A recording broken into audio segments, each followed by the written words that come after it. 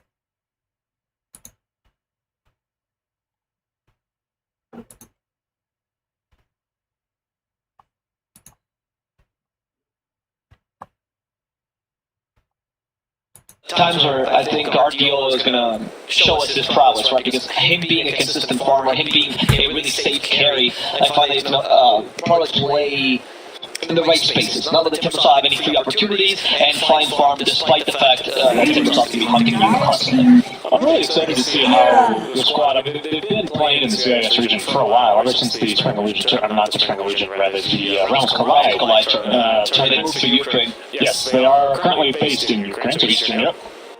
And so they've been practicing here. I imagine getting some scrims in, especially with Dendy in the new lane. But I'd be curious to see how much of like the SA play style they're actually going to bring to the region, because we commented on it quite a bit yesterday, seeing a lot of the map rotations, the tendency of CIS to gank the safe lane from the mid lane, which is not always the case, generally speaking. And I want to see if they maybe bring a different spin here to the lower division in CIS. Judging by the interviews that Steve has been giving, where he's been literally smack-talking SA up and down the aisle, I don't know, because he does seem to be much more, if anything, he idolizes the European CIS styles, which he kind of jumbles up in one bag. I'm not really sure. I think we may find a mix, because part of the reason why they came here, originally when they came here, was that they thought they could learn more from the scrims in the CIS, or sorry, in Eastern Europe, or in general European teams, because Ukraine is somewhere in between, right? So you can play with both sides very easily. So, I don't know, they could be a mix, or they could have completely become the Russian team that we love, or the Ukrainian team that we know and love, with Dendy's guidance. Yeah. Down in the mid lane, there's going to be the Dark Willow. Okay. Good position for the support duo, in my opinion, a little bit weak. The Koloks not really between the 10 and 25-minute mark. He doesn't have a whole lot of impact while he's looking to be farming his Aghanim Scepter.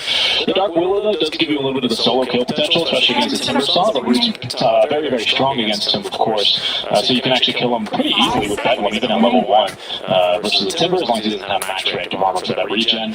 But the Koloks, I feel like, doesn't provide you a whole lot. He is very, very good with the Solar Bind ability, at actually slowing and basically getting a stun onto Timber if he tries to Timber Chain away. That's true. But it doesn't, I don't know, it seems a little bit underwhelming, especially compared to the E-Team Marana. Oh, 100%. The Solar Bind, ask Jenkins what he thinks about it. The Solar Bind is an ability that is easily countered by TP. The Timber Sun still proceed to Timber Chain afterwards, so it's basically a stun if you can't move, but you can still Timber Chain places, right? That's a good point, yeah. It'll reduce you to minimum move speed, which is 100, which is not a stun, right? It's important to stay. Oh, wow. Interesting. So here they pick up Drought Ranger for Hustlers, which seems to work with their lineup. They have some really nice Vanguard on the Timbersaw and Elder Titan, good protection. Not necessarily a save, but certainly still a strong lineup for a Drow. What's interesting to me more is that Bait has decided to then answer with a Tide Hunter, usually a really bad lane match against Drow. His Anchor Smash did get buffed recently in terms of the range, right? So you can actually hit range here a bit better, but Drow is just too far off. And I know it's one of their comfort heroes, especially Sexy has been playing the Tide for quite a while. He definitely loves the hero and he's coming back into the meta a bit more, so I can see that line of thinking, but against Drow, the laning is going to be really tough for you. And right now the laning in general for Bait is looking a bit tough because the Terrorblade might be able to win their levels, but Timbersaw, I can believe, comes up on top. Marana is a much more efficient ganker, and Timbersaw's great for Marana because she can gank him in really early. Timbersaw can be left alone super early, it's not a big deal. Yeah, once it gets 4 and 5, really, is the time the Marana can start farming the jungle, farming up a Yule Scepter this game, probably to be able to solo kill the Kava or at least knock him down. Send some fishing arrows mid. Yeah, that's my major concern here. It looks like Bait are kind of setting themselves up to get crushed in the laning stage after like the first 3 levels. But maybe it's all a Bait, who knows? I think it seems like they might be trying to go for the mid-game, right? Where they just kind of recover in the mid-game, take advantage of Tide, Willow, and Coddle, where they do have really strong team-fight abilities, and then trust Terrorblade to carry them in the late. It wouldn't be a bad idea if Terrorblade didn't have such a bad core-to-core match against Drow, because all your base armor goes poof, and Drow just destroys you really easily, so maybe not the best of ideas. The last pick is also for Hustlers, the Maxwell's pick. And we've already back as LD, which is no surprise there, especially considering that the heroes coming back into the meta. Magical used to play a lot of LD before. You can still run a Kunkka here if you want to do the combo with the arrow, which is really effective, or even something simple like an Ember. Yeah, I think for Bait, I think you're going to be looking to capitalize potentially on the lack of area damage that we really have. Drought Ranger is amazing versus a single target, even if it is a TP, but maybe you can pick up something here. I'm not sure any mid laners that are illusion-based or like building Manta, something like that. Just with a spell, is what you're thinking, or? No, I'm thinking of like lots of illusions. Because that's what, that's kind of what the Hustlers lack at this moment. Drought doesn't deal well versus Crouch. Yeah, well, you can go for the Axe from build then, right? Like, it's not, I don't think it's impossible for Drought to deal with illusions. I don't think it's such a straight counter. Like, if it's Clint, sure. I wouldn't risk it for that. I could see that. I wouldn't risk it for the mid lane right now. I feel like Bait's up. It's actually at the end. And the Underground the Storm. You want to go for something consistent, extend the hero pool. Punch. On the tanky side though, I wouldn't mind, first of all, Kunkka, or alternatively even a DK, if you're up against a Timbersaw, right? Like, you just want something that can't die to the Marana gank. I think if Hustlers want to play around the Maranas, it's going to be very, very difficult to if you want to play with the Marana combo, it's going to be very difficult for Dendy to survive that lane unless the pocket's been taken away, which is maybe the hero I would suggest. Maybe Lina, so you can stand far behind, but then again, you're still vulnerable to ganks.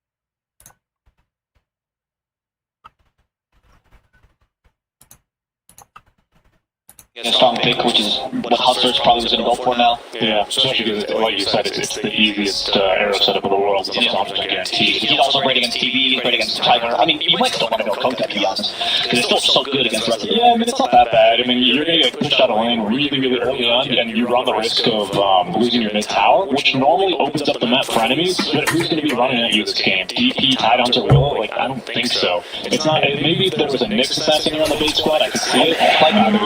Yeah, go for the simple. I mean, you already got really solid lanes. You might as well go for something that will secure that even further. Viper's a great match against Death Prophet. Viper's great against Tidehunter. Also solid against Terrorblade. Not a bad pick in general. And if they do go for a Will-O-Wisp, now you have a second one apart from the draw range that can hit it, right? On top of the Mirana. So, I like it. I think it's a solid. I actually like the draft considerably more by Hustlers. I'm not really sure.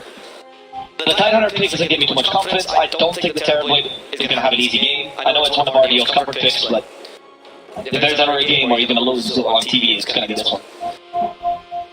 I would side with Hustlers, honestly. I mean, coming into this match, Pink was looking really strong in the close qualifiers, but I will say that their team fight is magnitudes better than Hustlers, though. that is true. I mean, and if they set it for a tower siege and still have Ravage to use, and they haven't popped meta, and maybe meta BKB is ready to be used, and it's just ND sieging the tower with Sexy Fat probably tanking as well, I don't really see such an easy way for the Hustlers to try and actually engage and actually stop that push. I think that's where they will have difficulties this game, but overall, I think the draft is going to be a bit better. Sorry about the sound issues, guys. We just realized with 5 minutes we're gonna try to make sure that doesn't happen again. Might be on the touching of the cables.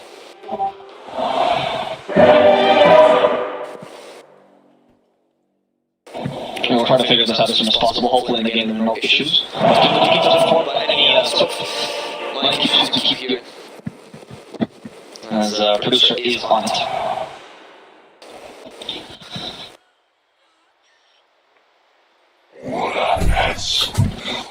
Alright, let's see how this works out for both teams. QC. There are better deaths. There are better deaths. So, as the team's getting ready, we have, of course, the pause. People don't know this, but actually an SA tradition to pause in the beginning of the game, so you must do this, of course. Please take the reason of the pause. I love that ESL are so serious, but it's SA man. It's just tradition. Back in the day, you know, when Dota played in Peru back in the 1500s, you know, this is how they decided. Essentially, who would get this is how wars happened. They would just gauge wars against each other. And the Dota client back in the 1500s, of course. And so they, of course, always had to pause in the beginning so that generals could walk up to each other and decide what the rules of the game were. Because, of course, back then computers didn't exist, you fools. They had to play Dota with people. The generals had to meet mid and say dash all pick. Yeah, exactly. Would Dire enable? I don't remember it. And it was a whole ordeal because, you know, if I want to pick a Tiger, I have to make a whole 1000 dress for my warriors, you know. I have to make sure that he has, like, fish to throw at people. It was very confusing. You guys don't understand. What do you call it? Zubers are very used to the PC version of Dota. And I'm glad. But unfortunately, back then it was much harder to play this game. It was. This is going to be the case here as we take a look at our starting items and what our lanes are actually going to end up looking like. Getting on pause. Yeah, so Davai, says Duster, already laning a little bit here. That's going to be... That's from Vamos. Oh, but the Duster is Brazilian. Oh, that's right, he is. Well, my Portuguese is not up to par, however. I actually don't know either what to say. I'm sorry. I'm on the Peruvian side, but with the Brazilians, I moved to Europe instead. I'm glad I get to cast these guys though still in the European region. I'm missing SA a bit, so it's nice to see that the Brazilian team is still break. No matter where mate goes, I will be casting them. It seems like there it is. Confirmed by his caster. No, I literally just said I was just gonna win. A nice ward here in the lane, launching over top out Rune. Roshan. I mean, Roshan at this page of the game is maybe someone runs in there. Check that ward for a second. Which ward? The ward tower put down. And, actually, after the fight, no fear now. Yeah, so can you check where it goes to, though? Like, near the mid lane? So it goes behind the trees. That's interesting. So you can actually check this ward if you go behind the trees. That's how you usually go and check the ward, right? If the tower takes you behind that tree, then you're able to know there's a ward around here.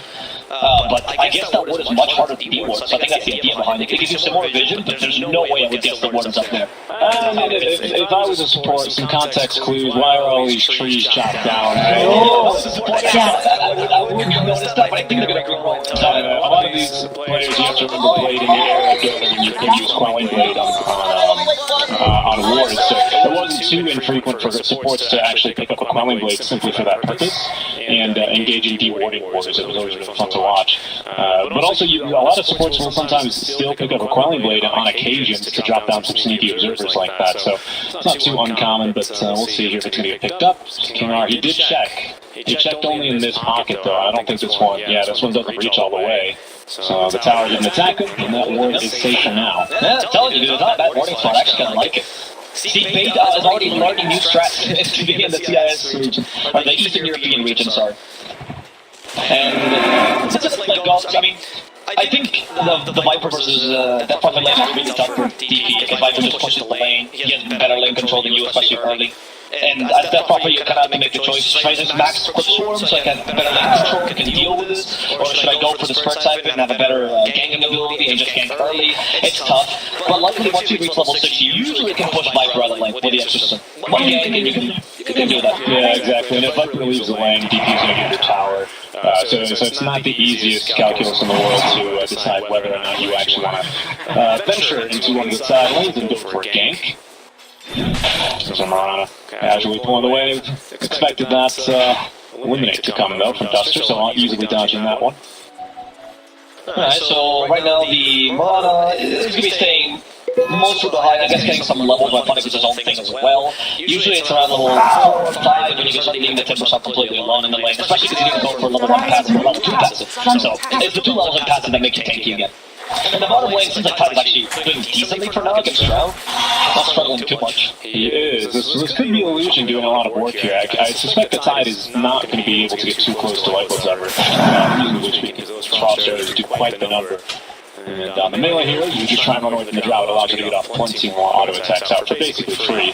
The good news is that even without the passive here, which we still don't have at level 2, of course, Funnick's not really any danger here of dying to RDO unless there's the Metamorphosis. So he just has to play wisely around that. But he has Timber Chain, so as soon as meta comes out, he's just out of there and he's going to wait it out. Yeah, exactly, right? So that's what the Timbersaw, that's why the Timbersaw is. You can push him out of lane temporarily, but he's just not going to die to you, right? As opposed to other tanky offlaners that might struggle a bit more against the extra damage in meta.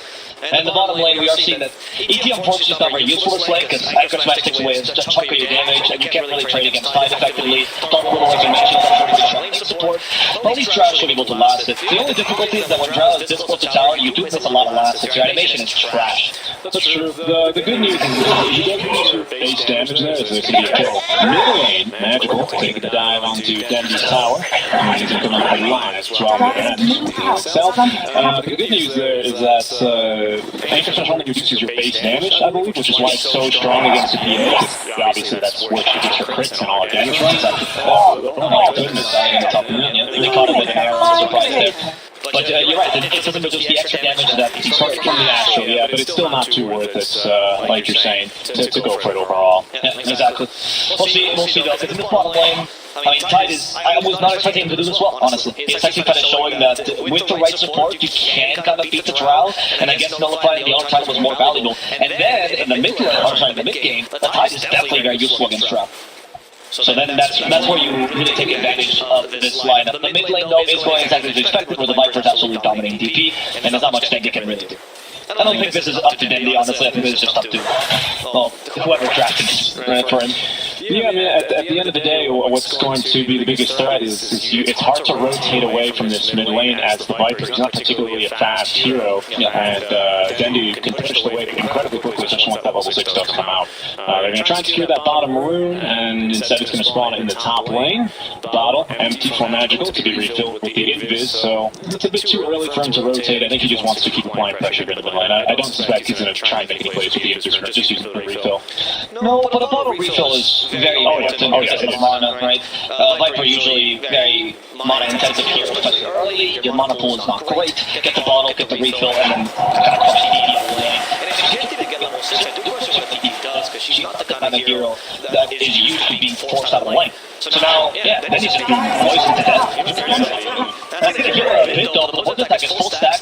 Magical is being really efficient with that poison attack. So what you do actually with Viper when you don't want to waste mana is you wait till he has 5 stacks, and you wait like a couple seconds, and then you refresh the 5 stacks with another poison attack.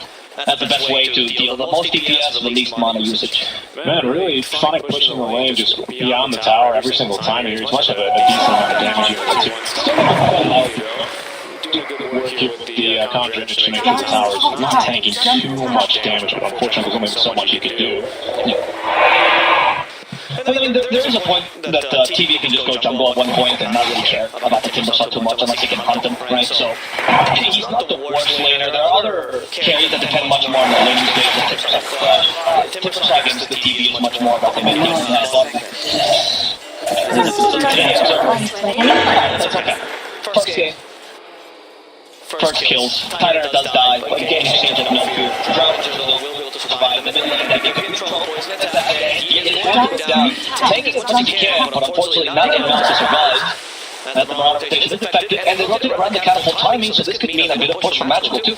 Yeah, it looks like they already have killed the catapult, even fortified to make sure that the catapult doesn't die here in the mid lane. It's only going to take one hit from the tier 1 tower. Duster's going to be here. He needs to pull these creep away from the tower, try and nuke them as fast as he can to try and reduce his damage. But this is going to allow our Viper then to run to the way. He's got a bottle refill as well, so he could potentially head top lane now with the Viper Strike and look for some action there.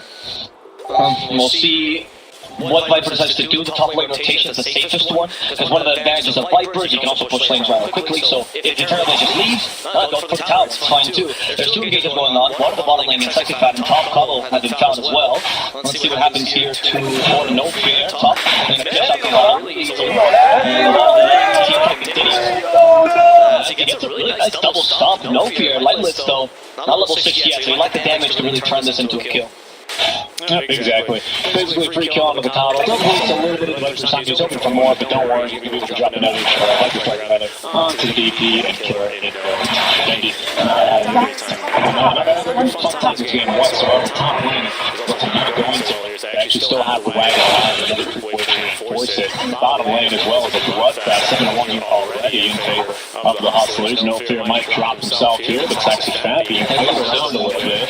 He can't do anything. He acknowledges it, gets an extra smash towards the end. Our marksmanship really loves to lightless his damage, and now it's impossible for them to contest this. And on top of that, Puppet up top is being left completely alone, and now he's pushing the tower, taking advantage of the 5-minute catapult, which is still there, by the way. Yep, it's still there. It's been lying on this tower for about maybe 70 seconds right now, and yeah, he is able to tank for the tower. Quick way to reinforce him. Marana here is zoning on anyone trying to defend the tier 1. RDO has to.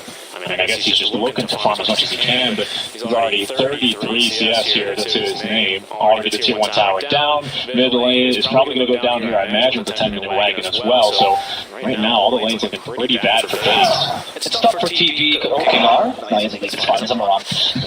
Wait, can you kill him, Marana? You need more items. So TV being a jungle carry does struggle when your tier 1 falls this early, right? You usually want to take advantage not just of your triangle, but just of your whole jungle. Makes him to Luna, you're a vacuum farmer. You can really just keep the whole jungle in a very quick sweep with your illusions, and unfortunately now you can be forced out. Like you can see RDO though, what he likes to do is he transitions toward the mid lane, where he farms whenever the quick wave is pushed, and then goes towards the triangle. So he still finds farm. I think RDO is one of the better healers at doing, or better players at doing that. However, the game is still difficult. Yeah, it's not going to be an easy way to get recovered from. Everybody bot lane, they're looking for a kill onto No Fear, but no worries. Lightless is there to reinforce in front of the tower with the, what is it, multi-shot it is? And just forcing away the Willow. Phonic is continuing to just farm now right nearly underneath this tier 2 tower. He can't quite tank at tier 2, I believe. I don't think he has quite got the HP for it, so at least you're safe for now on the tier 2 push. But the fact that he's already basically here already, and farming, and your jungle's been awarded, it really removes a lot of space here from the side of base to try and get in this game. Yeah, the Timbersaw, I mean, anyone that tries to touch tier 2 tower alone this early in the game, unless you're winning by a ridiculous amount, is just going to be wrong most of the time. I don't think there's a single people. Maybe each matchup mother could try. I think Jack just seems to do it. What nice arrow. Catching up illusion, despite his Shadow Realm, doesn't really matter. And the bottom lane, by the way, the control of keeping up this safe lane tower is giving so much space to Hustlers, allowing Timbersaw to rotate. The TV doesn't really know where to farm. Then he's trying to keep the mid tower alive best he can, but it's difficult. Timbersaws finally here. Yep. I don't know if this is going to be possible. Even King R is here as well to reinforce. They've got a sentry behind the tower. They're just expecting and ready. Maybe they expected a warrior here in that earlier game. They didn't find one, but they still got use as well when that shadow comes. But this is going to be the tower now dropping. Denny's going to do his best, trying to deny game himself. Unfortunately, doesn't lacks the damage to get that one off. He did have a haste room though, that's why he tried. He knew he was going to die there no matter what. They don't have slows, right? No stuns. King R, he wants to chase after them. He doesn't necessarily want to commit this. Magical, I think Viper tries to stop him, not going to hit. Too fast, too furious here. Dendy not going to be slowed by the poison, nor by the Viper strike, so he's good to keep on going right back to full HP as well. Thanks to the extra battle charge, he does still lose now tier 1 here in the mid lane. No fear, stop. There is the terror doesn't actually come off. But it doesn't really matter because the Extra will still stun him. They can't get this initiation though. It seems like the options for Faith and the early game are very limited. In fact, now, talk about limited options, Willow almost got destroyed by a single combo with a Timbersaw. Yeah, that's looking real terrifying at this point already. Dendy back into the mid lane, getting ran down by Magical. Nice job breaking vision, dancing around the one tree that he's got to make sure that they don't refresh and get that 5th stack there of the poison. And now my question is, what are you accomplishing here, Dendy? Right? What are you doing? Because the tower's already been pushed. You're no longer defending that. In fact, this lane, once it pushes past the river, is a bit safer for TV to farm. So maybe you should be leaving that farm to TV, because he's not having any space. He's going from the triangle to the lower jungle. I don't think, I mean, I agree with you. I just think it should be the DP prioritizing getting farm at least for another 5-4 minutes before she has an item, right?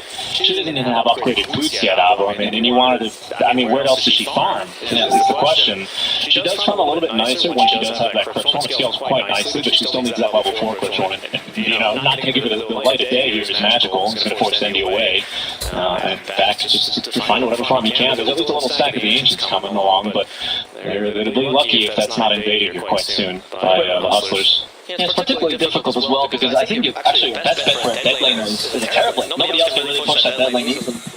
So we'll see if that shot to the front and the bottom lane. They're going to try. Okay, pushing out with the exorcism and all the ravages up, so they do have an advantage here. I don't think Hustlers is even inclined to fight this too much. They've got this tier 1 tower alive for a really long time. Already got a lot of space out of it. Oh yeah, Drow's already farming top lane basically with the ET. Timmy's going to be here to try and nuke the wave, make it a little bit more annoying. Lana's fishing for some arrows, hopefully trying to land one. Probably in a sexy pad here to lock him down and make sure the Ravage doesn't come out. Maybe then you can call in the reinforcements. But already, the Hustle making a move to this tier 2 tower. It's going to force out a fortify, not for base, so not going to lose too much. It's also the wagon wave, so they're happy to fortify this one as well. To nuke it down.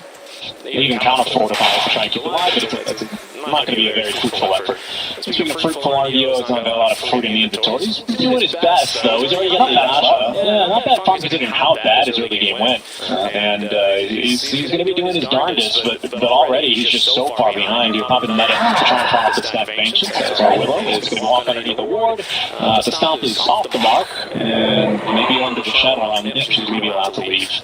Probably Willow's the best one to scout. Like, she's a really good person to break smokes, know where the enemy team is. The Koloks can be the one to also push the dead lane. Right now, they're trying to get this far to the cores. But every time the Koloks shows up, honestly, they can just dive him. That's another problem, right? Mirana can just arrow him while he's illuminating, or Timbersaw can just dive him. And I don't think the base can have much to contest this with. Like, look, they're actually pushing top tier tower. Only a couple of heroes. They know that they can beat this one. They just are hoping to push in there. Very nice arrow. And Darkle is dead. Goodbye. Tyrant leads in tide though, so she's tanking just like they did again, you could say. Yeah, she is. Unfortunately, you know, it's all about where you take fights and what you can get immediately after, and it looks like a tier 2 is going to be the reward for the kill onto the Willow, which is a really, really good trade here at this point for the Hustlers. It's 13 minutes in, and they have now sieged down this tier 2 tower. They, despite having better team fight here, are not feeling inclined to try and defend it, and I have to agree with that call here. I don't know how the team fight goes for them. They still don't have Exo for another 20 seconds. I don't see a good way for the Tide Hunter to walk in and try and get a Ravage onto either the Viper or the Drow Ranger. That's kind of a big problem of the Tide Hunter, especially versus the Drow who can just gust him away if he's getting too close. But against ranged heroes, we saw this yesterday, where it's really, in the Riki game rather, where it's hard to get ranged damage dealers in 1 AoE because they're able to stand further away and do the thing.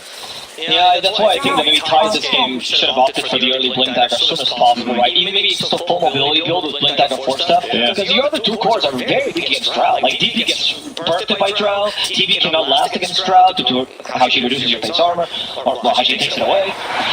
65 can go. You can have an ET, by the way, which I haven't even mentioned to counter TB. Yeah, sure, in the natural order that on the hero on the type himself, the component is going to eventually reduce his base armor by 100, which at this stage of the game would be 23 armor. Yeah, exactly. And that either you get the natural order or the marksmanship procs, either or TV's armor uses. And you're not really a hero that can afford to build armor items like Assault Cuirass. Like, I've never really seen TV with Assault Cuirass, which is usually the best option for Drow. Maybe Dendi should consider building it, but Dendi in trouble.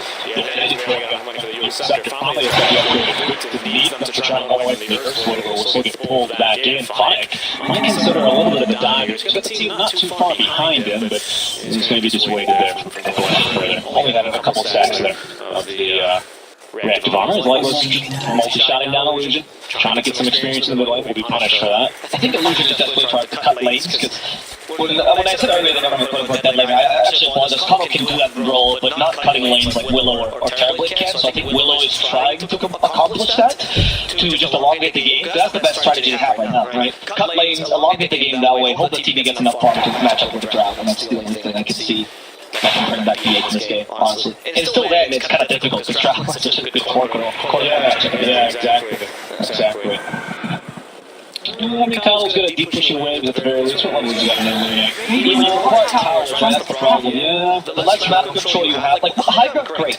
But when the outer towers are easily, diveable, then Kylo doesn't seem that great, because you still need to charge that a little bit for that whole seconds. There's a route of Atos now for Magical to be able to utilize that to lock someone down and just punch them to death with their poison. Lightner build this time? Yeah, I can see it actually. Some more magic damage, some mixed damage as well. Amongst the magic damage there, no fear. Running towards Duster, it's a bit of a hard catch, especially after the Lonnie Light break a bit of space. Yeah, but you get a second damage deal with Lightner, right? And you also increase his farming potential. Not that Light break needs that too much, but it's a bonus. I imagine it's going to be maybe for the late game, right? You get a couple more items in between. Yes, I agree. BKB is a really good idea for now, right? Make sure the Titan can't have any impact. In fact, Drow is expecting to go for a BKB as well. This game, we'll see. So far, it's only the Manta style got some goodness off of Markless, which this time is not going to be combo on combo. Because if you BKB, right, on the Drow, then even if Tide gets a blink dagger, force whatever, Ravages you're safe. And there's literally no other thing they can do against you. You guys to Tide her away, you proceed to multi-shot him, and then he's dead. He's going to open up like a watermelon. Yep, and yeah, exactly just like a watermelon. Except, no seeds in that one. Argio is going to go for us in a while, so that's probably the best way to kind of tank up. Maybe he goes for Scotty as well. Like, yeah, there we go. He's the dragon. It's a good idea, though. It just needs to be tanky. Recognizes that it's tankier, right? Because his armor, like we've been saying, is not going to be of much use in this game. We've got two ways, one of which will produce either natural order do. No, yeah. So only the marksmanship procs are going to produce BKB. So even if he's BKB'd, he's not safe to really fight the Drow on his base HP. So he does need to go for some stats to be able to boost that up. Plus, it's not a bad farming item. That's why. Yeah, like I said, the best idea is probably for you to go for, like, this is an alternative route that you can take if you want to play around the TV. Oh, careful. They gotta go to the Dark Willow. Permanent damage on nearby. They know what Sexy Fat is. They definitely should just gank him. At this point, they're trying to get some position. They want to bait him, stop the hit, arrow as well. He does have, the time getting away thanks to that dog system. Sexy Fat will fall. No cracking shots hitting in there. So yeah, another alternative option you can go for if you're bait, is you can try to go for armor or items, like, for example, if you can go support Tide can do a Mechanism or Blast, and then TV can try to level up Strength. And then you get a lot of effective HP that marksmanship does not go through. And that would improve your matchup against the Drow. So it's always an idea if you want to play more ideal. Though he finally at least finishes off his first item, which would be the Yule Scepter after the duel, Null Talisman, and the upgraded boots. So it's only 18 minutes into the game. I mean, the thing is the Hustlers, they just have so much free reign over the map right now, it feels. Despite not having such great team fight, they're kind of just running over this early game. It's important to note, though, the RDO presence, he continues to farm. He's now got his next item, which is going to be that Dragon Lance. So keep your eye on his net worth. That might just be the saving grace here for bait. Again, even then, we still have the issues before mentioned, the armor problem. Yeah, exactly. Like, there's only band-aid measures, right? Or it's going to help the situation where you're trying to put you in a really difficult situation to begin with, right? Trials now start to beat TV, and you're like, how is this even possible? Is audio, no, it's just audio has no form. Sorry, has no space. So, no matter how fast your farming ability is, no matter how great you can clear away, if there's no way for you to clear, because the enemy team is controlling the map, then you're kind of left with this. Because a lot of Fates, Kolo and Dark Willow, they're forced to actually control the waves to make sure that the hustlers cannot go for like free smokes or like this shot. It's difficult to control the waves at the same time find the ball for your cores and skip. Press skip by TV, what are you going to do? You can contest this. Yeah, no, not at all. I think they're just using How many heroes are here? Can we push one more wave? Maybe just bottom lane, get an extra 2 here. That's really what the intel is, right? Because Dota's a lot like StarCraft, where you react and need to react to information that you do and do not have available on the map, right? It's really easy from our point of view, using... Well, I mean, I guess I'll use the royal we, including you guys, the viewers, because we see everything, right? These players, you have to remember, they only see a certain amount, right? And any information we can get on that, I cannot. You cannot. The observer, no, I can't. The observer's a fool. Sorry. I can explain later. Fate is going to... Therefore, farm kind of safely right in the triangle, and you can notice that they're actually putting a lot of effort into it in the triangle. And it's defensive wards, right? Some areas look at 2 wards, they're right double covered. Everyone always likes to de-ward here for obvious reasons, because sometimes the ward is chilling here, sometimes it's up here, but usually this sentry will cover both places, but usually this one can sneak away. Sometimes team will like to ward here, sentry here, though, so it's still not like the safest ward, but it will provide at least supplementary vision. It's a backup ward, which could potentially win you a fight, get you an extra kill here and there. At least net you farm, because you know it's someone like say farm RDO, they say farm. Yeah, because they're right now they're saying we want to fight around this area. It's not so much for the rotational work to get information, it's just to farm around this area. There's a fight maybe going on. The Kolo will bring back Deadly, planting TPs in time, and okay, wait a bunch of wasted time, wasted smoke as well. BA feels pretty bad about this. Yeah, that's not a very fun one. They use the recall as well. They might be able to actually counter-engage. Oh, that's a very dangerous stairwell duster. He's going to find an ET, channeling the Equistomp, and arrow the follow-up. He came off. Let's get off at least. The corner cape, but they've got plenty of protection, dropping the sentry and the dust just to make sure they actually guarantee themselves the kill. 14-1 then. Who was the person that died here on the hustle? Do you remember? Well, the one person that died, they got a kill on... I actually don't know. I don't know either. I'm going to check, but I'm going to wager. I think it's the ET. I thought it was 2. It is the ET. Yeah, look at me.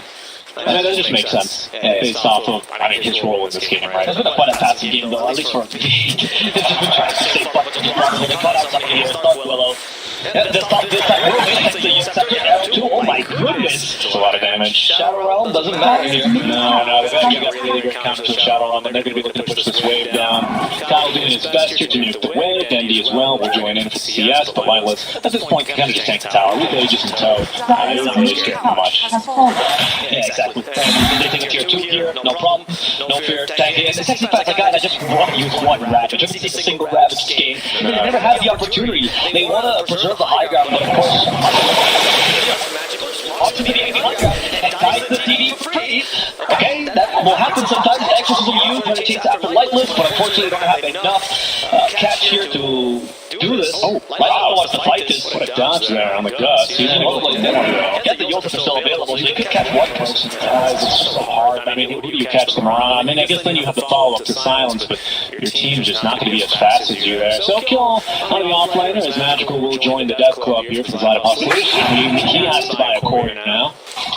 Not entirely sure why Magical did that, to be honest. It was so obvious that they were in the enemy high ground, right? Yeah. I know that we have obviously all the information, but it should have been quite obvious that they're in the triangle perpetually. They've been there the whole game anyway. Yeah, I didn't see them anywhere else. And there's our Willow Illusion. My goodness, he's chomped by the multi-shot there. One shot. The bigger arrow that Marana carries as well. Throw him there. Going to the negative scepter here for our bottom.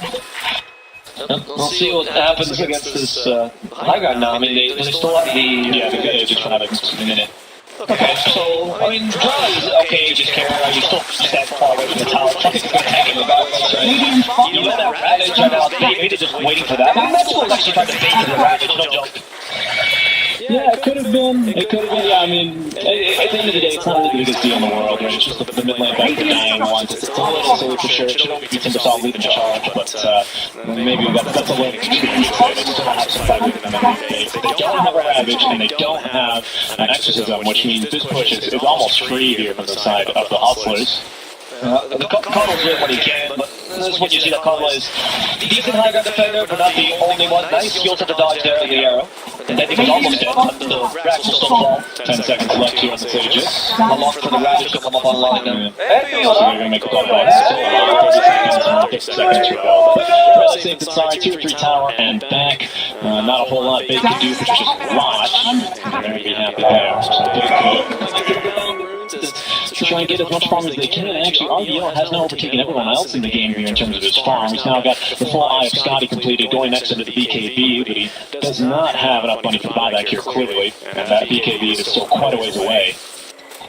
Don't know if... Okay, King R, that could be an easy kill. He has multiple leaps. He must TP though. Dual Scepter, he's going to be fine. Yeah, look at this. They're so afraid of you going for a Marana. I mean, because look who's coming here. It's already no fear. He's going to drop down an Earth Splitter preemptively. He eliminates good damage. Walking into another that's going to get you killed. Okay, well, for the RDO, very little commitment to this kill. Just going in with the illusions. Worked out. Nice battle blade as well there. I mean, they are getting... It's impressive how long they're holding on for a game that's been lost from minute 1, right, for them. They're doing a really good job of still fighting far regardless. RDO is leading in that War Charge, which is impressive for him. Yeah, I mean, he's got 3 items here. He's making his way towards the 4th one at the very least. This is going to be a dangerous proposition, though. Bait, Magical Harmon in a really good spot here, making sure to hold the high ground until we find breaking the smoke. So they're going to try and jump onto him. They're recalling Dendy back in the fight. There's the Yule Scepter set up now for the Timbersaw. That's going to be the silence. Nicely done. Free kill there onto Funk. Unfortunately, tanks the gank. And that kill is going to be another one here into the pockets of Bait, who now are going to look for their 3rd tower of the game. It's 2-1. Let's see what happens as the tower will fall immediately. RDO may looking to go for a tier 2 as well. They do have the option here. Ravage is still up and so is Exorcism. So there's no reason why they shouldn't at least try to force a fight maybe, but I understand that they don't want to die this tower, right? If they fight near the tower, you're giving Hustlers a chance to just end the game. Yeah, exactly, pretty much. So they can just run it right back down mid lane. Even if they lose, like, the Viper or the ET, the Drow alone can probably get a lane of racks. Although that timer still can't be that long here. 54 seconds on RDO is significant, though. Yeah, I like how safely Bait's playing though. No, any single mistake can mean death right now, and they managed to kind of recover a bit in terms of the map. TV is now farmed enough, and he's actually a powerful hero. He's 3k above the Drow Ranger as well in terms of farm, who still does not have a BKB, so she's still vulnerable to the Ravage. They still are in this, honestly. Yeah, good positioning. He's going to break the smoke, looks to try and run away. He's going to use Sector as his own. Just buying time here for the teams, continuing to farm bot lane all together. Willow taking plenty of damage. Set up after she wakes up. Awakening there. Her own new Sector now. Lots of time, lots of space. But will it be enough? Oh, Lifeless is just running in. He's in the middle of 4 enemy heroes right now, but they don't want to risk this. So the DD rune is kind of sketchy here. They could commit a Ravage, however, if they wanted to. It looks like they're going to be recalling someone on. Use the Hurricane Bike's not going to create enough space here for Lifeless to have the damage. What a kill. What an important kill here from Bait. That was massive. And killing the double damage, I mean, double damage didn't end up mattering because it's 4 heroes around him. I don't know if Lightless just got a bit too cocky or he was trying to use the fact that he saw Bait was being really scared to try to take extra advantage of their fear, right? No, like, no! Okay. Anyway, so there, I don't know what Hustlers was planning, and they're making small mistakes, which is not going to cost them the game. Not a single one of these mistakes, but a pattern of behavior like this, well, could be a big deal for them. They lack the damage, so I think to their bedlam available, they should. Illusion to just use it here after the Yule Scepter. At the bedlam, King R has the Wind Dagger. Yeah, he's at it for a while. And that is going to surprise Illusion, or not surprise him, but that's going to. He was hoping to get the damage there. Exactly, do a proc, yep. Let's see if they can still kill him though. He's out of leaf charges. My god, is Miranda annoying here. Look at how long King R has lasted him. The guys who want to create space and want to, elongate the game are Hunters. That's exactly right, yeah. Because Hustlers, I mean, they're in a really good position already. Viper's making really great progress towards his butterfly. He's already actually got the Eagle Song, and nearly enough there for the Talisman of Evasion. ET going for a 4-stat, 14 Bloodstone charges here now, ready to be used by the Super Sauce. That's going to help him out. Make him a lot tankier. Sexy Fat is closing in on the Blink Dagger, but he's just whatever farm that he can get is also the farm of the TVs at this point. Whatever is yours is mine, says RDO, and he's completely right. He's got the BKB now, so he's farmed up that complete item. At this point, he's actually nearly 4K, we'll call it 3.5K here, ahead of the Viper, who is going to be the most farmed on the side of the Hustlers. Yeah, but we just check what he decided to go to get the butterfly. So somewhere, it's like a hybrid build, right, where you're tanky enough and you have mobility and some catch, but you're also going for some damage items to make sure that in the late game, you're much more impactful. The problem here is that for a Viper now, ever since they took away the silence at level 25, you don't really have the utility build as powerful as it used to be. Because before, you just hit level 25 and you're one of the most powerful heroes in the game. But now, whether it's a cooldown or poison attack effects building, they're both decent, but they're much more suited towards the DPS Viper than a utility tank. He's going to have Ravage in 10 seconds. He's going to have Blink Dagger around the same time. Dendy ready to go with the extras. Finally, the E-Blade. Yeah, finally.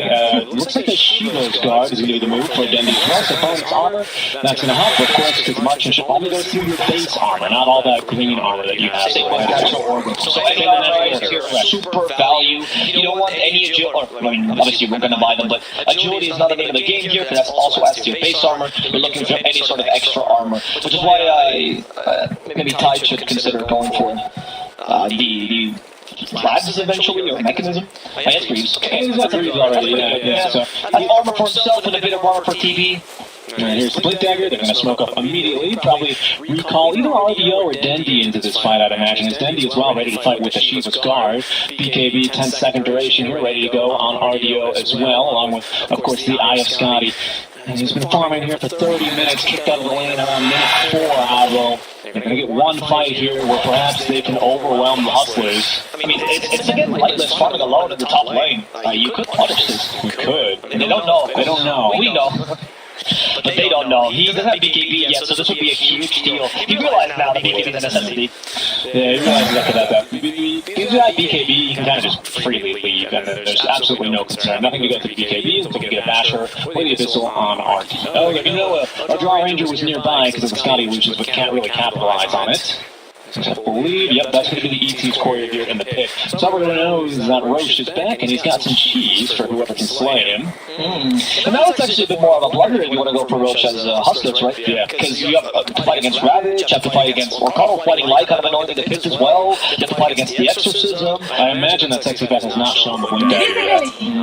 He's probably just been chilling in the jungle, farming, not farming in a true way, is really what we mean by that, right? Yeah, you can never really guarantee that he's not under an observer, but that's true. Yeah, exactly. So I'm not really sure he's got under an observer, but he tried his best not to do that, right? The Broken Flames is also really useful for the Tide, because now he can cut lanes a bit more effectively. He's tanky enough to withstand a bit of damage, and the Chronic View is also great as an answer to the potential Gust, right? I think Hustlers know something's up, though. They feel like it's like when an when an Earthshaker goes missing off the map at like 22, 23 minutes. You're like, something's fishy. Hustlers are now wondering as well, like, they're starting to have the conversation of, are we still winning, guys? Yeah. Is this still an easy game for us? That's what it is. Yeah, you can see Sexy Fat. He's like, do I take the farm? Do I not? I take the farm. I want the rage creep. Here's my Blink Dagger. Well, I'm not a hurry to show it. But they pinged him. They pinged the Blink Dagger. They pinged the Blink Dagger, but more importantly as well, the Sexy Fat, he realizes with that second creep wave might have been a bit too greedy. Yeah, definitely. The very famous complexity line, which is the line that you cross when you start going from efficient farming to feeding, which, according to Kyle, complexity would cross all the time. I love that line was, don't drop your items to use stick. No. That was like actually his word. I'm not gonna throw shade. He said it himself, dude. He called it the complexity line. I'm just gonna take the word for him. I'm sure Kyle, as soon as they added backpack, he's like, oh, really? Now? Anyway, go for the Roshan now here for bait. Let's see if they can defend this, because it did seem like Hustlers is interested in taking this Roshan. Hustlers shows himself. That's like, I'm fast. I'm on a horse. No big deal. Recall. It's gonna get Dendy back here. I thought for a second it was recall right into the air. That would have been all. But no, he moved around. Let's see. I don't. Okay, that's good. You also took my King R. Wasting that is kind of a big deal, but you kind of need it defensively here. You kept the spell the Curse Crown. They might be setting up for a team play. here. It's been used. Just for the war. Okay, that's an ultimate to be used. Yeah, that's two ultis used from that shadow as well. Sonic was in a bit of an awkward position. He was making sure that the team wouldn't get flanked from the river. He was kind of standing here. He saw Dendy on the high ground, didn't know where everyone else was, making sure that they wouldn't get cut off and just, absolutely murdered, right? You don't want BA to get the jump on you right now, especially with this blink dagger that Sexy Bat is now showing off again here. He's going to take the BKB though. Yeah, the BKB is a big deal here. But TV now is outperforming the Drow so ridiculously that he might be able to beat him. Like, he has Scotty and Sanjay and Yasha, plus Dragonlance actually, all getting in strength.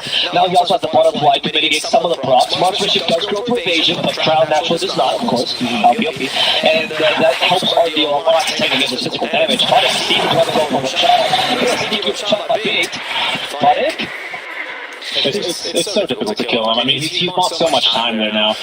The Viper who's farming down bottom and Ivanov who's farming down bottom, it's already shown. They're already missing off the map, so they know. They can really only take this if there's heroes from hustlers elsewhere. And, I think both teams are probably just going to wait to decide to fight away from the Roach Pit, because when they stay near the Roach Pit, they're not going to be able to fight. Try to go for Dark Widow here, anyways. Annoying the Timbersaw up big. There's the Yule sector. The arrow. Block the 500. That's kind of fun. It's a second shot, but they start him again. He's no toxic. They're going to kill him. Second chat. I don't know if he was trying to block that or he just ate that by accident. My queen, get down! Yeah, he jumped right in front. I mean, he blinked into that. He must have known this was coming. There's only one thing that follows the Marana Yule scepter, and that's a Marana scepter. Exactly. So that's why I think he thought he could tank that and maybe get Ravage off. But I think they just chunked him. And now the Roshan. And he's going to fall here, unless Bait wants to buy back on the Tide Hunter. They're probably saving that buyback up to the last second because they have the outpost control to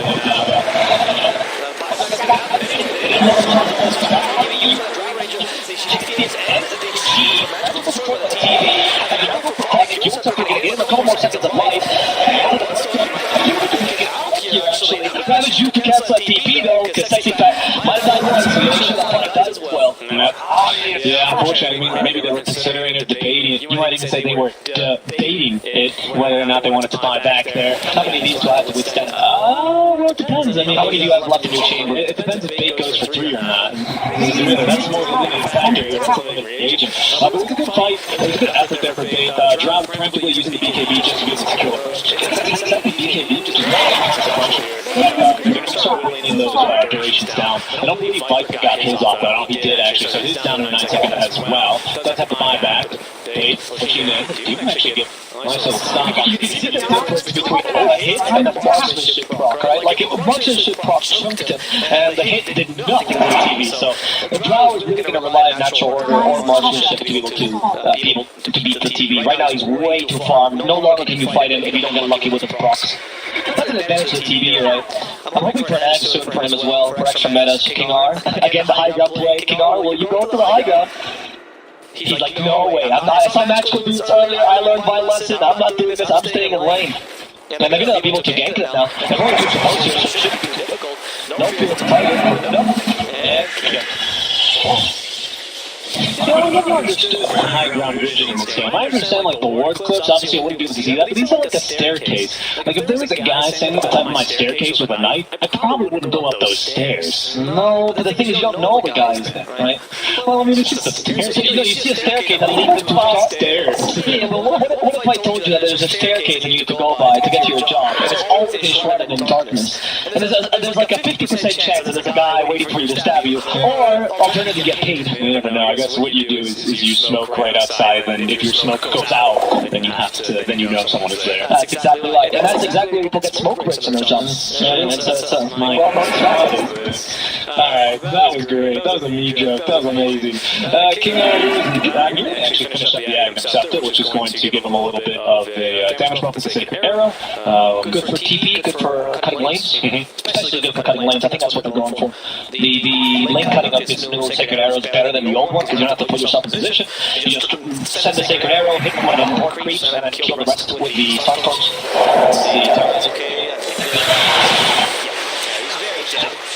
I don't know if you should be fighting the base.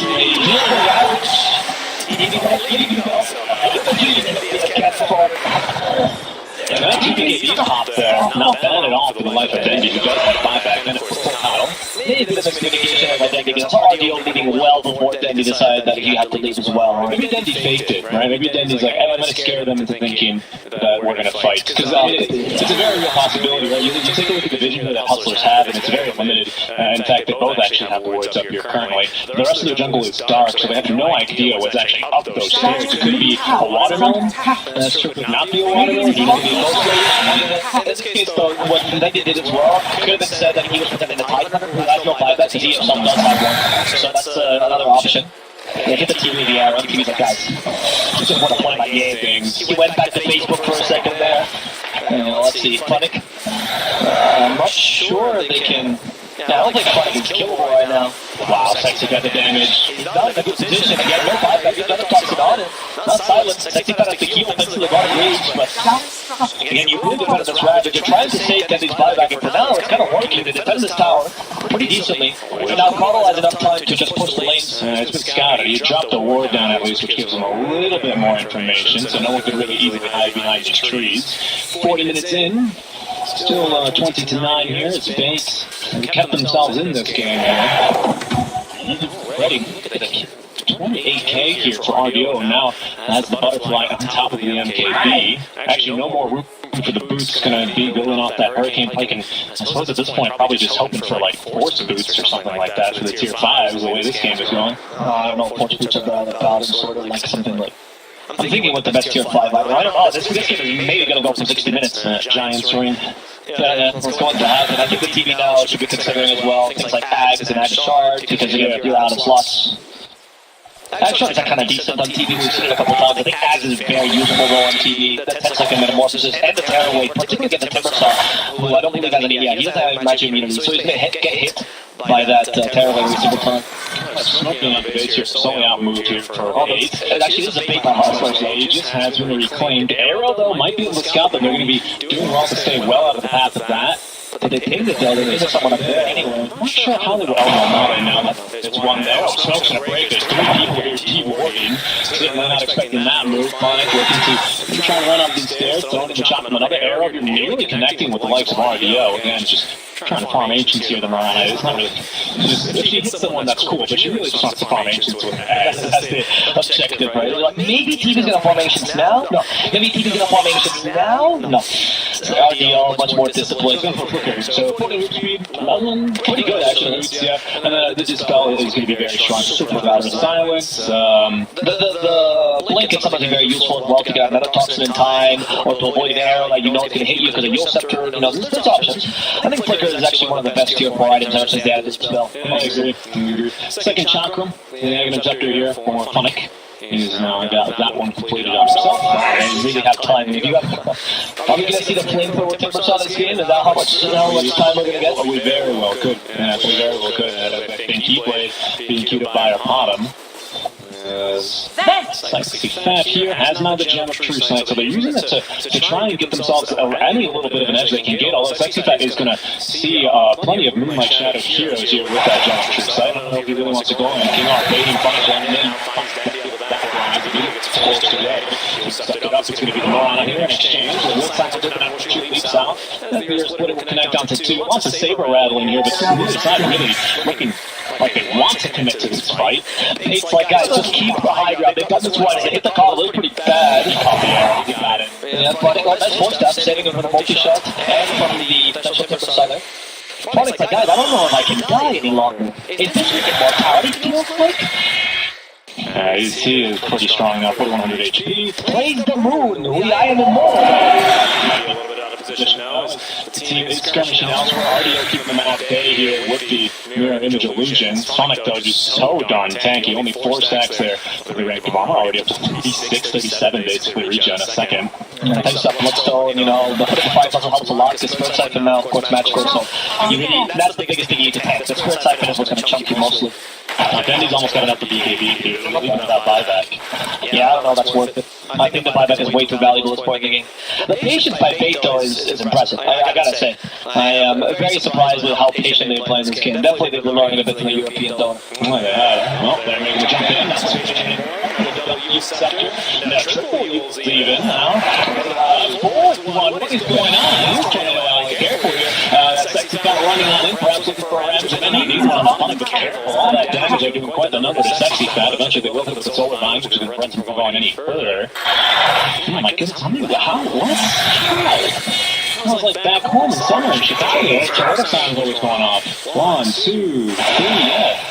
Where did that fourth use? I think it was a mini actually. I was thinking there's Lotus Rare potentially another Yold after Yold, man. That's what the game is. It's Sexy Fat's like, maybe if they all use the Cyclones, I can finally have a normal Ravage and I can initiate like a Tide Hunter.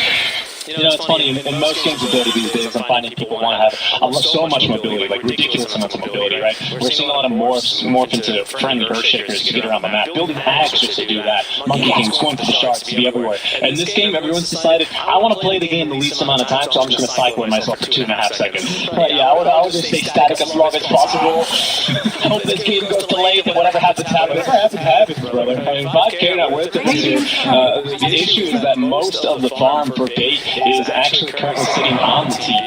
There's but one man at the end of the day. Yeah, exactly. We'll see what I think this shot maybe is the next. I think they can fight around it, right? Like bait should definitely. I really don't mean to make a point here, but they should bait the shot here because they know they have a better team fight potential within the pit, and they also have pretty fast shot taking. So does Hustle, but they are not a team that has the best team fight in the pit. The issue is that Tide doesn't actually have the buyback this time, so he can't go in for the bait as he would probably be best suited for here at this stage of the game, honestly. They no longer have any troubles killing the Willow, even though he's a Shadow Realm, so she's not going to really withstand any damage, especially with the Milan Axe and chunking her a bit more. And just essentially they can't really, I think, achieve that unless you want to run the gambit and potentially leave it to TV to start the fight. That's the only hero. Wait, Lightless here is alone. They don't know this yet. They see Lightless. I see the Illuminate. Lightless is out of there. Yeah, maybe that Illuminate was unnecessary. His name is Lightless after all. He hates Illuminate. Really scare him. Well, we are on a roll. That's what happens with a slow game. Puns galore. So I think the play they might after may not the best. If they were in the target initiative, they're using the recall pretty effectively to surprise Hustler most of the time. But the problem is that if you use the recall there, then you show yourself, like, what's the point of this kind of surprise campaign? 25 on September. Is that wow? Illusion is almost dead to those two Chakram. He's taking the Whirling Death attribute reduction, which now is going to reduce for 26% each time. You can stack, I think, up to 2 pretty easily on the heroes and make that is. There's a lot of stats missing already. It's kind of terrifying, especially for something like a Tide. Like, if you put it in an toxic where you can't dispel that, and what level is like now? Has he reached level 25 yet? No, not quite. But I'm assuming level 25. I don't know what you talent you go for, because I usually think Nether Toxin is better. Like, his 3-second cooldown Nether Toxin is huge for more picks. But maybe you think using Siege High Ground, the potent attack could be justified this game. However, I haven't really touched High Ground for a while. So maybe I really would rather see Nether Toxin. And then the Tiger will not be able to use Cracker Shield at all. This is kind of crazy. I don't know if I've ever seen farm distribution be this unequal in a game that didn't have an Alchemist. I just did some quick mental math. RDL's got about, I think, 45%, close to 50% of his team's net worth. It's all on him, which is absolutely incredible. Yeah, you're pretty accurate. I mean, like 40, maybe 35 to 40, 55 to 40, whatever. So they kick off, get the free kick. Maybe you don't have to celebrate. Now they go to the big guarantee that Blaze is in. One thing, they give it to the Viper more, but try damage not bad. And of course the decreased cooldown is the biggest, sorry, not more damage, decreased cooldown in mana, which means you can use it much more. And increased action, right? So very useful against TV, because of course my strike does go through PKB, you make it super slow, and Flicker will not help against that, that's scalable. Alright, so now all of a sudden the net worth will be 13k, right, because it does calculate that items blessing into your net worth. Yes. So that actually will not leave our Viper without buyback. He's got plenty of money in the bank, with 400, saving up for that Satanic Pass. BKB, Boots of Travel. That run is just so farmed here on the side of Hustlers. That's the issue is, yes, it's one man who's very strong, but I think you could really get away with that. Or a save of some kind. This game is 4 staffs and glimmers at the very least, but even those might not be enough. At the same time, historically, there's always been heroes. When a single man can change the course of history, in this case, RDO might be able to change the course of this match alone. And if I know anything about South American Dota, this is how they love to play. So, clearly this style is still looking for a region. And I have seen some insane I remember watching a game where an anti-mage alone was the only hero that was above the enemy net worth. Everyone else was below the position 5 support in his team, and they managed to carry it. That was Van playing that. Unfortunately, Van is not banned. So you changed his name? No. He's one of the elite wolves back. It was a good game though, that was before he was banned. Unfortunately, you don't have that many references. Not very common to see it like a TV show. So look at the game.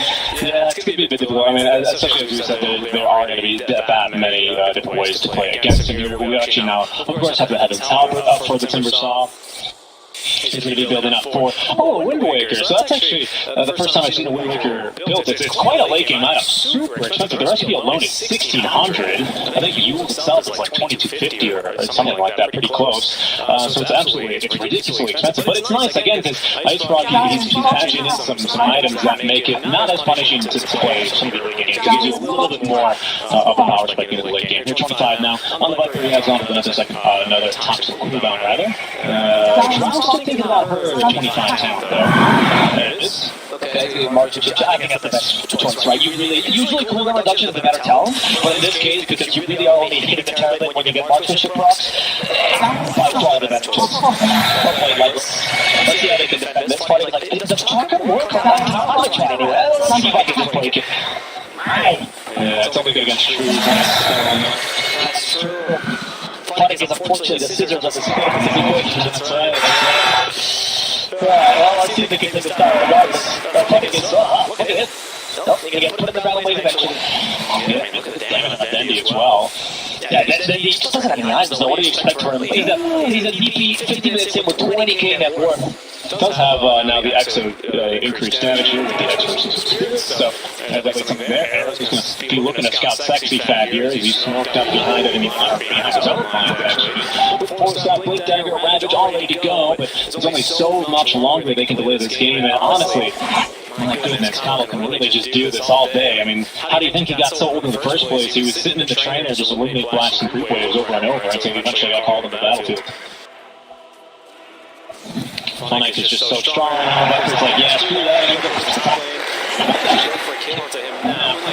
Nice job there. Actually pushing him right back. They have some just away. That's when he gets the Wind Waker. Oh, wow.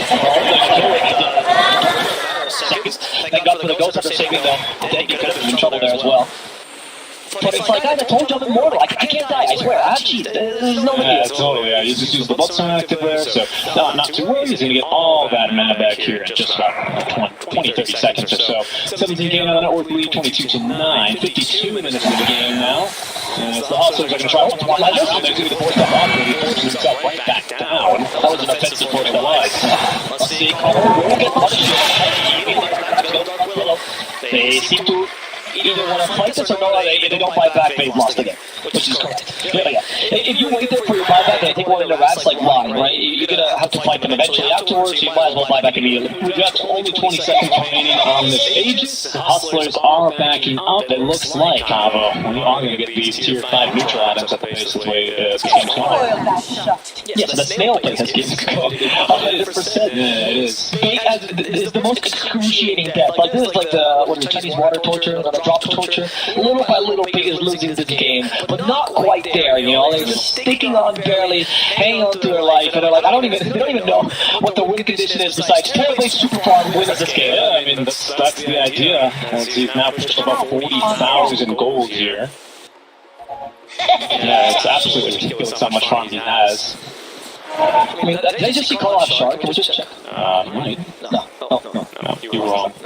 The effects, I think they add the effect no matter what when you eliminate these own heroes. And they usually shouldn't be. I think that's a little visual bug. I always confuse. Oh, Divine right to time. Okay, alright. Is the game starting? It is.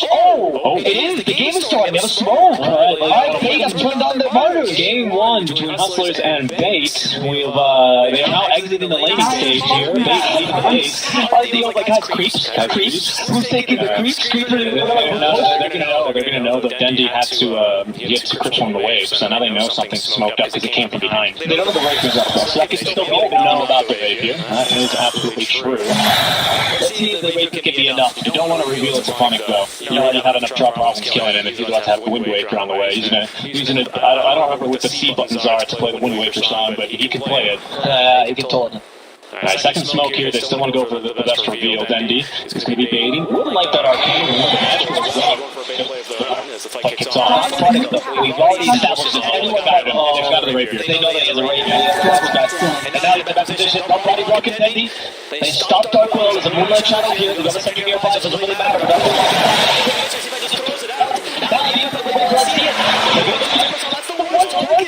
he just used it himself, starts his initiation, right away to eat, stops on TV, and then he's breaking point.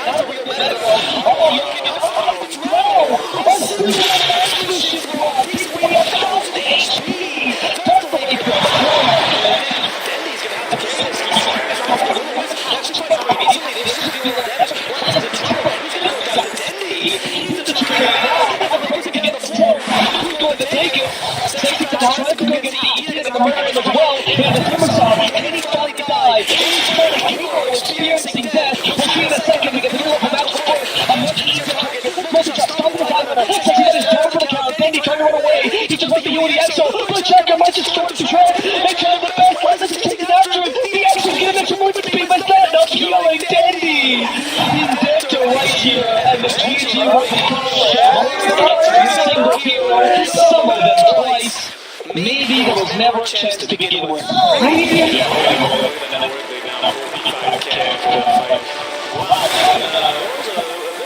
burn to say the least, but eventually we did get there. And it's going to be Well, Hustler is taking.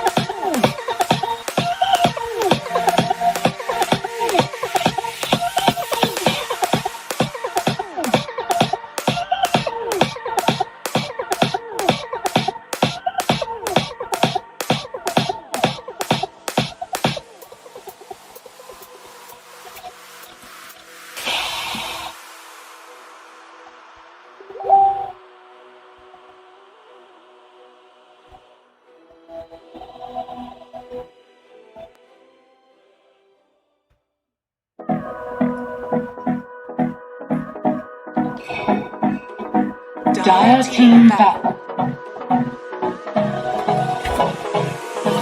Hold me close till I get up. Promise baby I'm aside. I don't always go just always say you lost. If love is all we'll ever trust. Yeah. No, I don't always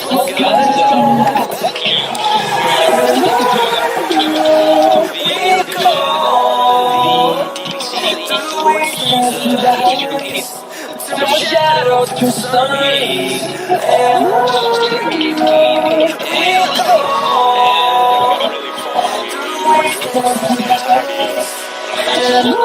Across Monaco 4 times.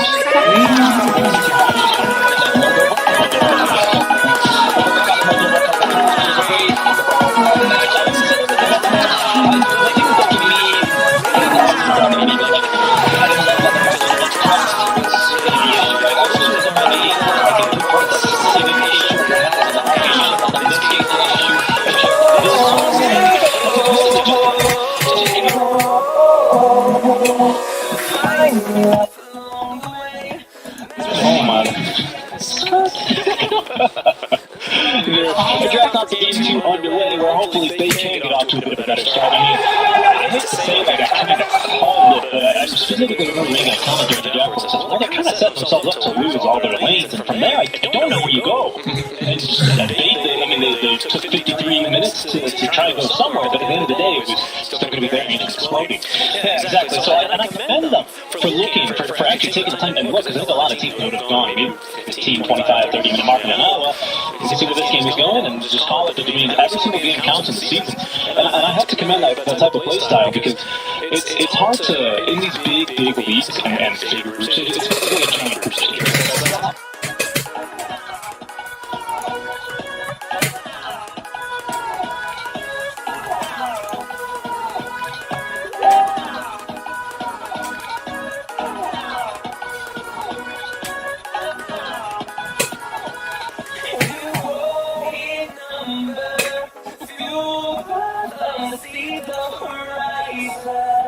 If you don't get to the major because you lost one game, that is, I mean, that would suck. That would suck especially because that's the difference with the league. Why a lot of people were complaining about the league for spectators, which is that it's hard to follow. There's not the hype matchup where you can be like, oh, right, this matchup is eventually you win it, you go further, you lose it, you're down. No. And how it works in the league is that you have a matchup and you go, well, if Team X loses this match, and then Team Y wins this other one, and then Team B in 55 actually manages to win 2 matches in a row, and they might be able to make it through. But unfortunately, that the league format's also, unfortunately, the league format's also the way that you get more consistency from the team, and you get to show that. Which I think is something that Midas Club, which is what BA used to be beforehand, before they added Dendy and now Illusion, which I don't know if it's still, he's just added for now, so I don't know. They used to struggle a lot with consistency. Midas Club was actually one of the more inconsistent teams in the South American region, and I kind of see that here too. I mean, the weakness is kind of transferred. The drafting is also one of the weaker points, and that's what we saw here. But one game does not the series. One game does not make a team. One game, a team does not make. Yeah, exactly. A team does not make one game unless you're a game development team. Like Valve. Well, Valve is no. Making. It's actually the half of Valve, which is a very good game. Like, they decided to buy games from them. That's much better. So for now, the draft for Faith is much better, in my opinion. So Illusion, I did speak about this earlier. Right? Illusion is particularly the nice when I've seen it, because I used to have a lot of Illusion back in the Magical Hands. The big fan of that team, I thought it was quite enjoyable. Which is actually similar to what actually had a couple people from Hustler back in Magical Hands. He used to play a lot of Rostrate, a lot of Rubik, and a lot of those are the 3 best heroes we played. I think even if you go to the Wikipedia page, you might even find those as the top heroes. I don't see him play much else. I think he's good at Tusk, and he can play on the fours, of course. Those are his 3 top heroes. Particularly stands out to me is his Earthstrip and his Rubik. Those really are the 2 heroes I've seen him play best in. And I like the Mars as well. For 60 pack, I think Mars is the best pick in Brazil in general. If you're Brazilian, you need to learn to play Mars, I guess, because King LD plays it, 65 plays any operator in Brazil plays Mars pretty well, and one of the comfort picks that they have. I am kind of curious here, the decision to ban the first phase here, which is with the advancing up there. Top left of your screen, that big old OD currently occupying the very first ban for Fate. That's a little bit of an interesting one here. I totally get that. It's not one of the match's best heroes back in the day when he used to play, and there was a relevant hero, and on top of that, he's been super buffed, right? And China, they're using him a lot. In fact, in what is it? The European leagues, I think it was Nisha that played him in mid as well, so we're in China they're usually playing with a 4-3, but we are seeing the OD as a mid laner in Europe as well, so wouldn't be surprised if the CIs try the same thing. I think the hero's quite strong in general. Yeah, and I've seen attempts to revive the hero in the mid lane that have been received with mixed success. The one game I did see since class 1 was a complete failure, unfortunately, even despite having a good lane matchup. But who knows, the one game it does not make. Yeah, exactly. So let's see. I mean, I like the starting lineup for Hustler, though. The mix assassin and the Grimstroke. I will mention that we have seen a bunch of Grimstroke mid in other regions, actually. Many played in the lower division in South America. I saw it as well, I believe, in the lower division in North America, and I also saw it in Europe. I think it was played by Koloks as well. So the hero has some flexibility these days, but the position 5 here is particularly nice with an assassin. The even swap combo is really, really solid. It is super brutal during fights. It synergizes really, really nicely with Vendetta as well. It can allow an easy follow-up to the Vendetta. Sometimes it's missing or landing the hell immediately afterwards can be a little bit troublesome. With this one, you've got the easiest setup ever. Yeah, exactly. The Terrorblade City picked by Pick this time, but no, they did not get rid of the draft. So this time they're hoping at the Mars, which is much better at dealing with Drow. Especially in the lane. Yeah, especially in the lane, can mitigate that impact. Also, they confirmed, or they're thinking that Magical probably is not going to play the Grimstroke, but they usually last pick Magical's hero. It'd be really good if they plus the Grimstroke. And they're thinking that they can't pick an ET5 any longer. So right now, Hustler could still try, for example, going for a position 3 ET, which we have seen a couple of regions play. That's a possibility against the Terrible if they still want to use that combo. Or just simply go for the Drow and try their luck against the Mars. I do like the EC. The only threat is that the stealing first order can be rather easy for the Rubik and can be absolutely massive to fight. Yeah, that's very true. That is very true. You can have a that steals from the Rubik in general. So starting off that steal from the Rubik either. The Astral Spirit's pretty good on the Rubik as well sometimes because you do get the extra damage and range and you cast it very quickly. Exactly. Interesting. I like the Enchanters a fair amount against Void Spirit because it dispels the shield, but also Inkswell can be dispelled. So you guys know when you dispel Inkswell, what will happen is that it's going to explode, very similar to a Fire Shield, with whatever value it has in the moment. So if you've got the big damage with Inkswell and explode, you'll no damage, but if you've done a lot of damage, then it's pretty much the same thing as it ended. Exactly. Yeah, it's not a very hard counter, but it's enough of a counter that it's not really such a concern in the laning stage. The Ench as well, actually very, very strong against the Nyx Assassin, I should say, at almost any stage of the game, because once you have level 2 Untouchable, which for support Ench, she might end the game on, right? It becomes very, very difficult for Nyx to actually apply the break with the Vendetta, because you still actually need to land the first hit. Well, that's so annoying. If you just sit there, and Ench is so fast that she can just simply run away from you, and then you can restart the animation. Yeah, as a melee hero, I think the range is at 400 even so if you move past that range, even if you start the animation already, you're not going to completely reset. Not to mention, Ench, she likes to harass in lane with a lot of her friends, like a Hellbear Smash or something else, right? No, but the reason that's important is because Nyx can't just character it. It's not going to stun the Ench, it's going to stun the creep, which feels like a little bit of a waste. So it's a pretty strong lane counter here. She can kind of just poke and poke and poke. Nyx at the same time doesn't really care because Ench doesn't have that much base damage, but when the invis is up, that's going to be rather, rather strong. Here we have now the Naga coming through, as that's going to be used potentially for some setup here for the Hustlers. Pretty good against the TV as well. Both of these heroes actually, they lack a little bit of illusion clear, even though they make lots of illusions themselves. So it's going to be the battle of cutting your lanes for maybe 50, maybe 70 minutes this time around, Albo. We've got the Naga and the TV moving full. This makes so much sense.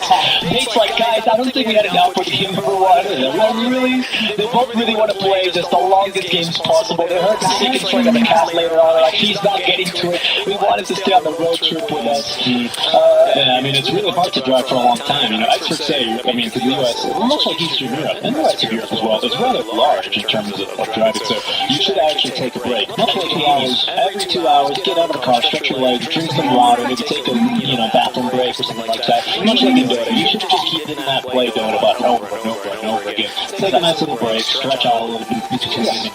I think that helps you get through the day, and it'll help us get through our road trip here. As it's looking like a Chinese lineup, isn't it, actually? TV, the Naga, I mean, the old Chinese right now. Nowadays, they're much more aggressive, but you're right. The TV versus Naga here, so the matchup between TV and Naga, I think, is kind of even between the two of them. It does depend. I think Naga played the matchup very similarly to how PL played the matchup, where you don't really go for the TV first. You try to song and back, and go for the back line, try to kill the support, and you eventually punch up against the TV. It's not a bad idea, but the difficulty here that Naga against TV, the core particularly, they have to fight against each other, is not so beneficial for Dragon Ranger. So I think Fate has much more options in that regard.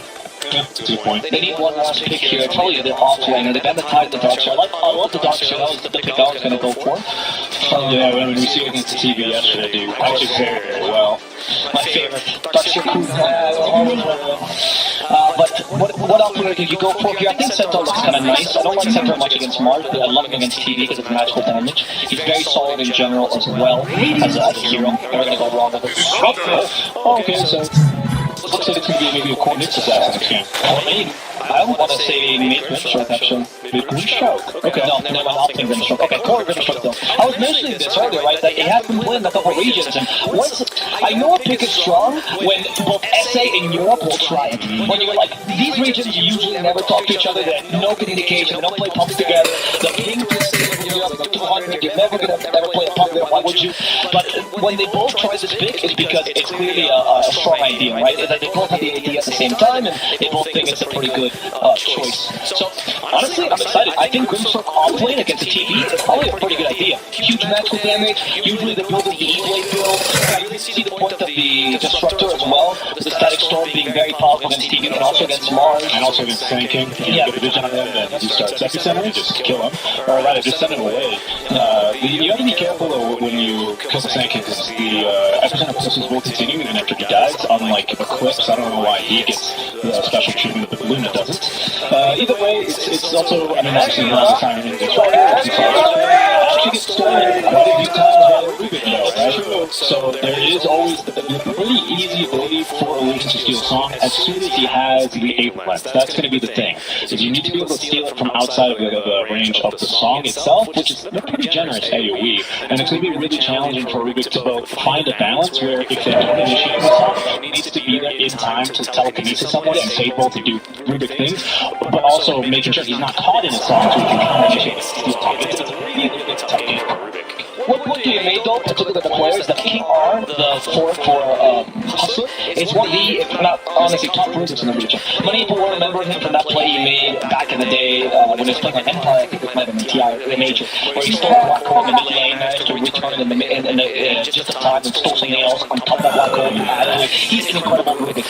So wouldn't be surprised if this game, since that's one of his comfort heroes, he's also guiding the Naga or the Disruptor to make sure they don't get the spell stolen. Like, they're always making sure, just a little incision, because all the Naga needs is, hey, reminder there's a Rubik.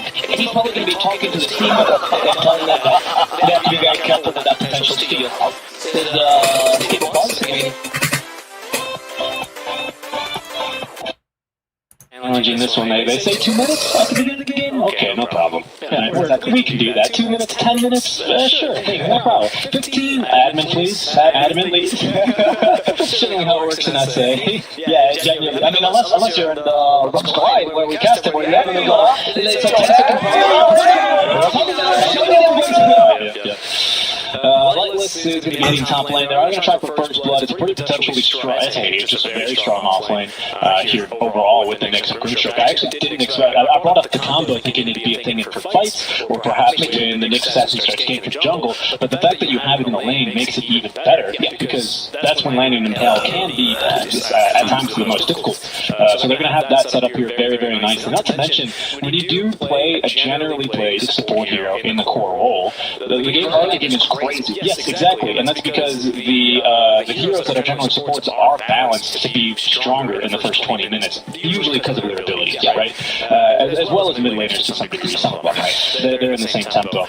So with the items, the farm, and the experience that the Grimstroke's going to be able to get here, they're going to be able to probably look to push very, very hard against Fate. Probably once again look to repeat with kind of last game, cut off the map, force the TV in the jungle at like minute 4 or 5 here, and this time gank take him with an excess, and that's the key difference in why the game was able to go so long last game, right? Hustlers pretty comfortably had the game for the most part since 25, 30 minutes, I think no one would really argue against, and that's because they really didn't have great initiation. This time they've solved it. I want to touch on another pick that got put in a position we weren't expecting, which is the Mars. Oh yeah, so Dendy playing the Mars mid, and Mars mid, again, judging from the fact that, again, he comes from Brazil, Mars mid is also very popular there, so it is in CIS, and in the beginning of the patch, this hero got played mid a lot, because they thought his tempo controlling abilities were very, very powerful, and as long as his lane was decent, which it is against any melee mid laner, then you're happy to put the Mars mid, and you can control the tempo much more effectively than the majority of mid laner.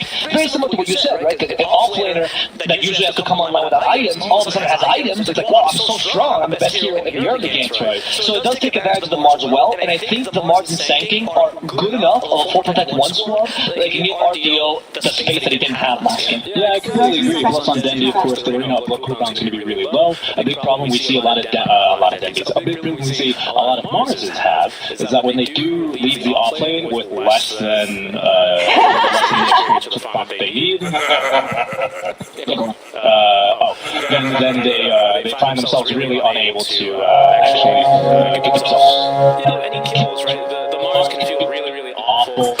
He's not able to actually utilize the arena at all. But at least this game, when you are guaranteed, basically in the middle line, you're guaranteed to have a level advantage over the side laners. You can gank them very easily. They have their 4 stats, their boots sometimes, any of their items, and barely even skills to escape. So you can actually very easily, like you're saying, set the tempo compared to the offlane Mars. That's the real difference here between the two. And he's going to be able to take his items faster naturally.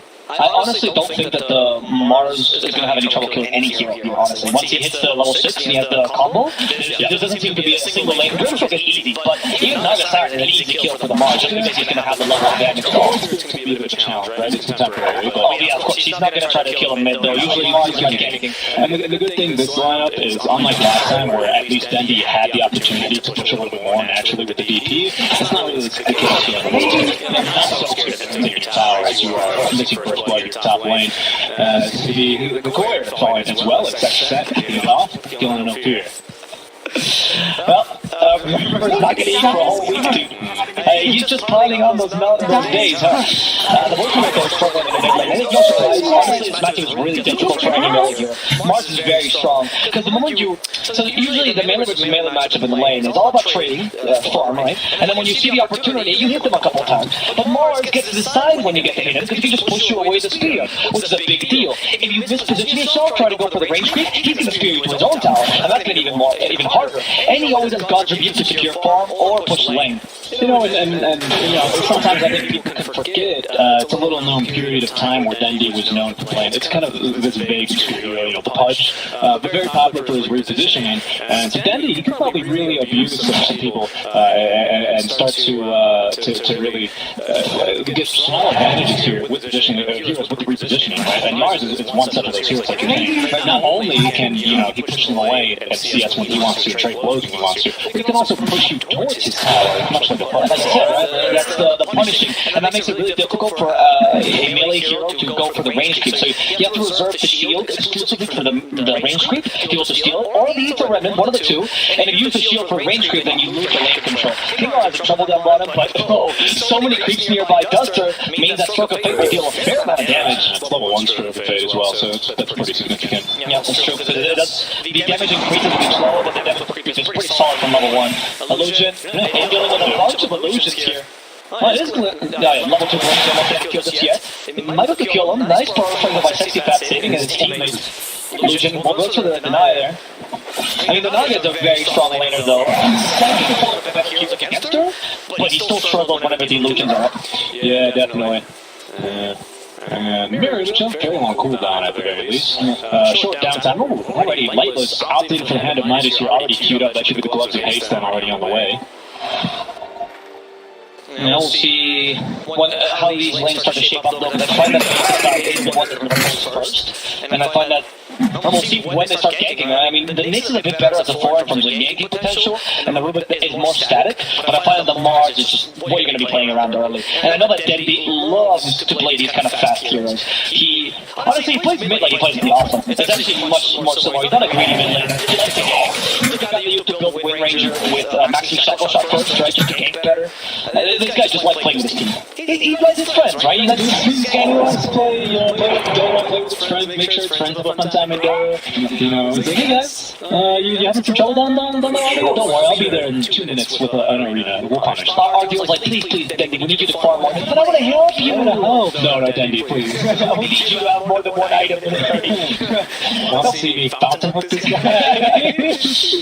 They removed it, unfortunately. That's Dendy forever. No, but because of this playstyle, I think that when you play mid laners like Park or Mars, who are fast at ganking, and make a lot of damage with that, I think that's where they really excel. Illusion's managed to trade nicely with no fear, honestly. Especially with the DD rune that he's snagged. And the extra level, of course. And the bottom lane fighting will fall, though. Yeah, RDO activating the Orpsis there, and he's going to tip out from Duster. I'm not sure it has might be enchanted him, just slowing him to a crawl. Next assassin then he's going to be completely zoned out of lane. With 4 armor, 4.5 regen here at level 2. He's not going to be tanky enough for the likes of RDO. Nice shot from the Scarabus, though, just being a bit annoying. But that's actually triggered now the enchant, as well as the extra damage off from the impetus, and he's going to live on a sliver, on a hair of HP. The Enchantress, they not get the kill at the top lane, they manage to get no fear as they go for Lightless as well. Let's see if the Hurricane is going to be available soon. It is. Sandstorm is also there to add the extra damage. Lightless trying to divide the damage, but not very lucky with the positioning there with Mirror Image. He was hoping to get the real hero behind so they could leave the Sandstorm immediately, but instead he got it right as the second was body blocking him, so it didn't help at all. And that's what the Sandy does now, illusion-based heroes. That's why he's so strong. Good guy magically using the bottle refill to help out his off lane. Hey guys, and this is actually pretty big. He's not only doing that to, of course, increase the region, but the reason why he's doing that is because now this TD has no meta, right? So it is go time for this off lane. They need to be playing this one aggressively, and that bottle refill onto King Art really certainly does help. He doesn't have to call on the cell, he doesn't have to wait for any items to come to him, and that's going to be great. We see a little gank by the Rubik here mid. I think there's just he's not securing the runes. He's like a gank with the Arena Blood actually tried to kill Magical, but they missed the Arena Blood. He goes for that Astral Step out in time, so then he attempted a gank attempt. I don't know if that was the best of options, honestly. I think he's probably the only hero you really can't kill with the Arena, so maybe it was better just to go top. But I guess tanking has such a huge control of the top lane that that's fine. Duster could be in trouble, still not untouchable, no healing either, but Duster is going to outrun this miss. Yeah, he is out of regen now, though, this Enchantress, so that's going to be a little bit of an issue. And we'll be taking a look here. Magical level 6 already here in the middle. He's doing pretty nicely for himself. He's can't complain too much. 30-3, compared to 39-9 out from Dendy. As with the his room sitting mid, he's going to have to wait a long time for that arena to come back up. He's just looking to probably pin him here to one of the walls. Lots of places you can actually do that. Oh! Last step there, with the telekinesis. The righty here deciding not to go for it. It's a bit too difficult there. Telekinesis level 1. And Dendy unfortunately will miss the skill shot there. It's going to be that Enchantress, maybe that trouble. They're going to connect onto as well the Stroke of Fate, or sorry, the Inkswell that is right after the Impale, and easily peasily get that kill. Top lane, I believe they're also making an effort, and they are going to make more than an effort, as they will be able to complete the conversion of the kill onto the Disruptor. 5-1 here, a much better start here for Bay 2. I think at this stage of the game, have already 5 times their kills, I think, 12 minutes faster. That's very true. We'll do a much better game number 2. I think this is actually going to be a game. I think that scraps are much more even, so I'm just happy that we're going to get to watch an even game with these two great squads. Specials the game to top it as well. The right is just an awful block. He's going to miss the Astral as well, so he's trying to get in between the rings there to dodge the damage. We've got very smart. Yeah, good. He's playing how he cares.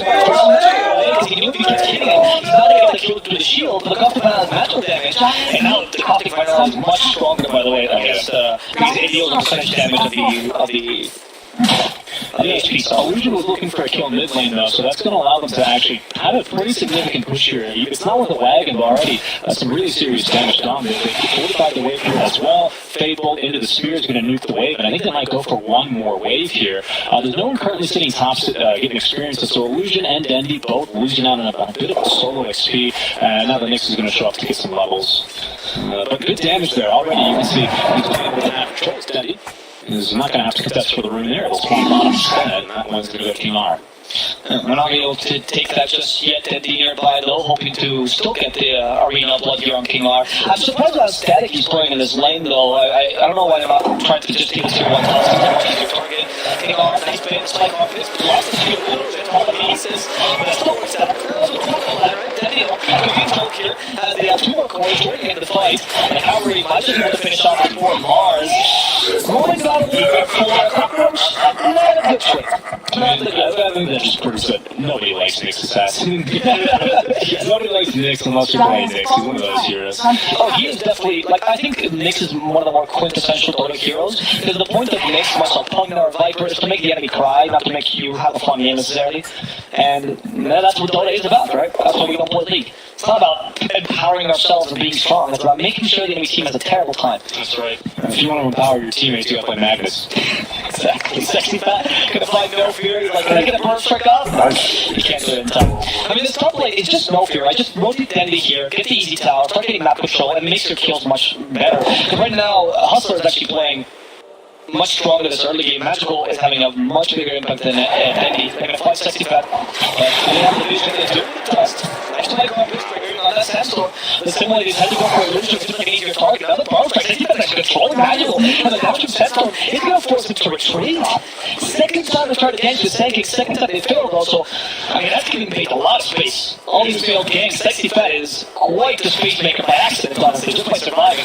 This time it's going to be 3 cores consecutively at the top of the network. For Fate, right before the 10-minute mark, they're going to have the position back bench, so getting levels in the bottom lane. She really does need that money untouchable to stay alive a little bit longer. We can see Funny easily able to create a level advantage. Duster's like used to Funny's like, I'm playing a support and I can't use How's that feel? He goes to the top lane though, Illusion. And will fall here as the second gets the shield as well. He's a bit slow. He does do the Sandstorm plus Power Strike combo as efficient as possible. That's the maximum DPS you can get. Very smart. So you Sandstorm first, and then he has to take the damage to the Power Strike. You really cannot play any more efficient. Sexy Fat on this tanking is what a performance, honestly. Yeah, that's right. You gotta borrow the strike and then you have to give it back, unfortunately. It's really where That's it, Power Strike, and oh my goodness. Okay. In Spanish, that's what it's to say, because I think that's how it's pronounced. And I always mess it up. Impales. Don't impale. How does that feel? That's a big steal there. That's actually a great spell. I think it's level 3 already here, so that's a pretty significant amount of damage, a decent stun as well. With the passive, I think it's the best thing you can see. Like, either Impale or Earthstrike, I think are the 2 best spells to steal on Root. And now you get Cancer, which means you got double the influence, right? So you get a 250 caster when you Impale, you're pretty much getting wrapped at this point. Well, one technical of them, right? One technical of them. RDO here is already having the Yasha on the way, building some more stats. Perhaps this is going to be a new standard build coming on the TV. It's appropriate, right? Yeah, the exact same game with Minaga as well. Does a good job of shooting through armor with Riptide, right? I think the Sergeant Yasha serves a similar purpose to Mask and Madness, where it's both an item to farm and to fight. And since you're a TV, you can farm it faster. It's much easier to lift it out. On top, there seems to be a gank. They're fighting here, they patch RDO on Earthstrike as well. And trying to finish up fight in time. They do see Sexy Fat right now as they close back Illusion. And thanks to Magical joining the team fight, they're capable of destroying Illusion. There's no arena blood though, so Dendy unfortunately cannot secure any more kills, but there's a Spirit Mark available. Yeah, they're not really sure to go for it. They wanted to go for Magical about halfway through the fight. Here's Mr. Stomp now setting up for the sun on a no fear. Dendy's a bit far away. Oh, he's going to fight There's the enchant. Yes, it looks like they will. Magical's regenerating in the trees. Only has 1 Astral Step though, so it's a bit dicey to jump in. Dendy doesn't actually have the mana, doesn't have a soul ring or anything. Going straight for the BKB this game. He might be faking the Deso though, because he's actually going for the Mithril Hammer first, interestingly enough. Oh, interesting. I don't know if that's... that could be pretty smart, actually. Making the Deso, you're like, oh, we can wait, you know, because they're not going to have a huge power spike. Yeah. That's just more damage. While BKB means all of a sudden I've got it, and I can, you are already well, he's already got it. I think the guys have to, like, sacrifice their immortality to fight Dota. Literally, that's what says, right? Yeah, that's a little This is right. why I sacrificed immortality. It's like 8 of my ages for this. Yeah, it's true. Guys, yeah. Give it to a big piece of stone. That is in mythology, the shield that Zeus uses actually. It's true. If he hides, Age is supposed to be a shield. Yep. And then he wanted to fight, so he sold it to the shopkeeper, and then the creep stole it and turned it to the shop. That's the Dota 2 lore. and that's why we love this game. It doesn't take itself seriously. So let's see, Duster. They're not going to get the Nicholas. Yeah, they're going to kill as well. I mean, Sexy Fat is time though. As well. So I don't know if this is an easy kill. In fact, it could be that the Turtle's in trouble. They're going to chase after No Fear. Sexy Fat going to try to get that Rorschach off. They've all started the net. Magical wants to hit the similar static dome does, so they can't get the Rorschach off. Very good static dome defensively, saving off Magical. But Denny's nearby though. I do know that he wants to use that arena. Yeah, he's got it ready to go again, but he's not going to find it. At least not a great one. They've got great wards here on the side of the Hustlers watching the entrance of the jungle. So every time Dendy leaves the lane, they know exactly where he's going. They know they can react to quite quickly. Magical with the Astral Step jumping on him. This time will actually only get the one in and Impale. Unfortunately, it's not going to be the only one that's sanking. Styles top of the Phantom Embrace to follow. He will get the burst truck off eventually here, but dusted up. He should be killed off. It's not always a stroke of fate, but magically damage.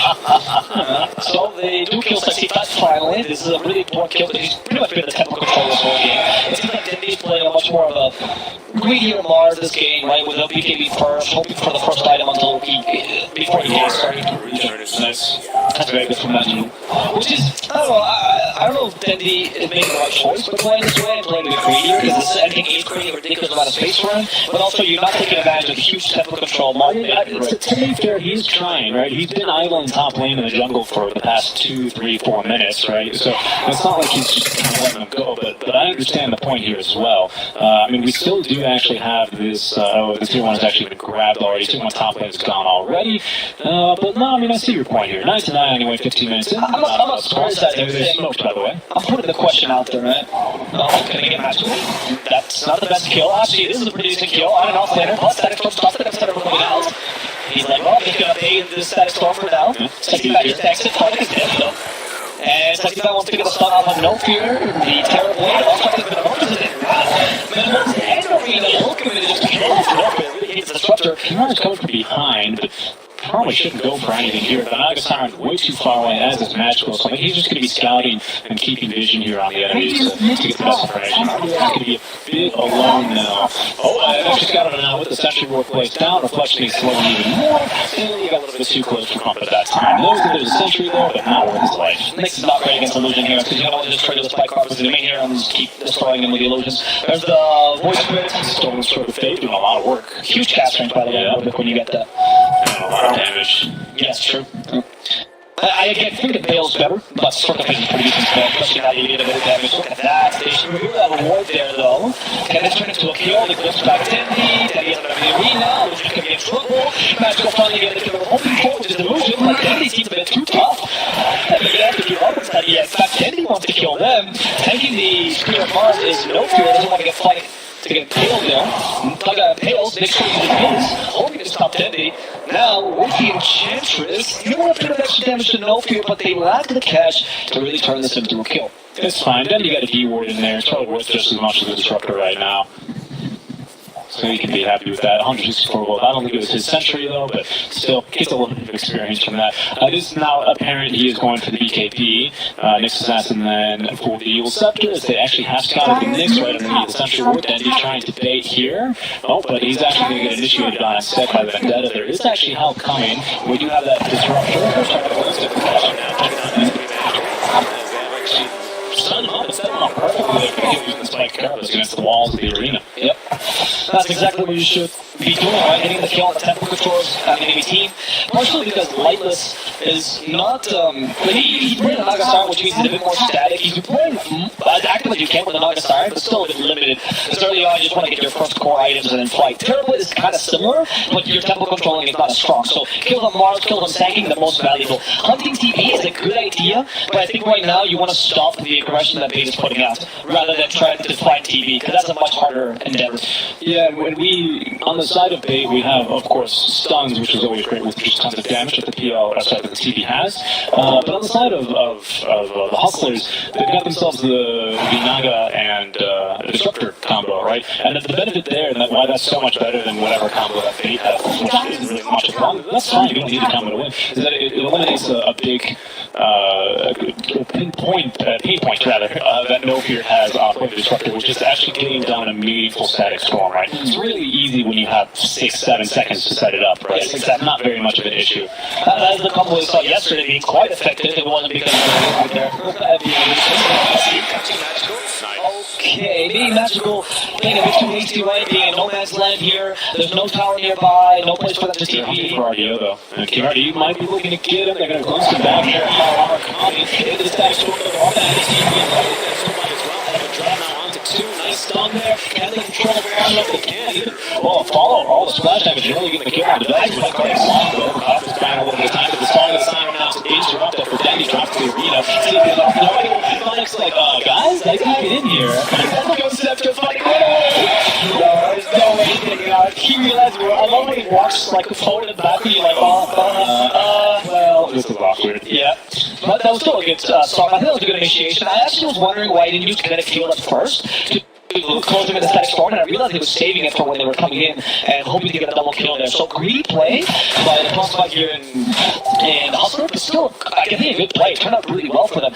They managed to get an extra kill on the Enchanters. Well played by No Fear there. Sexy Fat jumps in. Yeah, the epicenter. Yep, free kill. That's as good as a Blink Dagger. I don't think you can hit that, dude. I mean, I know Dandy's trying to be friendly, but it's just the epicenter of 5. I'm sure Dandy's like, wow, bro, you got him. Yeah. I don't know, the one time I met him, he seems like a super genuine person. There's no ounce of, I can't imagine him being sarcastic. Genuinely. Yeah, he does seem like a treat. Yeah, I remember the TI5 coming out of the Pudge costume for the All-Star game. It was TI5, right? Yeah, good time. Well, I do remember one time when he was actually being interviewed in the, the free-to-play, and they asked him about Ukraine. He was talking about how he had to go to his helicopter to get to the free-to-play screening, and he was shooting bazookas at him because it was like, the stability in Ukraine. Yeah. And he's like, no, Ukraine's fine, don't worry about it, guys. After stating that, the guy's just a treat. It's hard, you guys can make fun of his play style all you want, but the guy's still a treat as a person. He's going to go for magical here, and they might be able to catch him. He does have that EC. Yeah, he's going to be okay. I don't think they're going to sniff him out here. Yeah. It's not going to be a kill here on Magical, which I think is the more important kill here. Ideally, you kill Naga, but they haven't been able to. The song has been used super defensively here. I think Lila's been doing a really good job of forming TV. And actually, I didn't even talk about this, but Mike's on Nuggets. Oh yeah, I'll comment on Naga. Yeah, I pointed that one out to start the game. I think it's more attack speed to trigger the Riptide ideally, as our next assassin in the hole, Impale. So that Impale range, it's ridiculous. Especially against illusion heroes like Naga, I think is one of the better. Yeah, look at this Impale. That's ridiculous. Pardon me. I think a big benefit here of the attack speed, movement attack speed that for the Riptide is obviously the Riptide. Does it have an internal cooldown, or is it just completely random? This is a 70% chance. 70% chance. Okay. I mean, it is super RNG. Yeah, that's what I thought, right? Because I know it's not like. There's only one RNG thing in the game right now. It's special. Yeah. That's right. I mean, that's good because the attack speed bonus that you get from Midas actually does for a 1-to-1, and your illusion get it as well. So that increases the DPS by quite a bit while also increasing your farm and experience gain. It's a good idea against TV, right? Because I think TV is not pretty even in terms of farm potential. With the Midas, you get a bit above the TV. Also, you get an advantage experience, which is usually what illusion heroes lack. 2.1 times experience gain. Pretty big deal for illusion heroes that tend to not get level 25 as early. I think level 25 is pretty valuable. Icebarge just doesn't like it's an indirect nerf again onto the jungle creep, because now I imagine the math has changed, because before those used to be the most efficient thing to Midas to transmute the biggest creep. I don't know if that's the case anymore, because the bounties don't keep up, the bounties don't increase, which includes the experience, so probably at some point, the range creep is better, the range creep is going to be better. That's a good point, actually, yeah, it's true. I mean, everyone knows that's why it's clear at some point. He's played a lot of problems, and before kept building Midas. Honestly, I have to agree. When I started playing Dota, supporting it sucked. Sentries were 100 golds. Dust was 180 and it came in pairs. You had to buy the couriers and you had to upgrade it. And Bugs, mind you, and competitive supporting has always been fun because you're supporting your team and you feel like you're big, part of something. But in Bugs, yeah. Well, same thing. It used to be like 10 minutes to be like, wow, I'm so far, that brown people. Exactly, yeah. Especially when it supports like the structure and operation. I mean, hey, I remember seeing a game like, compared to the game back in the day, MVP Phoenix, back when he was a player, where he finished the game and he won as a Pugna, and the only item he had was the magic stick. Not even boost, he couldn't even afford boost the whole game. Pause 5 Pugna. Yeah. And then he became a coach after that game. So tell the tales. Anyway, they're just dodging each other out here. Tier 2 push for Tier 2 push. Hustlers, they think about going high ground, and they actually put down a pretty nice ward here just for some information. Unlikely to be de-warded here at this stage of the game unless they make a serious attempt to push bottom again. And that doesn't look like the case because instead P8 are going to go ahead and smoke up and look for something in the jungle. What are they going to find in the jungle? Yeah, maybe the Grim Stroke, although he's already out of there already. Who's sleeping in the jungle tonight? Nobody seems like because Lions kind of unpickable these days. It's very true, actually. Stop doing that, you're a pups, I ask you, I beg you. Let's see if they can. I mean, they're continuing to push that bottom. I like the space that they're creating. They're taking over the enemy jungle, and they're putting a lot of pressure into the bottom lane. And while these lanes are pushed, it's difficult for for Mate to complete a smoke successfully, because they don't have enough vision to do so. And they pretty much made that bottom lane the true dead lane. Like, we always call this the dead lane, of course, but here you really cannot. Yeah, you really cannot join them. Even has a TP ready. No Fear's been doing a really good job this game as a disruptor. Very impressive performance. Good space creation. Nice team fights. There's been a little bit of ward coverage here as well. They leave the base and they go bottom. Well, the Hustlers are going to know about it. Yep. So that's for sure. Let's see. Push up top. Not much power. Well, it is a really big advantage here that they have. They have the Tier 2 top and mid. Since I just saw this, I would love to mention this interaction. You do. I know it's coming. Caustic Finale has been plugged forever. The explosion does not actually affect illusions any longer. So illusions will explode, but the explosion will not affect them. That's not a bug. Really? I plugged it on purpose. Yeah, because you remember when you they changed that bug happened when they changed it to percentage based. Well, I mean, they also removed it, remember, because before you used to be able to build Ags, the old Ags on Sanking that applied to the finale, and then you would explode a PL. Yeah, but they changed it. They took that out, they took it away. No, but the Ags doesn't no longer apply that to illusions. Yeah. So that's why I'm telling you, this happened when they changed it to percentage based. And then we're like, oh, I guess percentage based. Again, no Fears just wants to complete it here in the bottom lane. Unfortunately, that might not save him from Dandy, although Dandy's still one with the spear. Sexy Fat to follow up with the stun, and should have plenty of damage here all along. Alright, just gonna walk on over with these like that. Why farm the disruptor when I can farm creep instead? Yeah, no Fear has been kind of playing the spear role to some degree, the quote-unquote head later, because Naga's playing super safe with their illusions as well. And I think Slide, he's been clear on the space here. It doesn't really matter if he dies as long as he's alive. Slide's like, what do I do now?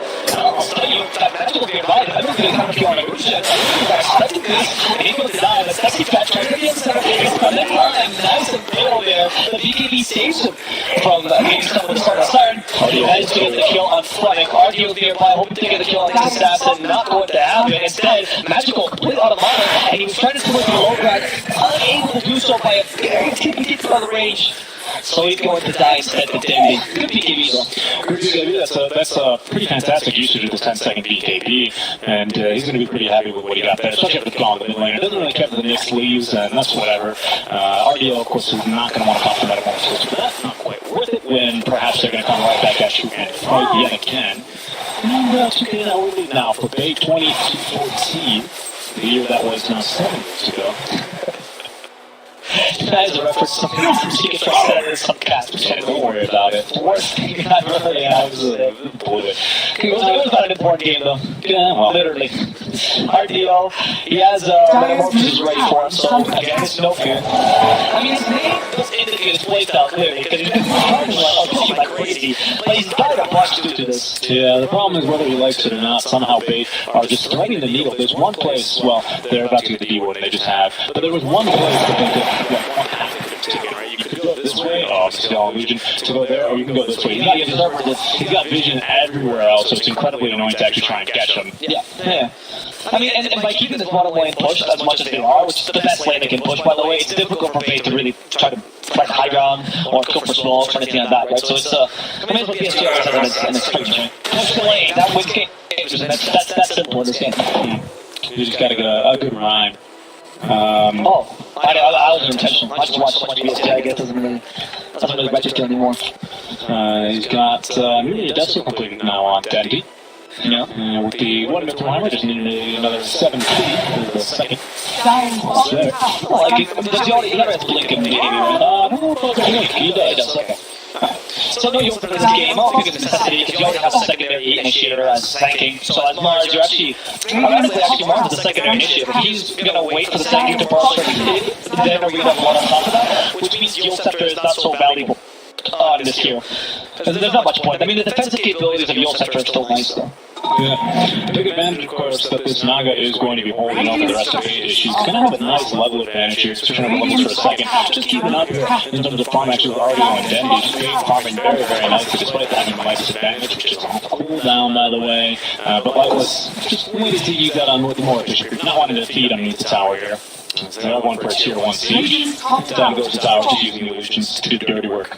Yeah, good. I mean, the other side has been putting a fair pressure to the illusions, so just taking it. too strong to somebody finish him off. That's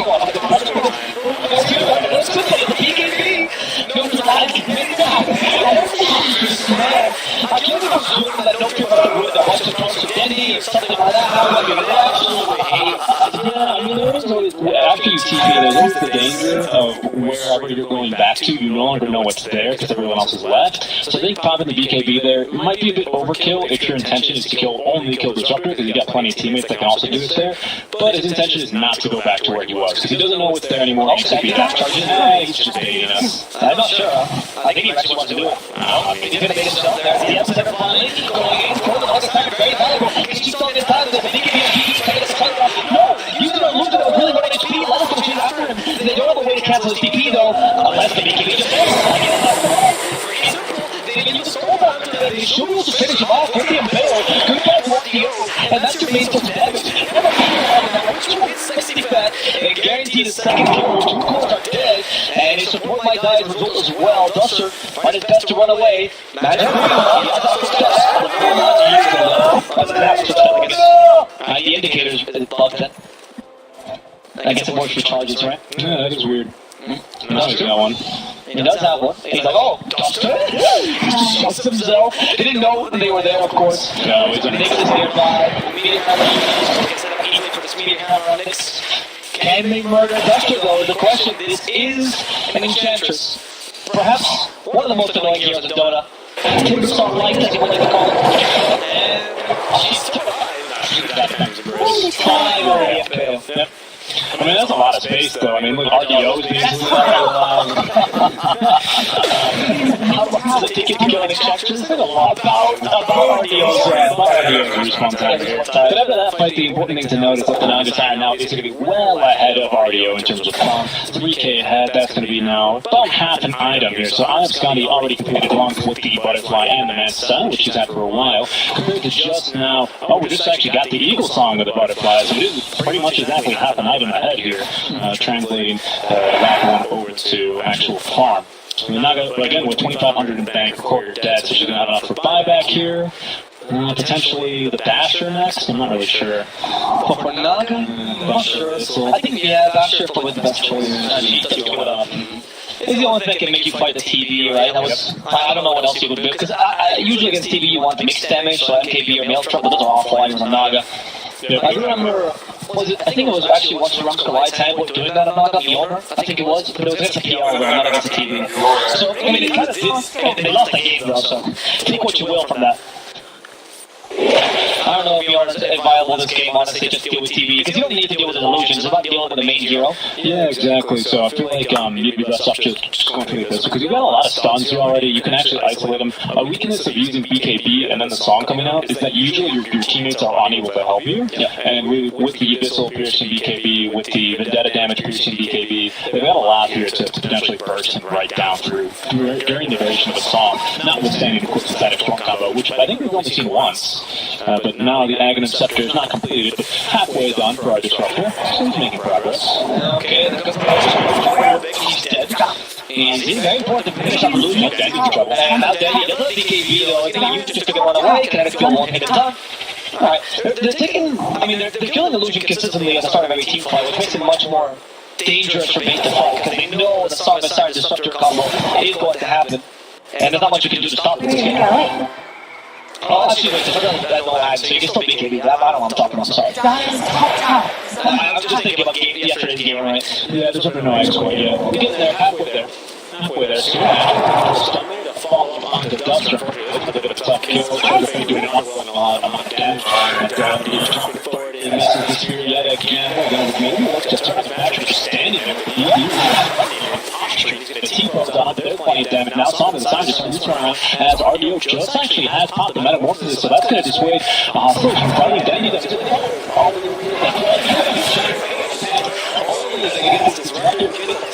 Static Storm, no follow-up there, ulti for ulti, a life, and another BKB charge there for Dandy, just to kill the Disruptor. It's starting to get ridiculous. Dandy, what happened? What did Goku do to you? Talk to us, man. He has only clutched during the arena the Disruptor. I mean, obviously they were trying to catch a second person there, I think it was the Void Spirit, but he got away in time. It's just quite funny to watch Dandy constantly murdering No Fear. He got the Static Storm off though, which is not great, I think, in the situation, because now you don't have this initiation. The X-Text is not, oh, it is going to catch in the end, the Strike just barely, good enough. They're maybe trying to think they're going to have illusions, but they immediately tell none of these are real, and they're going to head right back into Rush. That's 60 seconds with no Grim Shark, none of the Destroy the Face, still no, oh, the song is available already.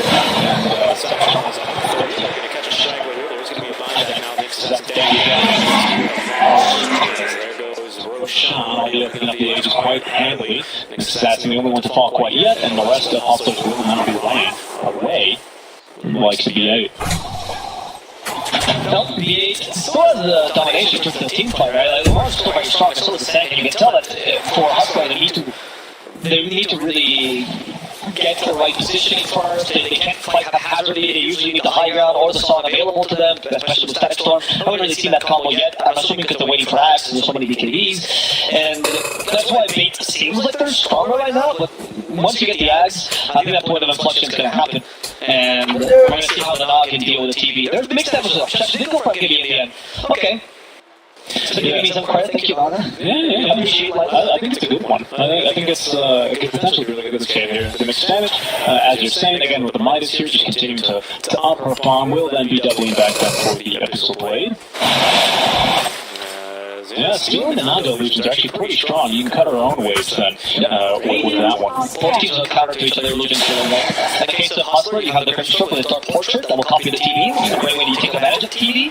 And in Bait, you're like, I'll take one of your illusions. Thank you very much. They were fighting bottom, by the way. I was wondering what. Of course.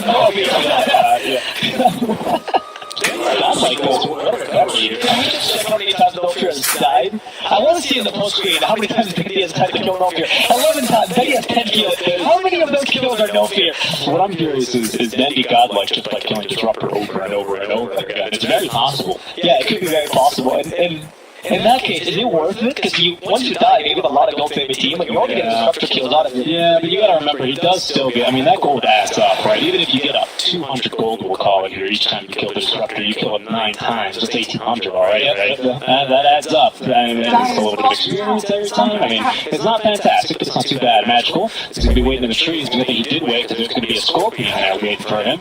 That's Shiny's UV light to find him. Oh, illusion of blinking right into the trees is actually right in the magical hail. Oh, doesn't even know what to do. A little bit late and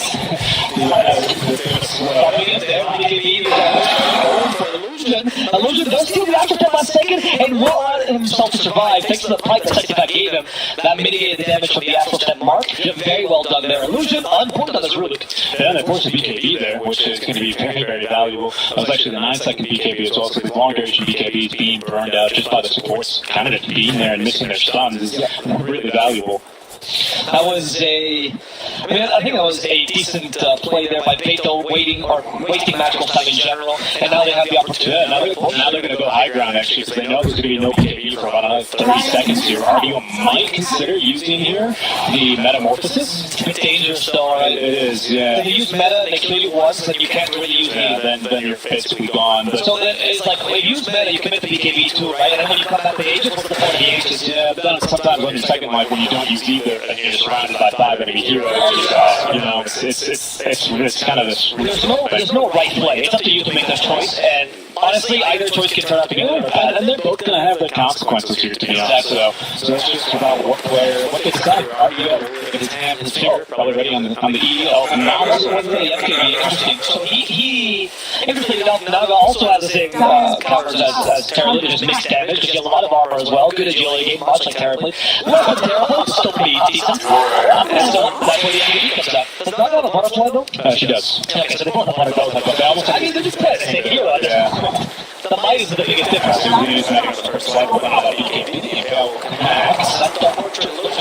very careful with that.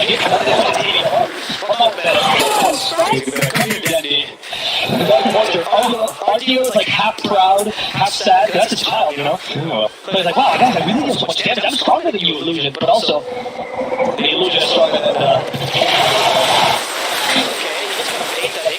seems to want to lose the ages. That is starting well. And with the magic hit, the EEU at the end. That is thunder anymore. No, he doesn't. Doesn't have any life to leave. He's kind of have to just keep it back up. Yeah. That was weird play. That ace way, he saw it coming. So did the Impale. Well, the Impale, no, because it was in the high ground, so you might have not had vision of that. I like the wards, by the way. You notice they're right in front of the tier 3, so they have good vision. Even though it's nighttime, they know they can fight here thanks to the wards. So well played by Hustler. That's a good advantage. You're going to drop a sentry here to D-Ward. One left behind by the likes of Bates. Make sure they get that one cleaned away, and that's going to, I believe that was a nice like BKB as well for RDO, so not really too much use out of that one. One hit. Because Ruby got shard now, and so he has the massive dissimulate. Yeah, so that's actually a big old bunch of Ruby, because whenever you can have some skill about how the shard upgraded, you're going to use. Which is why, even though the shard Ruby is honestly not great, it's useful sometimes, but it's not great. It's very useful to buy just because you can steal a bunch of nice things. It is very funny though, you can use your teammates all the way around with 20 talent. I think there's more as well. Voice Spirit. That is nearby. And he's like, it's not no fear, guy. Do we really want to kill him? Oh my goodness, look at him go. Yeah, even with all that mobility. Oh, they knew exactly where he went, but was just a little bit too late there, unfortunately. Yeah, so the Rubik in this case, some interesting shards to steal, by the way, just to point them out, is particularly, of course, Assimilate, but also, I think the best shards to steal, the best thing to steal with the shard is Thunderstrike, because now Thunderstrike, you give it to your TV, and you give him extra attack speed boost, right? It hits around him, which does deal damage around him, but the more important thing is the movement speed and attack speed boost. Yeah, the thing that sucks is that shard's really, really great with the talents, right? Plus 3 Thunderstrike hits, which we haven't taken, right? Because then that's an extra 3 seconds of talents. Oh, that's what I mean, though. That's what sucks this game for the Rubik, where even if you do get it, you're not going to get the benefit of having the talents. So that would be a little bit too strong for sure, and it's probably for the best we don't have it that way.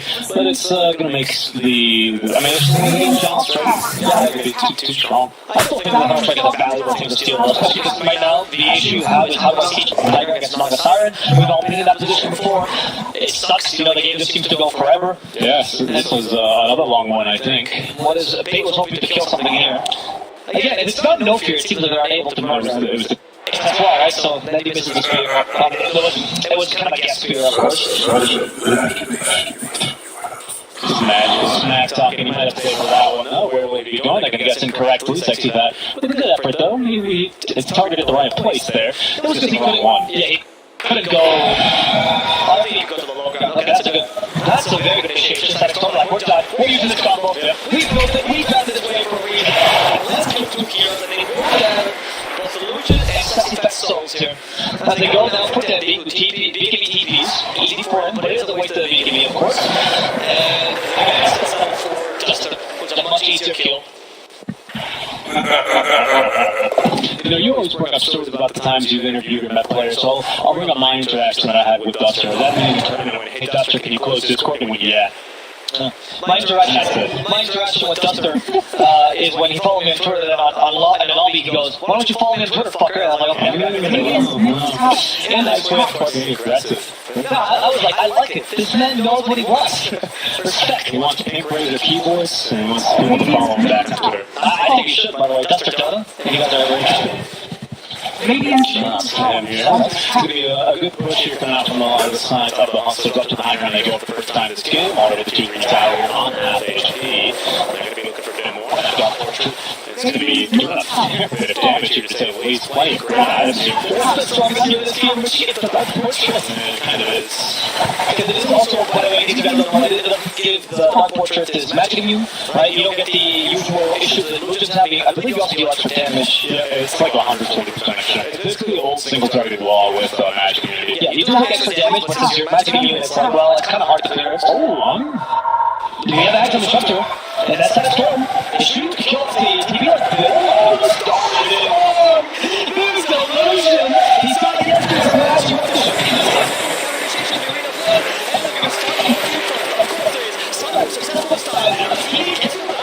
He's actually in trouble. RDO, he's some sort of healing. He's going forward and break him in the knee.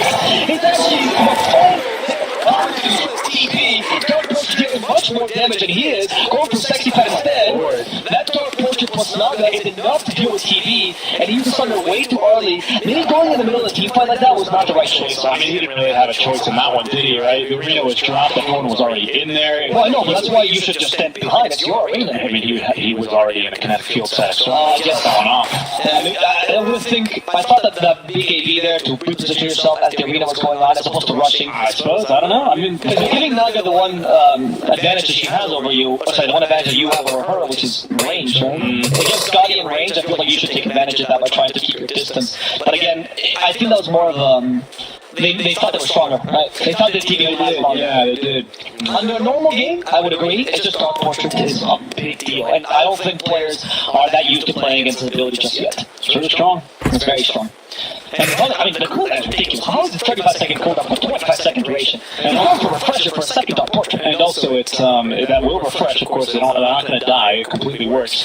And also, of course, the illusion is fast. Like, it's a big old move speed buff, which used to be one of the biggest drawbacks of playing TP. It's not so much the case. They finally got rid of that move speed slow. It used to be 20% slow whenever you cast it and had meta active, but they've gotten rid of it. But he's still not the fastest hero. So the fact that you even address that concern as playing TP with your Dark Portrait makes it even better this game. Yeah, TP is like an old slasher villain, right? He kills things around him, but he's not going to work for it. He's not going to run to the victims. We're going to go for a fighter. Also, to see RDO yet again, he's just gone back. Magical smokes the breaks to jump right out of the song. Can they catch him in time? Stunned up in the floor, he will. Where's Rubik? But he wanted to get a static storm. Rubik a bit too far. Oh, no, that's the song there. Can they actually save the light? Bringing right in. Dang, even the top of the arena.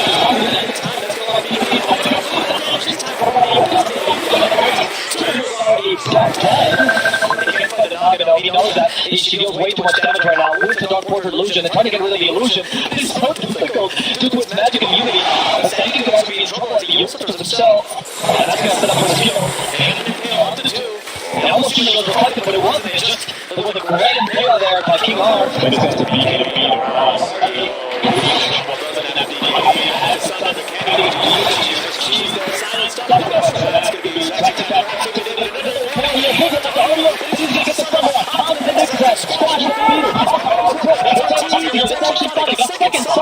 That means Rubik might have one as well soon. No, he's only got the mana burn. Like was able to TP out. Punic with the spider legs, unfortunately, won't be able to escape. So chasing after Magical as well. But they don't have the Yoshitter in time, so Magical can get away as well.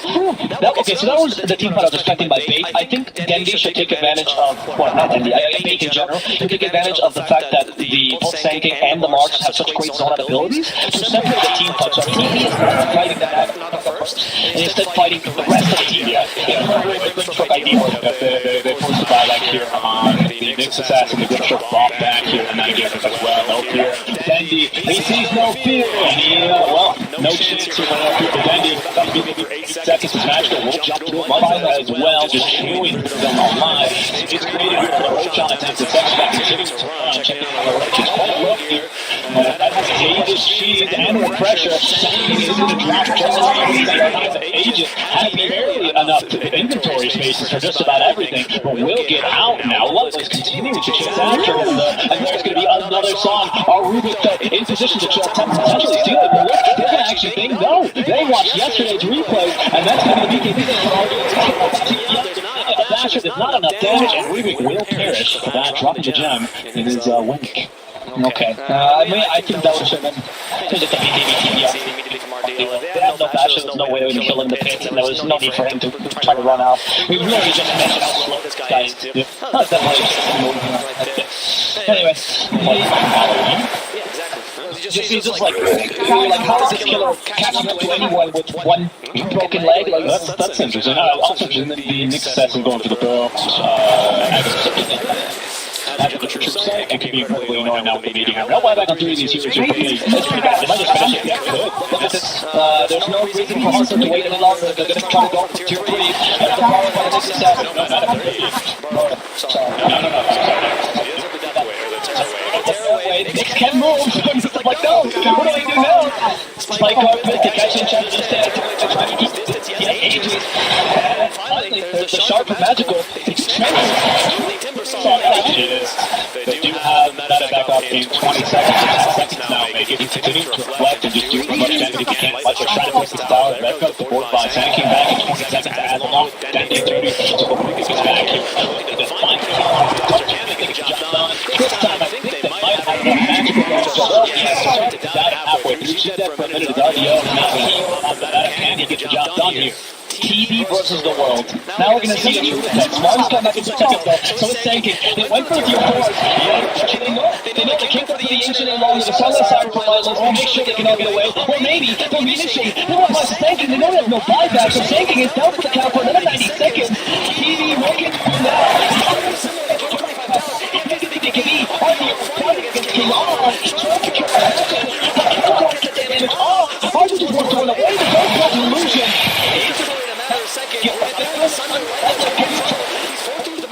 He's not going to just better meant by the TV. She's in the backpack. He goes up sheet, and the Aegis, let us go, the magical strikes the side of the Aegis on. He's going to get the away. Magical could be in trouble, completely out of mana. He might just die here. Magical tries to avoid the bar. It's not going to happen. Instead, gems on the ground, and Magical is going to be dead for 90 seconds unless he buys back. There it is. 2 gems there as well, so 1 for each eye. If you wanted RDO, able to hold on long enough, they just took down both 2 Forza, so the Ancient is going to be exposed. Super Creep running down the mid lane, but there's no chance there for the Megas having that 2-2 up the top lane. Also, they gotta get rid of that one. They want to make another push. I'm not just want to go straight to the throne. I'm sorry to Dell, or Riot said in the draft battle. I'm going to eat my words here, which is that not just seems too strong against TV in a 1v1 scenario, right? Like, she just surrounded with illusions, doesn't take a lot of like, it keeps distance, yes? Yeah, and that's, it's funny you say that, because that would be my counterpoint. That seems strange. How could a ranged hero, right, who is TV with the meta active, be killed by the Naga Siren?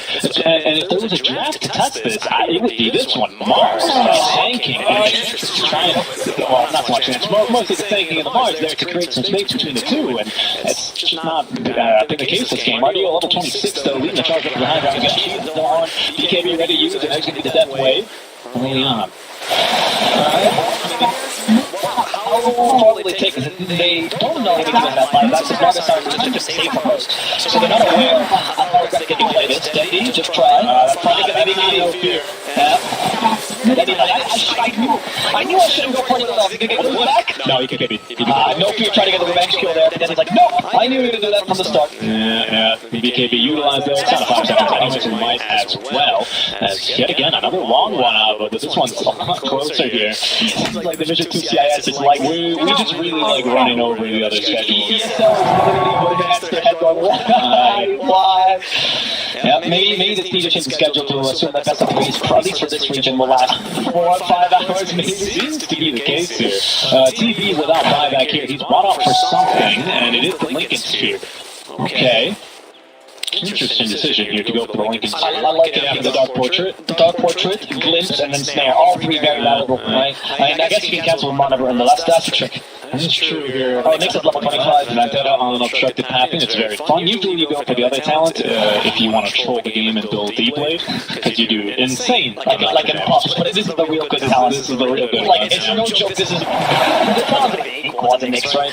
Unless you're playing some sort of carry Nyx or something like that. But this Nyx, particularly, because there's a shard actually buffs your talent as well, right? You get the extra so it makes the unobstructed pathing even better. Legolas has buyback, but he needs that magic number we need to see here in green. I believe is going to be close to 1900 here of a surplus before he can get that Abyssal Blade. But now has the Basher in the inventory. He lost the boots, however, not that he cares too much. Okay, back up to the high ground they go. Okay, the same thing. He tried to go this arena, put the more guys on the time, and then popped though, and I think he could be in trouble. Stall the song. They're not in the arena though, but really has to start.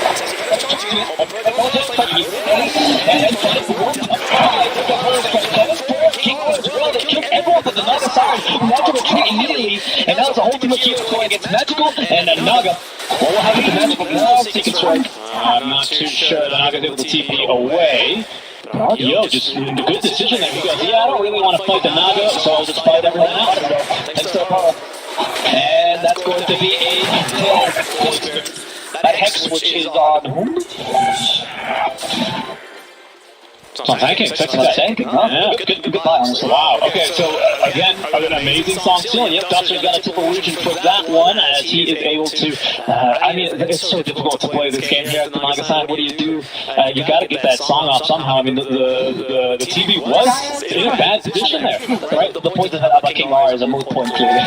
Not whatsoever. He's not telling Naga. I mean, I think the positioning by Illusion has been so safe right now because he knows, and because he has Ethelyn, sorry. And cast range talent on Blink. Sorry, cast range, not talent. Actually, talent plus the passive. And the Blink actually has huge cast range now. So it's very easy to just stand away and then Blink from very, very far.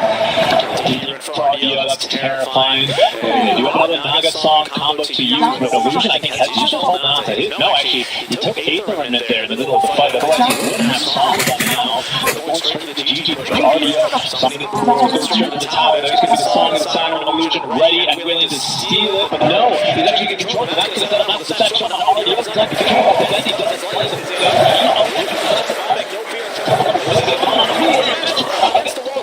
He might keep it on.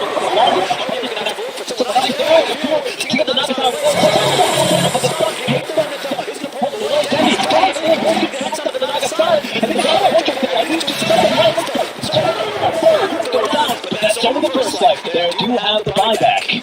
Yeah, so that's the second round here, but that's buyback. We have a song. We have a sexy touch here. To use.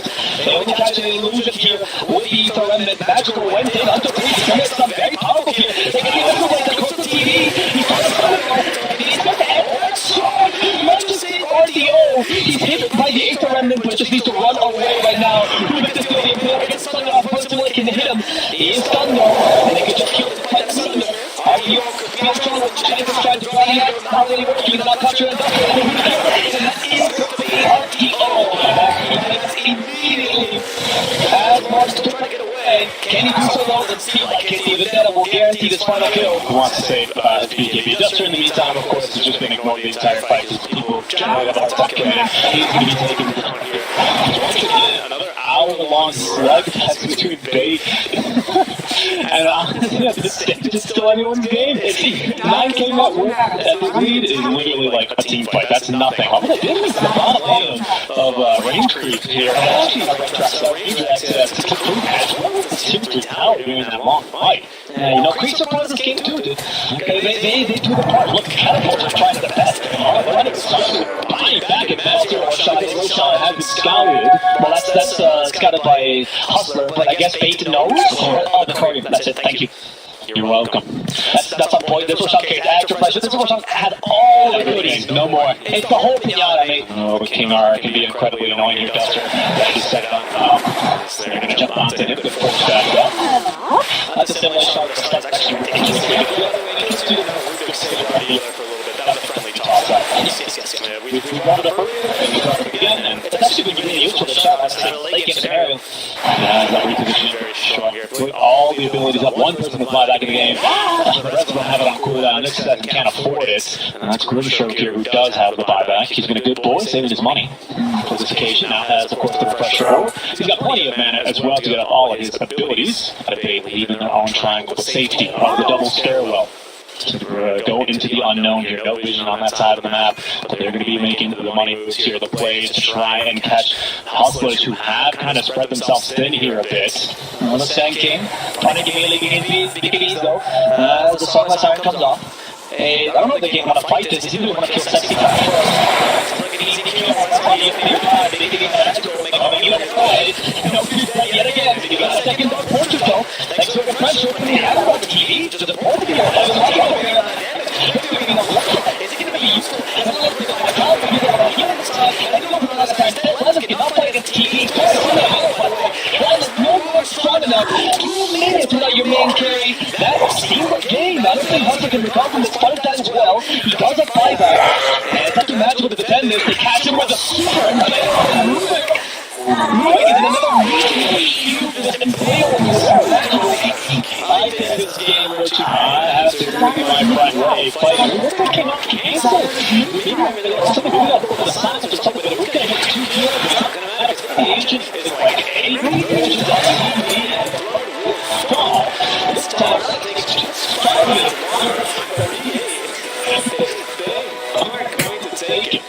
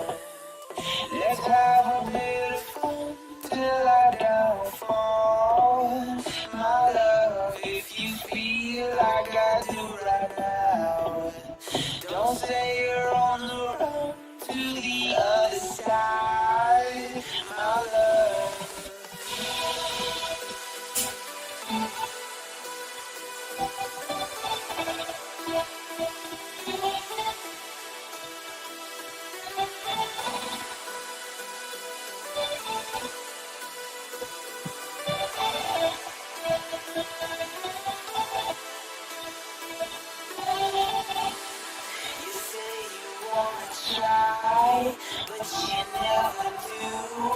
Sugar, there's a reason why we lose. You say you wanna cry, but you never do.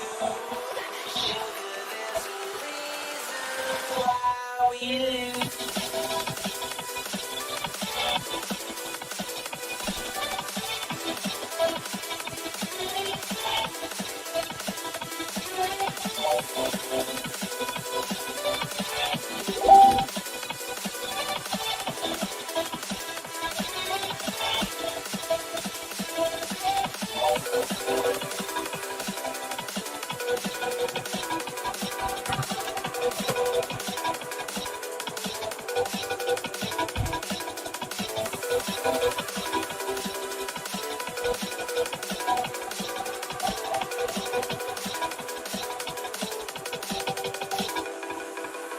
I don't know what you want. Let's have a bit of fun till I downfall. My love, if you feel like I do right now, don't say you're on the run to the other side. My love, you say you wanna try, but you never do. Sugar, there's a reason why we lose.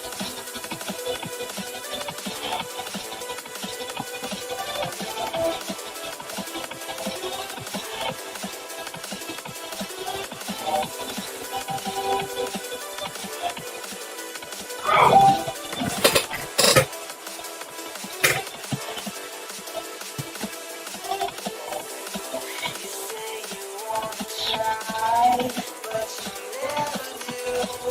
Sugar, there's a reason why we lose. You say you wanna cry, but you never do. Sugar, there's a reason why we lose.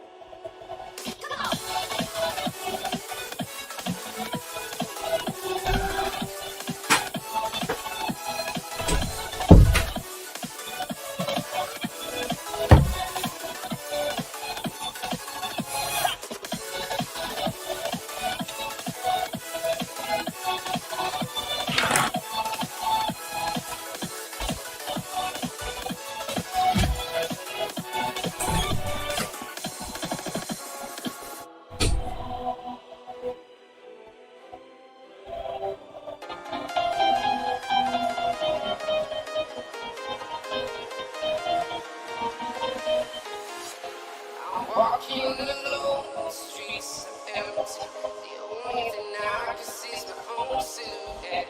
I'm getting stronger, step by step. The clock is ticking, but there's no time for me. I've been flying from town to town, from London to Taiwan. I've been all around the globe, trying to protect your soul. We are heroes tonight. We will fly above the sky.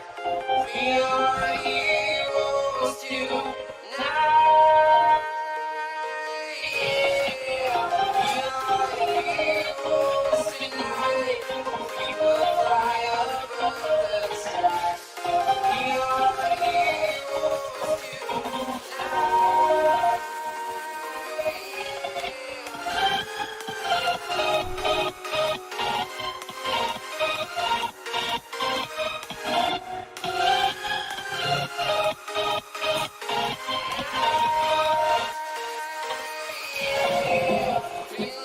Radiant team back.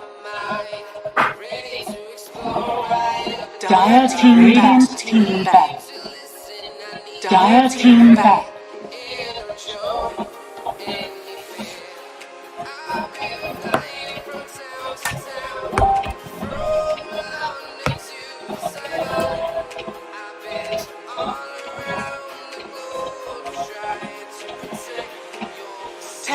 Radiant team pick.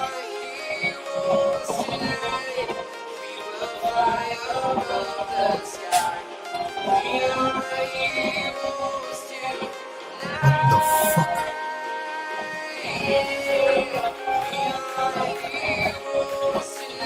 Ten seconds remaining. Dire team pick.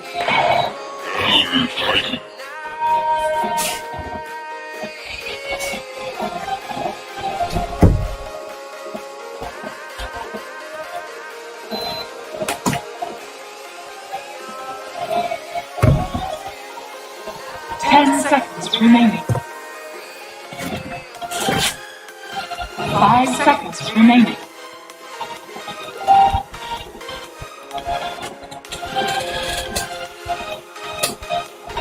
Radiant team pick. Keeper of the light.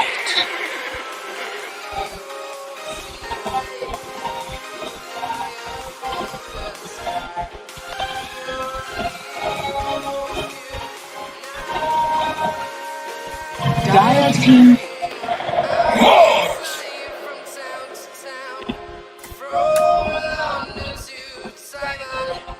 I've been all around the globe trying to protect your soul.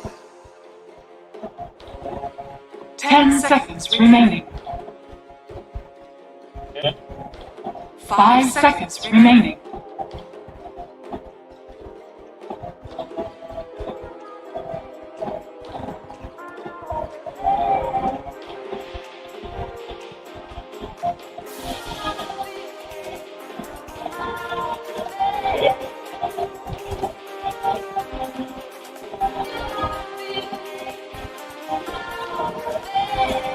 Radiant team back.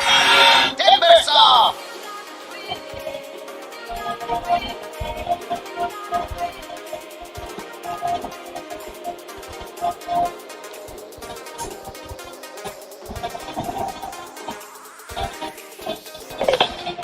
Ten seconds remaining. Dire team back. Radiant team back.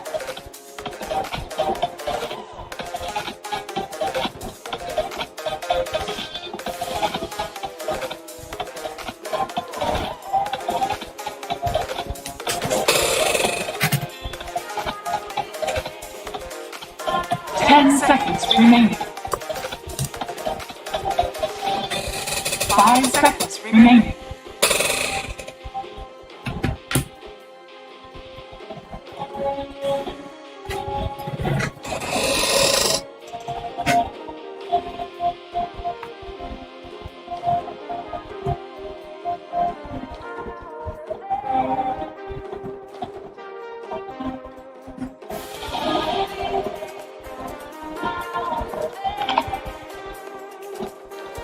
Dire team back.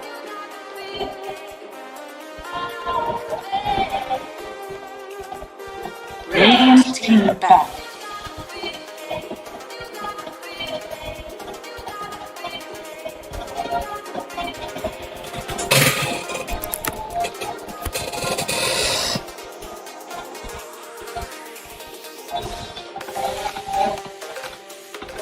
Seconds remaining.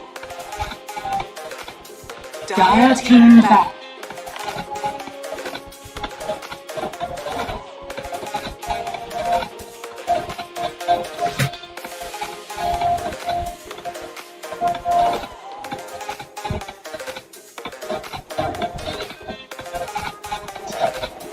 Seconds remaining. 5 seconds remaining. Dire team pick.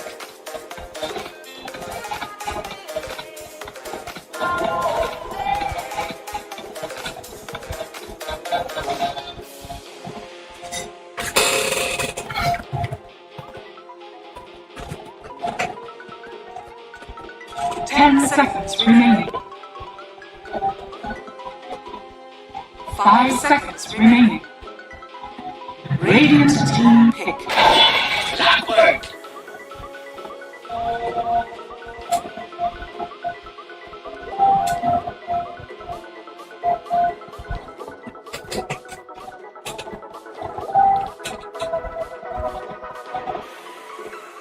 10 seconds remaining.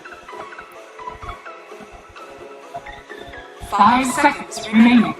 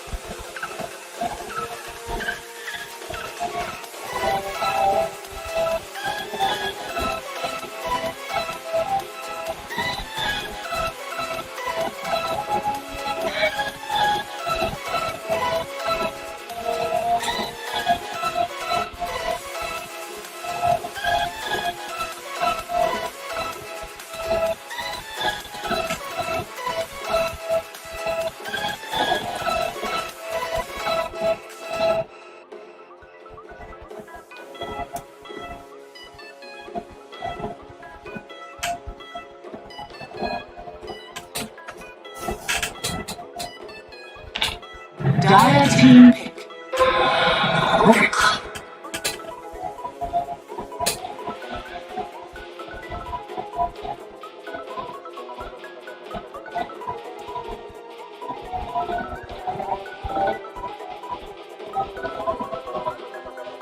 10 seconds remaining. 5 seconds remaining.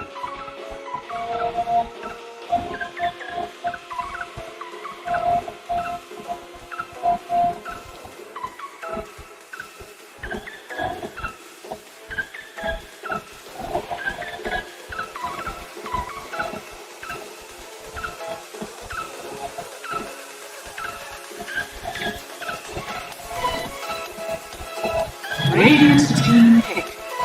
Ice team.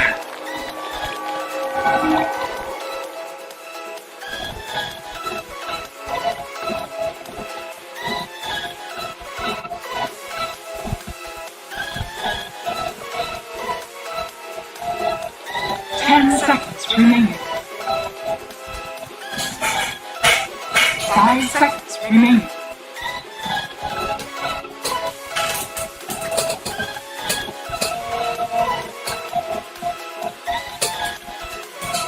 Radiant team back.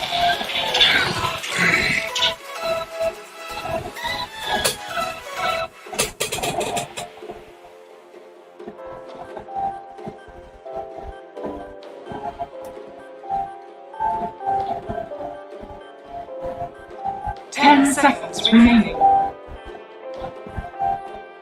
Dire team back.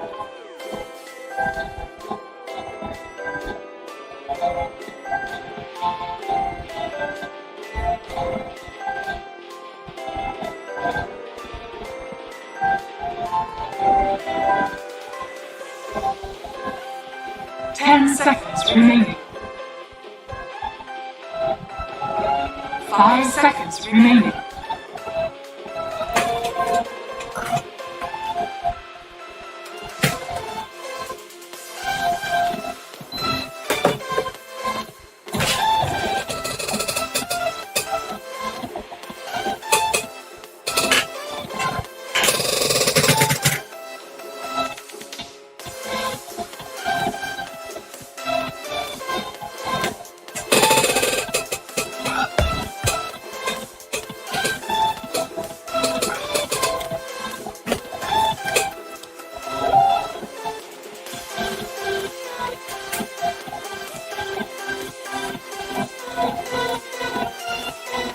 Radiant team back.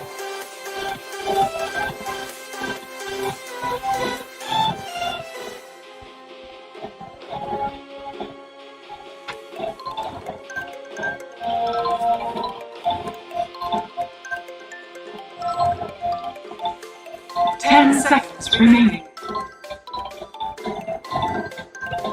5 seconds remaining.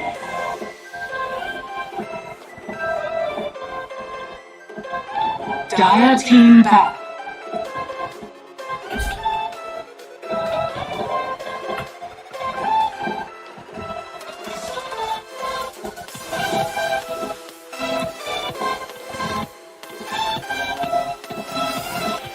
Favorite place, favorite place. 10 seconds remaining. 5 seconds remaining.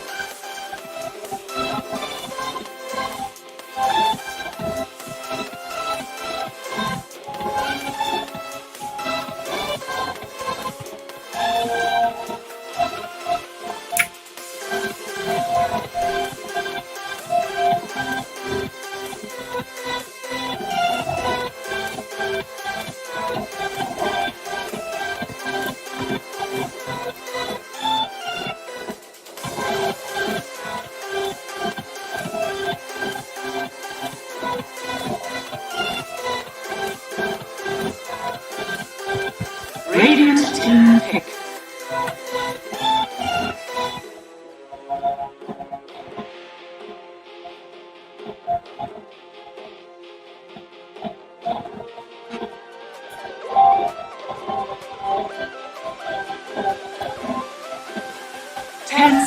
Remaining. 5 seconds remaining.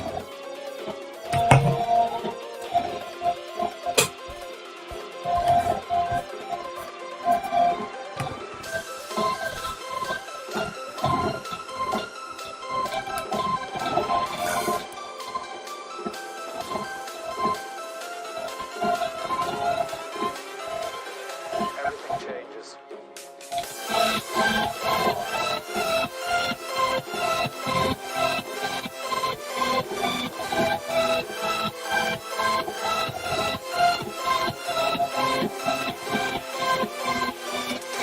Dire team Strong spirit.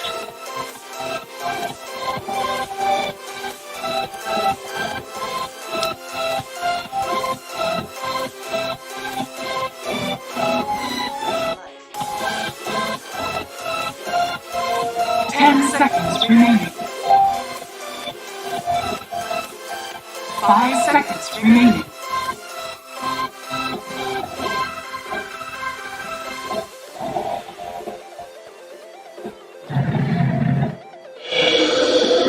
You may now select your units.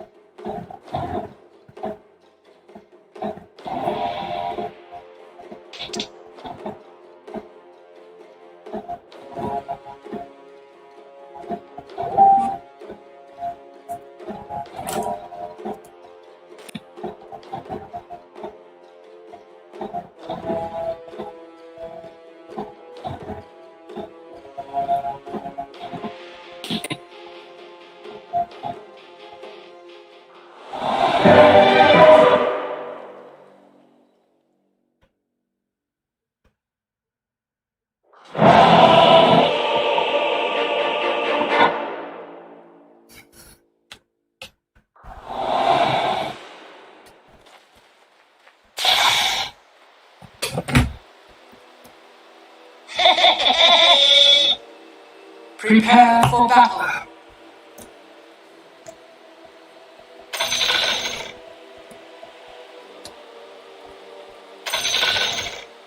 Oh, yeah.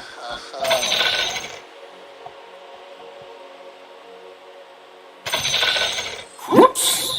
What is that? Most disappointing.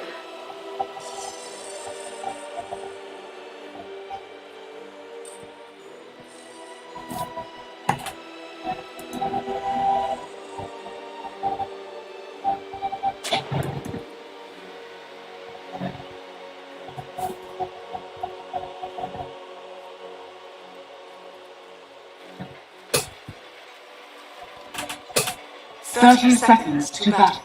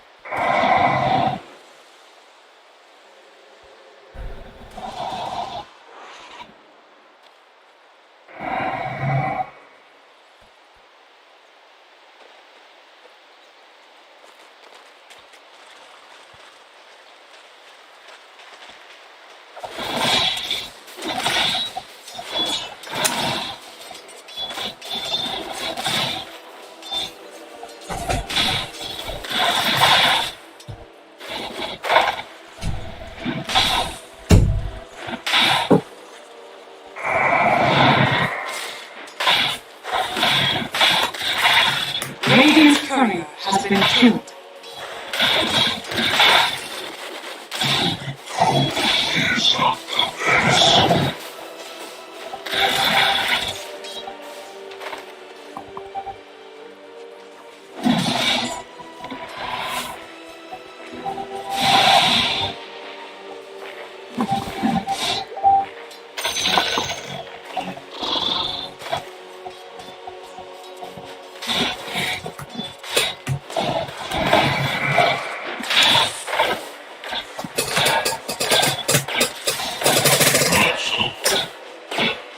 The Titan says no.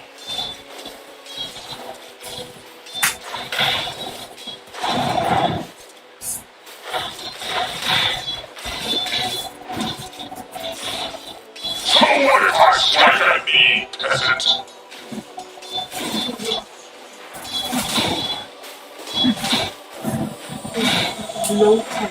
Master be denied!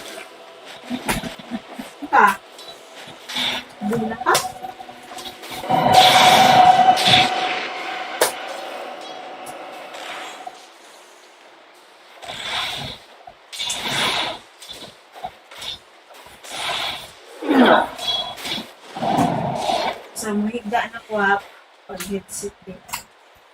Como kasi may set ka lang ito.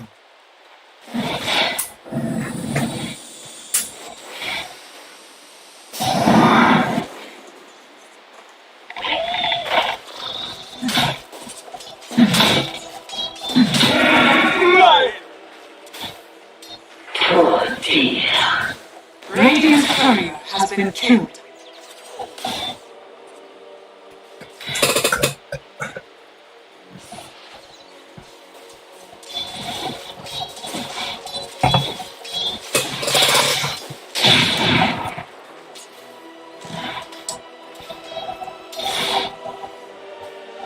Radiant are scanning.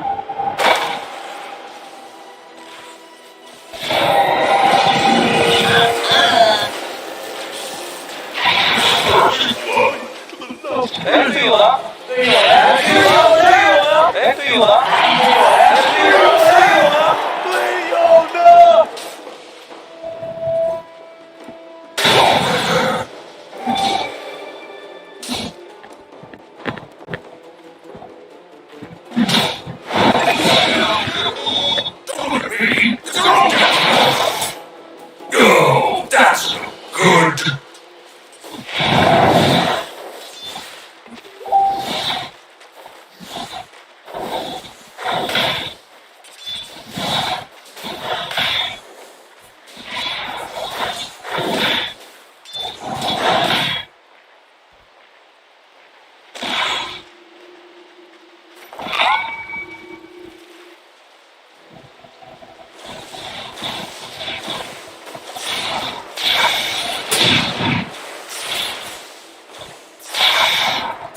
Wala kang kaliw.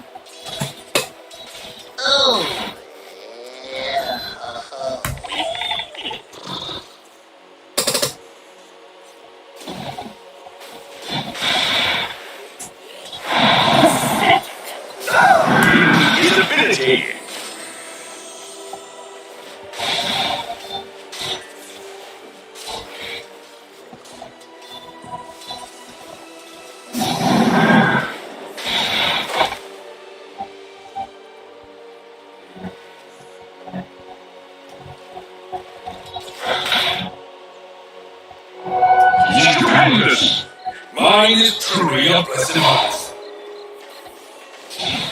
Dire's structures are fortified. Radiant's middle tower is under attack.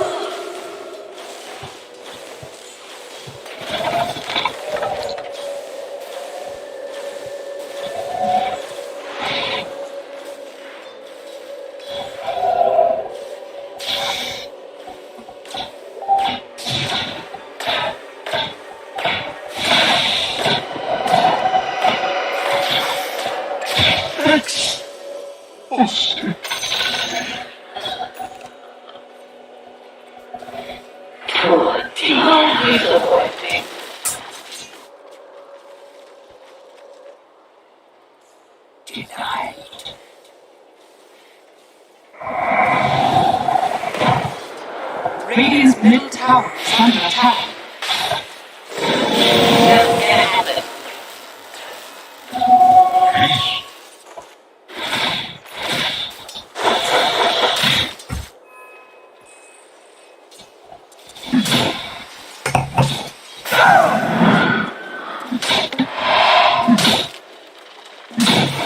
Dire's turret has been killed.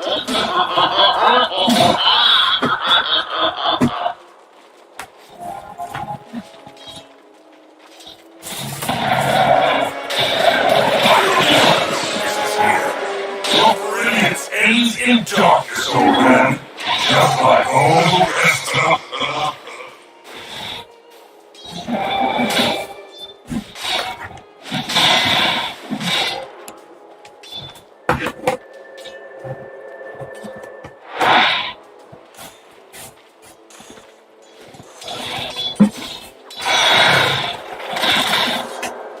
Dire's top tower is under attack.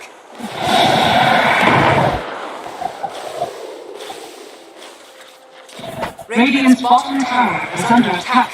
Radiant are scanning.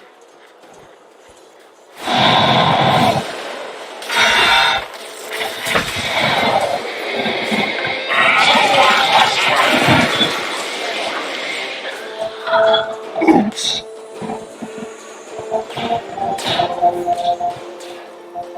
Dire's middle tower is under attack. Walang gulong na ito.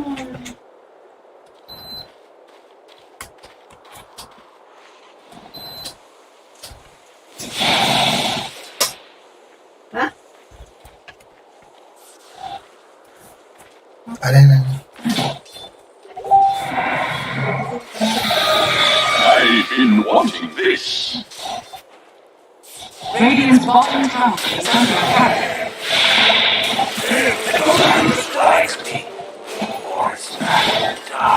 Radiant structures are fortified. Radiant's bottom tower is under attack. Dire's top tower is under attack.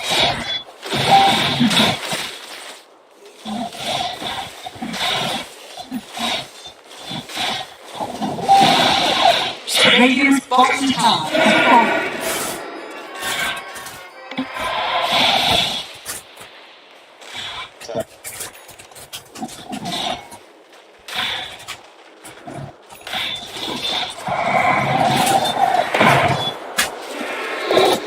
You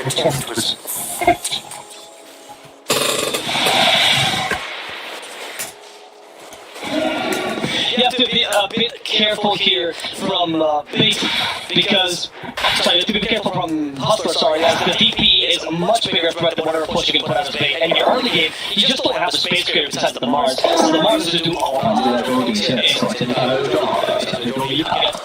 town. Yeah. He's not bad. I mean, he has good farm considering his lane against Wraithing. I mean, it went well for him. Magical's on you. He Magical's a greedy man.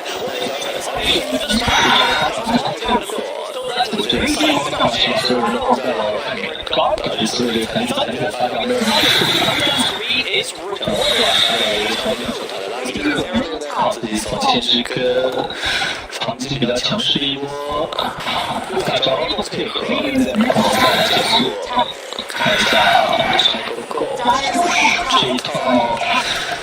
金主的波吃少了，现在是原来是做解波号的，下面会包含的是极限高的 cheese， 还好没 C， 然后也会6上前，这边单继续抓。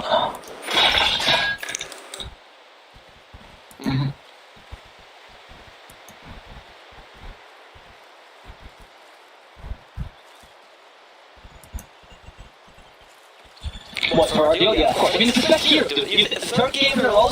这个鬼脸出来 ，Master tier. He's the golden of the Witch Doctor. He could be the most best TP in Brazil. A competition that only them two care about, but.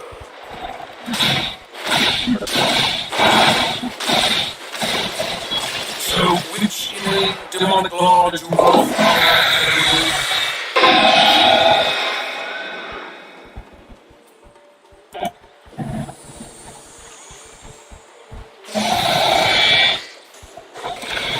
他6大死不了的，然后队友再接他，找了一个幻象，回了一个反勾，6只大牛，框呢？没来框吗？这么尴尬，杀了人，可惜了。反正你自己的打击会动手，因为徐看。Dire's middle tower is under attack. Radiant are scanning.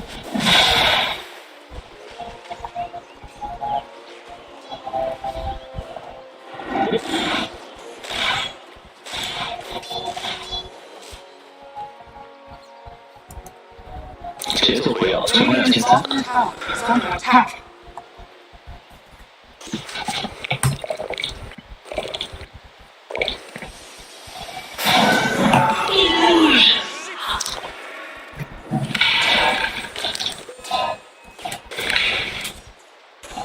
Radiant's bottom tower is under attack. And indeed, that damage is exactly what we trying to. 他这两中了26对吧？Instead of something here in a really small arena, of course, DP 15分钟吧，就不要好久，也就是差不多2次survive after it, but the Storm's gonna try to burst through that as soon as possible, getting its DP.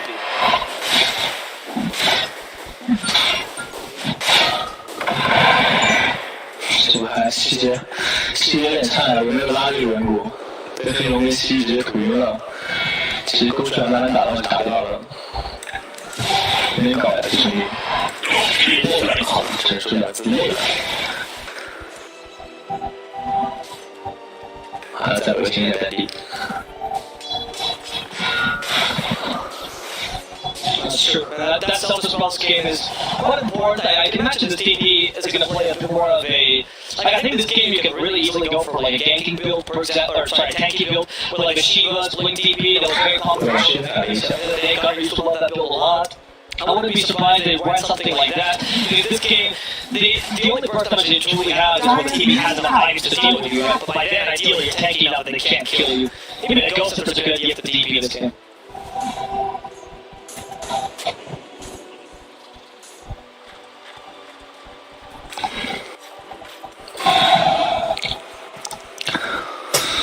Stole 了一个盘子，往前跟，但队友身后就没找到，这不是蓝的，是蓝的真好。Get the kill here on Duster, relatively easy kill. TP. Magical that's also fine here, the Mars. 这两边是挺默契啊，但主要是对方的。Look at that try to hold to the game of here, but it's weird. That's what it is. We take a shoe.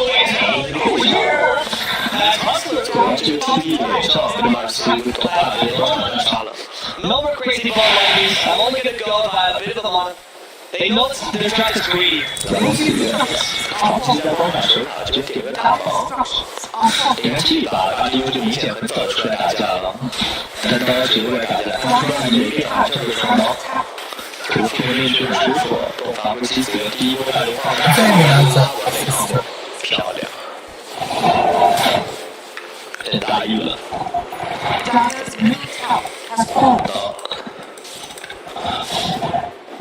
打地的话，15分钟还没做出来，高估他了，差点速度。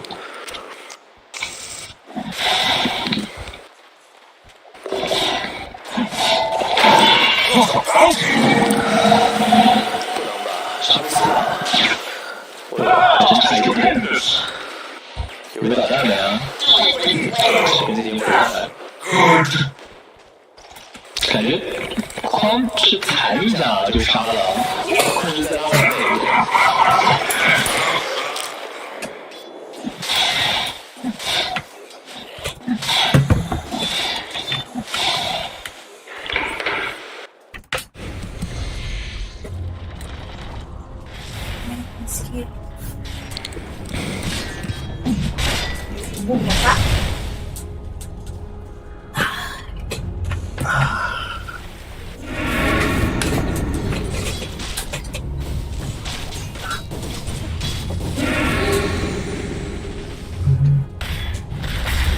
That's an option, of course. And as Radiant, you do have that option a bit easier because it's next to your triangle, so you do control that space naturally. And of course, with a TB, that is you're much more coerced or much more. you're much more inclined, right, to protect that. 这局节奏有点缓呀，两边是小打小闹，对吧？偶尔杀人的话，也是因为自己这边失误了，走到别人脸上。Still not farmed enough to fight you. TB is looking a bit scarier, and RDO is playing quite an aggressive lineup. Phonic now in trouble as they hit him with the arena. Here comes Dendi together with the help of the Earth Splitter. That is not going to do anything. 这波是防击过来手，他又被秒了一次。有大牛在，他又不起来。其实他没必要守这个塔呀。二塔血量虽然多，但是队友死亡先知大都在下路交了，去推对面二塔了。其实最多也就是个1换1嘛，1换1的话。差飞这也能接受的，这会儿大地辉耀做不出来打不了，而且大地出了辉耀也没正面能力，对吧？他是辉耀转天堂。Used to scout it to make sure that they're not taking it, right? But you're starting to see droplets of sweat, right? Going for Hustler, where they're like, all right, we need to have the Wraith King farmed enough so that he can actually carry us. But if we let him farm too much, the window of opportunity goes away. I mean, he went for a Radiance. How impactful can this Radiance be against a TP? We'll see shortly. As the TP went for the typical build RDO always goes for SNY into Scotty. And also particularly the best build to deal with melee carries. Phonic against Silence. Dendi wanted to make sure. 回到了上路抢过来守一波，但是没先手。Silence though, there's the chop. 是这种比较尴尬的地方。发条抢过来留人，可能要直接被秒，直接被秒。TP in the backlines that get punished. 是吧？这没先手呀，而且发条没必要，就是他那个勾的范围，我感觉T二塔跟T前哨是一样的嘛。哪怕两个队友提前T了这个二塔，你再落下来，其实跟你T前哨的时间一样。然后你有个大，对吧？你T二塔，你还能完美的这个把先手打出来，你这样卖，这有点搞自己了啊！蓝猫这个滚不是特别到位，运到了 TP 真身，野羊之父给上接一个沉默，死亡先知这波没大招有缺光，看能不能秒丹帝，丹帝这边残血滚走，两边交换了一波技能。And Dendi luckily does not die in that engagement. He's preserving. I mean, this is really good because when you go for Orchid at Storm, you always have the issue. You always have the issue, of course, the Storm. That you're like, all right, what do I do once I have the Orchid? How do I survive these fights? I can really only go in realistically. The Mars here, stopping the clockwork. He is gonna die though, super easily. That's what I'm talking about. Mars， 你看两边其实都是大哥在刷，对吧？二哥也在刷，然后偶尔杀一个人，对面走位失误或者自己撤退不及时，反正是被包围了，或者自己走到别人脸上了。像刚才死亡先知死了一波，对吧？这波马尔斯死了。还要抓丹帝，有没有技能啊？有没有那种很扎实的控制啊？这发条也没勾，这拿头杀，二塔也推完了，就行吧。跑到下路过来摸排了一下啊。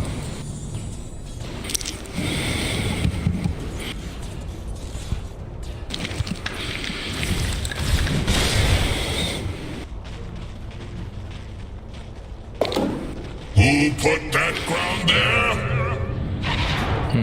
看到了，动先手，野羊之父掩护下队友，光法开大招骷髅王，发条有没有一勾的说法？立住两个高台有视野，死亡先知被大牛踩住，再往前找人空勾，空勾之后应该就没什么技能了，然后这边又是一个空勾，多重空勾，没必要打了。这边是强行要点这20分前哨占一下经验，蓝猫过来了。防击为什么这把不出吹风或者莲花呀？还好够肉没死，主要是对面输出被发条断了一手，但是大牛这边一脚踩了3个，死亡先知开大掩护队友撤退，防击残血逃生。这波还好是有幽冥披荆，不然感觉死透透的了。我就说怎么肉这么多，它是2个魔抗叠在一起啊，配合一个这个散滑的状态回复增强。生命回复增强和抗性，强行把他给护下来了。其实感觉这种局要早点出莲花或者出吹风啊，不然真的肉不住。那么又是一波大打出手，逼出了一个死亡限制大。天辉应该是可以接受的，对吧 ？TB 进入一个高速发育的时间，然后骷髅王有辉耀之后，跟 TB 的经济是并驾齐驱的，直接是天堂了吗？哦，出了把跳，开始补强袭了，不想做天堂，他觉得天堂有人在做，自己的话就往后期出这种能成型打架的装备就可以了。有辉耀一般就不做臂章了，如果是做臂章的话，就是臂章跳到暗灭，是另一个流派。Like he's not really that useful because of the state of the game that it's been right now. No, he's more of an initiator. Actually, talking about initiation, Clark goes in here against the Rubik, the hook shot. Yol Scepter will stop this. Will save the Rubik. He's in trouble now. This time. 勾过来一锤带走。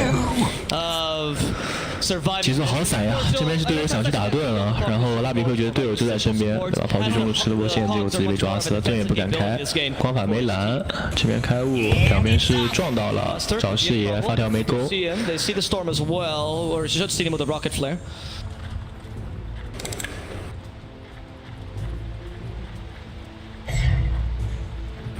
Radiant are scanning.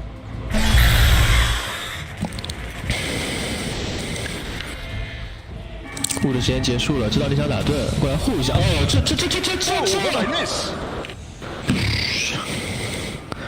嘿，老了，真没反应过来。就是我觉得蓝猫如果有个抬手的动作，我都能接受。如果你说你抬手动作有点长，根本没滚出来，但是真的靠300码那个锤子飞过来，还是没有抬手滚的那个抬手动作，差点被秒了。And TB seems not interested whatsoever, as he's just in a completely different space. I mean, tier 1 is not that big a deal. This is probably the weakest tier 1 in the game. 先把这一塔拔了，如果打肉山的话，这个一塔对天辉来说优势很大的。Sexy Fat 这边稍微藏一下，但是对面也不冒进。中路这边死亡限制处理线。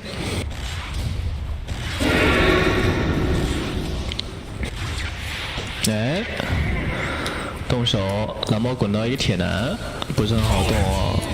再来，蓝猫又没了。单地这几波切入有点差呀 ，TP 我觉得蓝都没了，队友赶紧过来护一下，偷了一个大地的锤 ，TP 回家。It's hoping to go for Rubik here, but Lightless just trying to play extra aggressive, right? Trying to take the win opportunity of a raking in the early game. 这就是地精双雄吗？地精攻城，对吧？2地精2攻城。地精的鸡蛋是几个地精才有啊？是3个吗？3个、6个、9个吗？好久没下棋了，想不起来了。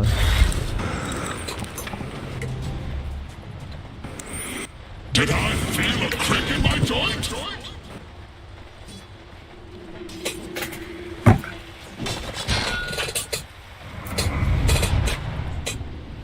The smoke could be really successful. Lightless will catch up to Duster. There's a stun. 漂亮，追身一锤。Duster will die, but that's more than anything. Duster tanking a smoke. Also goes onto the Mars. 蓝猫过来，把发条给秒了。马尔斯力强，超人技能。此人的伤害直接解散带走发条，但是这边面对拉比克了，拉比克走不了，哎，但方那个技能失误了，盘子都没丢出来，丢盘子减速就杀了呀。这波是伐木机的锅。他这把其实出吹风还能留人，对吧？刚才那波拉比克也走不掉了。不过反正已经到这个时间点了，就没必要再考虑这些问题了。剩下来该怎么出怎么出就完事了。大地是挂了个强袭，想了一会儿，还是改成了天堂。Mounting up for them, they're strong right now, but these smokes are the kind of desperate smokes you're seeing for a team that really wants to get an important kill.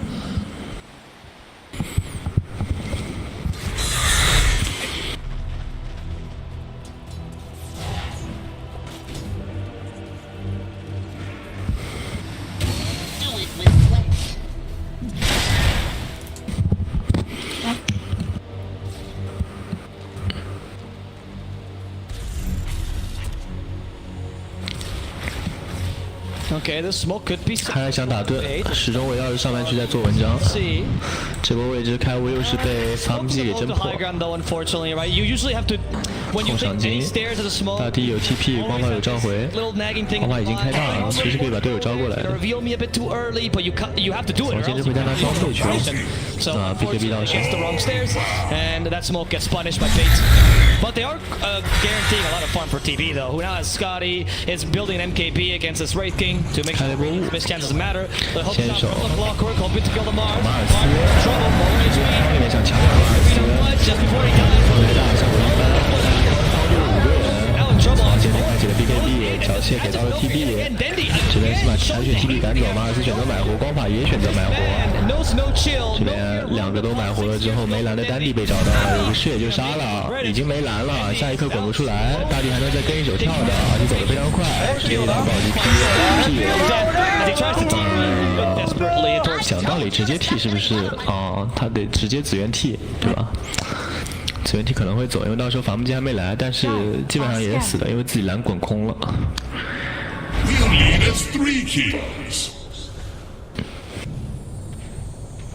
Magical is being helped a lot with the 他这样很伤啊，下路兵线也不好，然后 TP 魔化也交了。 Just because he's constantly being refreshed at Cryptstorm and Silence, which makes him a useful hero. Not even when the ultimate is not available, which we're seeing right now, right? They're trying to play around the ultimate. Magical is still an important mid laner no matter what. And I like to see him go for Axe maybe this game. You're not going to go for build just to 右山这边的延反一下。 We'll see. 看到光法进去了。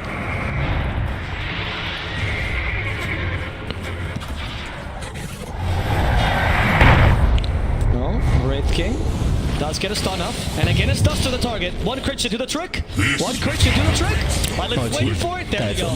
And that's how you play with. 这会儿就中等一期改成了4秒，像之前混沌骑士那个对吧？4秒必爆之后，现在大地打架好强势，而且跟他这锤子很搭嘛，就是一波锤2个暴击带走。 Exactly, right? To actually get the maximum DPS. And that's why rating towards the late game does lose that extra DPS compared to more traditional carries with normal crits like PAA or Juggernaut, right?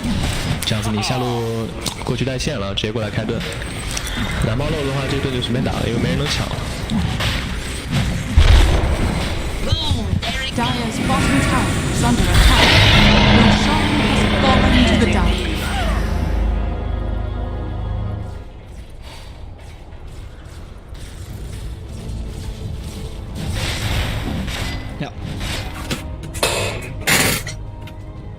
Dire's bottom tower is under attack. Yeah. Okay, so on one hand we have 2 computers that are busted. I can't see my cursor in Dota, but I mean they have team speaking issues. It's the same thing, right? It's the same idea, same level. Yep.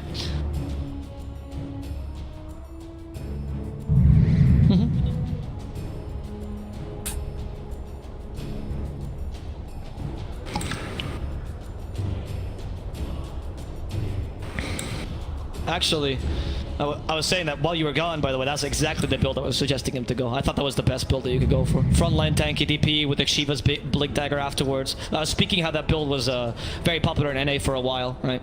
That was actually, I think that was the region, surprisingly, NA lol haha, but like that was the region that started making the DP tankiness valuable, right? Because until then, DP was just very much a monochrome hero.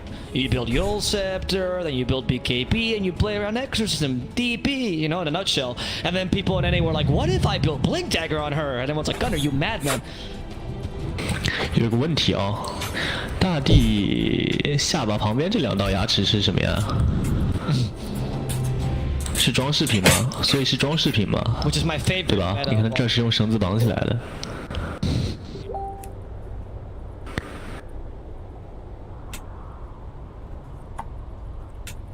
这个牙齿是不是从这个右边肩膀上这个饰品上抠下来的呀？你看这哥们儿的头骨啊，跟这2个牙齿大概比较搭配，heroes that are like complex mechanically, right? Their builds are sometimes more stable or more pigeonholed because you really want to take advantage of their mechanical skill. Like AM is a great example. 还是跟上把跟低把对面的光法出装也是一样的，这就是独联体跟中国区理解的不一样。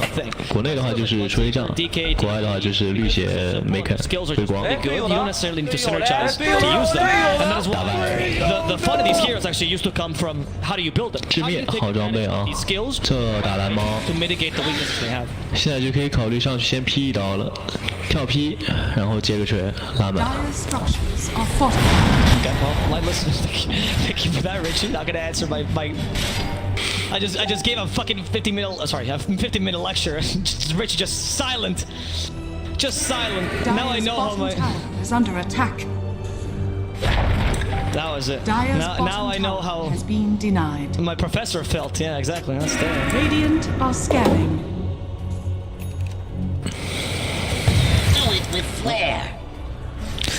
发条马上 A 了，这样打团有2套技能，大地2条命下路也不慌，对吧？18级大招，那都能放出2次来的。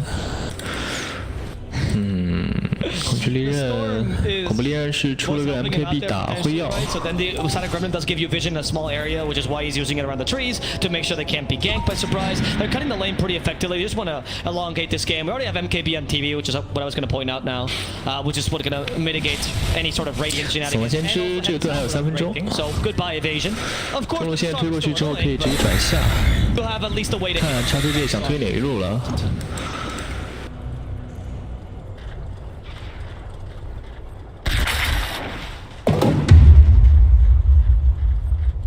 Radiant's bottom tower is under attack.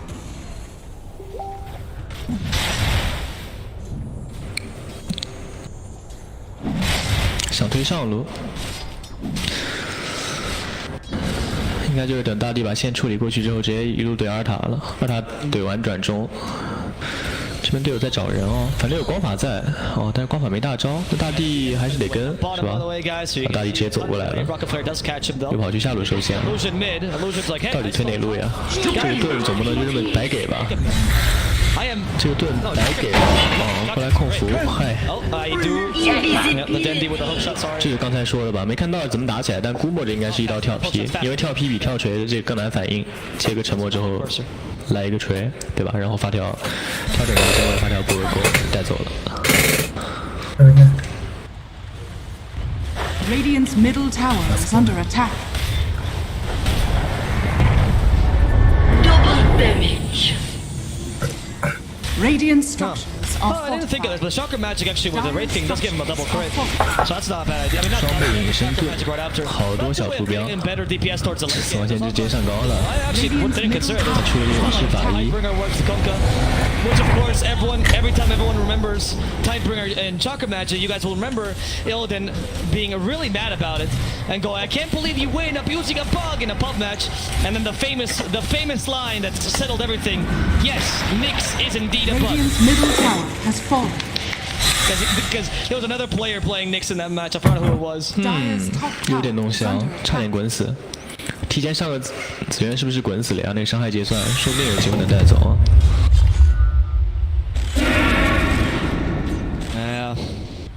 I don't know. 哦，不过他是已经飞出来加 TP 的， There's something 打扰了，没 there. 那个说法。 Started a fight a while ago, and Dendy's just avenging them. Who does, right? Dendy's on his own odyssey, and I'm not gonna judge him for his plays, right? If he wants to kill No Fear, go at it, Dendy. Make sure that little coddle knows the Dire's real top pain of tower a storm. is under attack.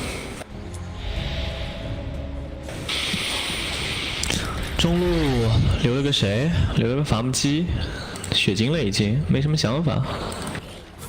大地继续刷。 大地在等什么呀？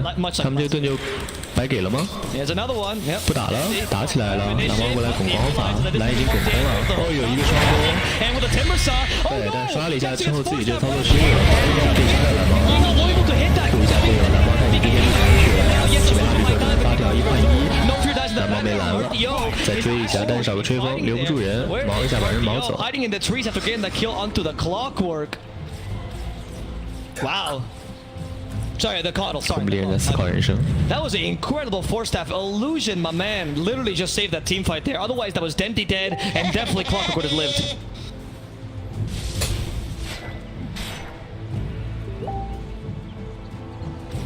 好能忍呀他。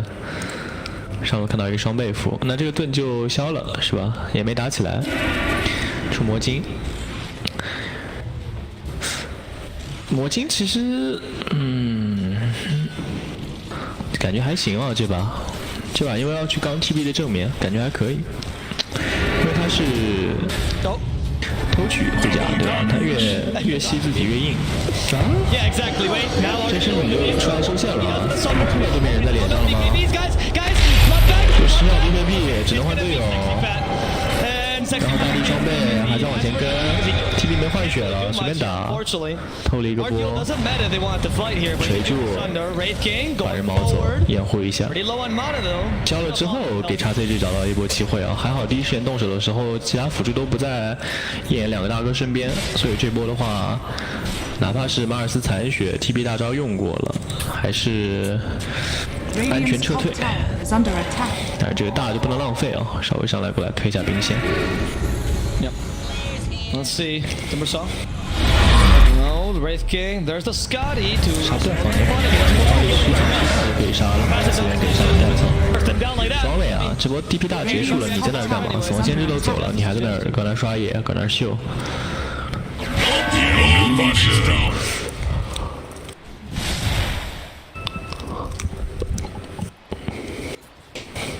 Radiant are scanning.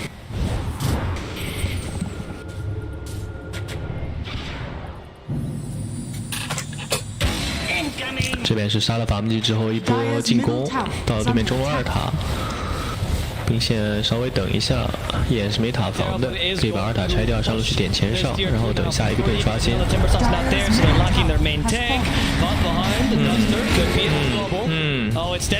再弹一下呀，又弹了，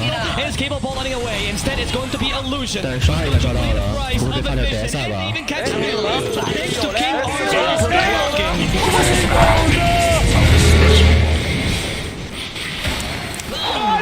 这么狠吧？正好 BKB 时间结束了，本来单靠普攻好像还 A 不死，然后 BKB 时间结束之后又吃发条一个弹幕冲击，抬手被断了，直接被带走。那这样蓝猫蜡笔可以死，可以推了，有买但是感觉没必要，这波就看能不能逼个买，我感觉推也推不了。死亡先知大招主要也没赚好，对吧？死亡先知甚至都没来。死亡先知干嘛去了呀？哦，找这边马尔斯被发条导弹照到之后直接 TP， 那现在大招好了可以推了啊！现在大赚好了，刚赚好。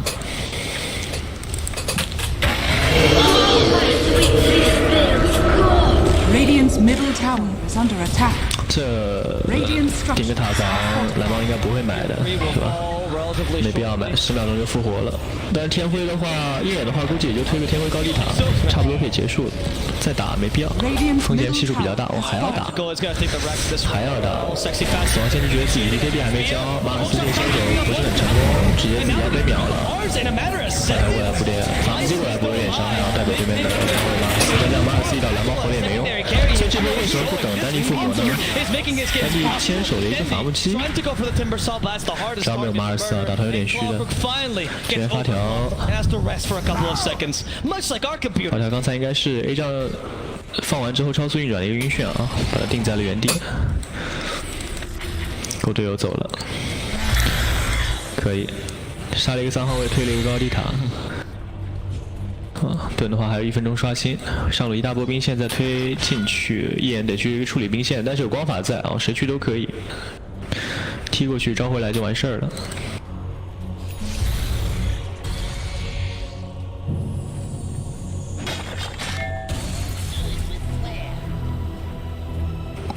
Timber.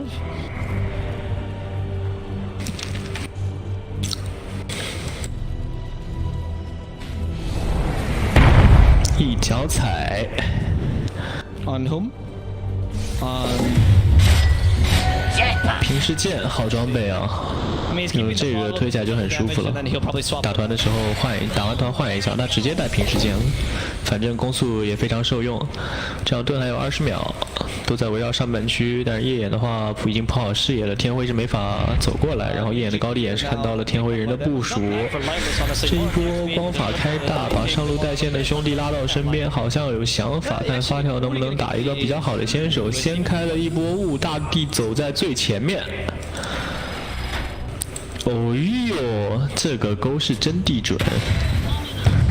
跳过来找人也没找到，但是第二个勾接一弹接个什么？有 BKB， 蓝猫只能开 BKB 跑。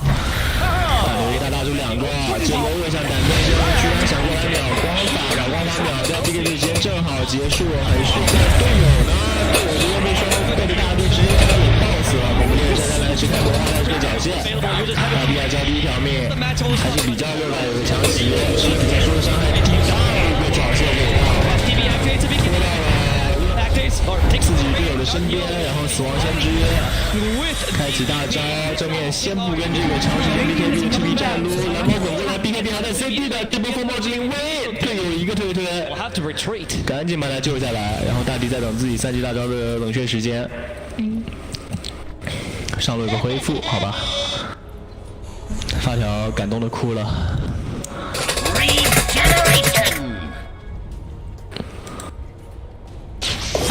这波打出了一个10秒 BKB， 打出了一个魔化，还能接，对吧 ？TP 没有魔化，死亡限制没有大，两边还是可以打团啊，公平公正，各自少一个关键技能。Rock it on！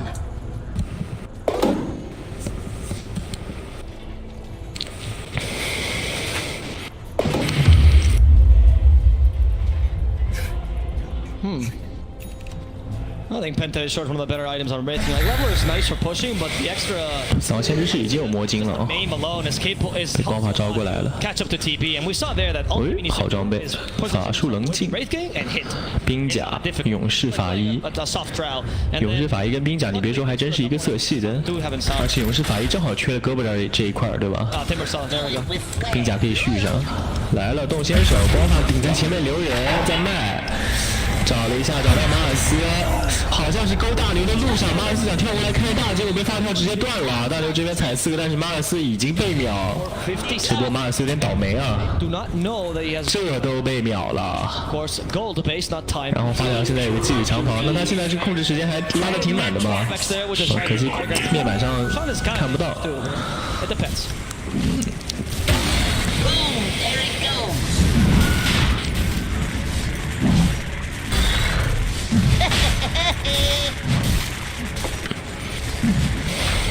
这样控盾控奶，这么打下去，感觉一个 TP 不够打呀。对面双核都成型了，这个死亡先知跟大地冲脸，恐怖猎人不够看，好吧？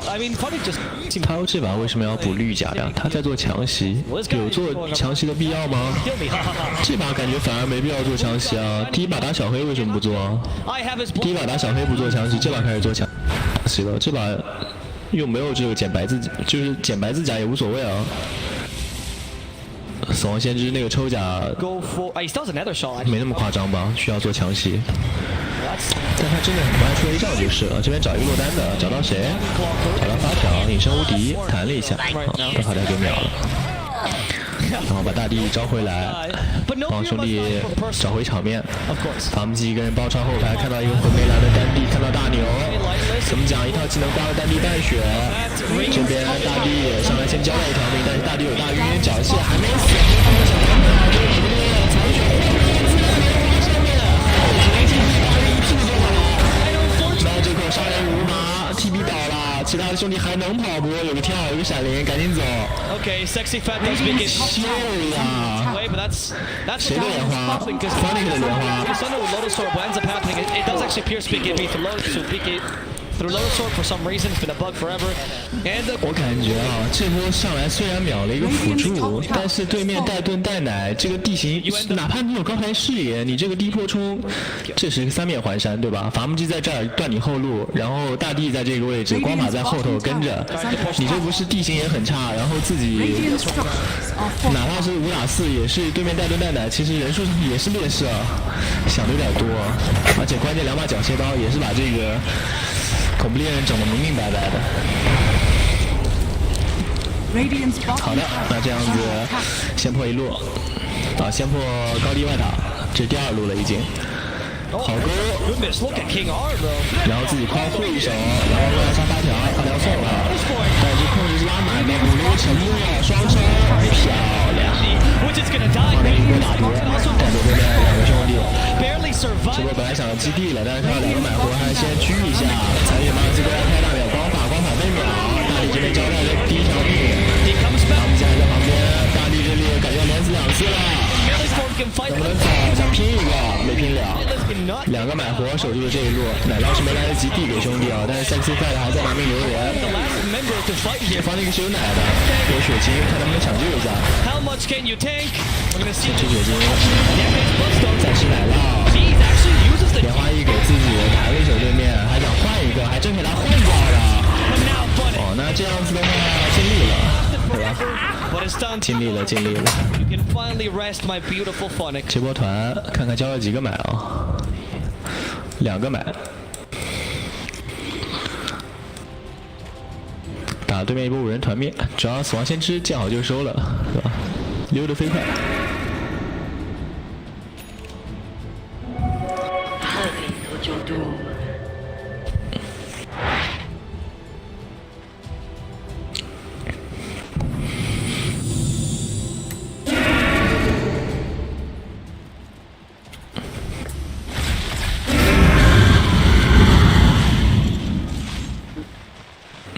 Magical 上一波怎么走那么快啊？我感觉他其实在的话，正面是不是还有的打呀？不过反正也是兄弟们嗨了，对吧？嗨到对面泉水门口去了，反正走就走了，下一波再推就完事儿了。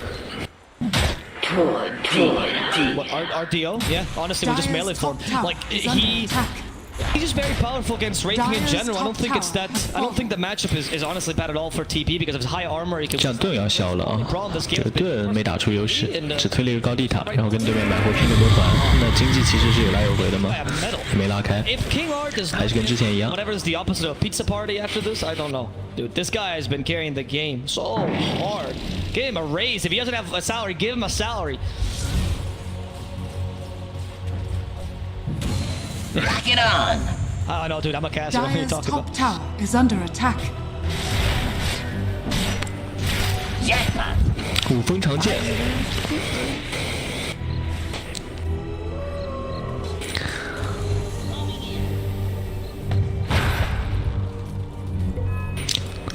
导弹应该是看到信息了，大地一个人在外面卖。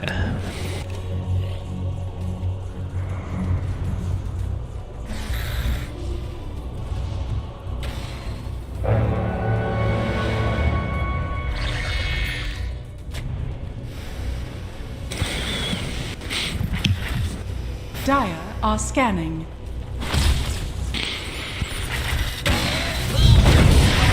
动手，找大地，但是没晕住，反而大地回头反动手，一个缴械给到 TP 先走，大家这边想留，勾到了幻象上面，方队话配合队友扬刀，马尔斯直接被秒，他的还在留人 ，A 招已经用过了，刷了一套技能之后，自己被自己晕到原地，队友再往前找不到，马尔斯63秒复活。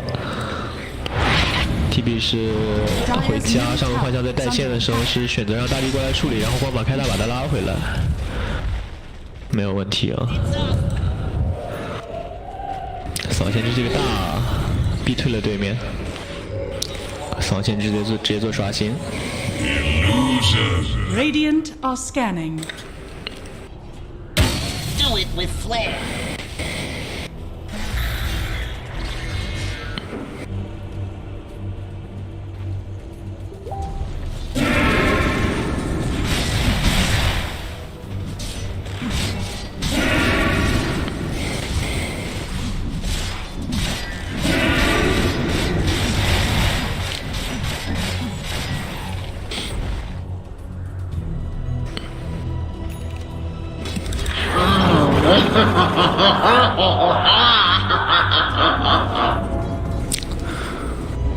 直接做盛世闪光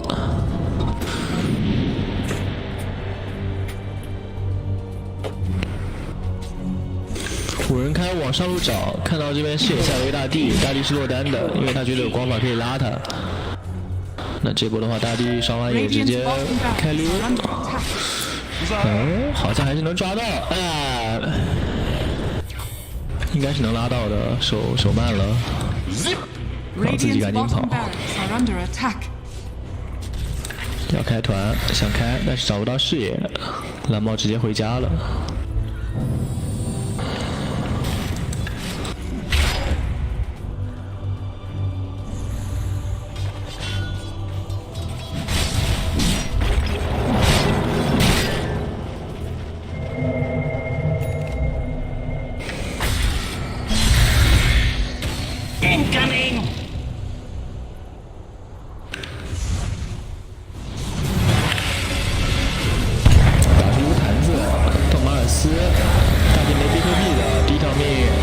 身等于身真无敌啊！第二时间砸粉，锤一下，过来想关一下恐怖利刃，发条这边第二个晕到，但是大地的血量，大地直接被秒了，被大牛贴身。死亡限制虽然很顶啊，但是队友这边没有剩下剩余的控制了，其他人都在跑。哎呦，这大牛的配合一个大牛的光环，配合炎阳龙章，大地出了强袭，感觉还是没有假。大地选择买活，盾还有1分半，这波留不住人，把大地招回来。感觉现在打团有点乱，就是对面反正第一套就死吃你这个大地，对吧？因为你大地没 BKB， 然后你被控了就是死。这波买活之后也没有任何的作用，那只能等盾刷新。但是等盾的话，下一波恐怖猎人的话又好了，而且现在是有大炮的输出的，所以伤害格外足。感觉丹帝这把不如出个 A 仗吧，出个 A 仗帮队友制造点环境。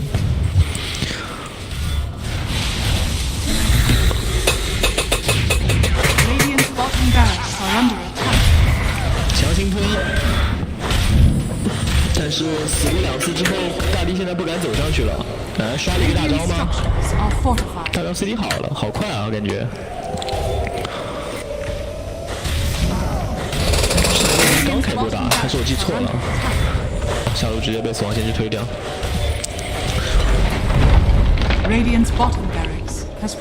对，还有半分钟。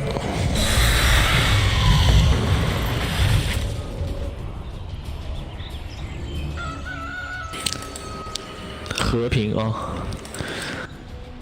一只斗牛犬，一只小猪。等着再看又看刷新。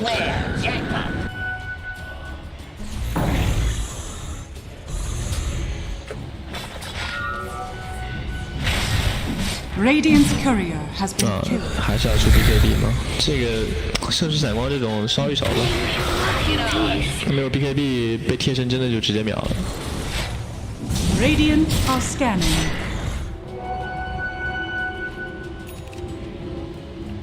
大吹风吧，风之杖这个比赛里我还没见人出过，可以吹队友是吧？在哪来着？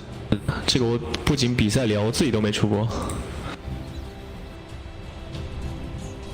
可以对友方使用。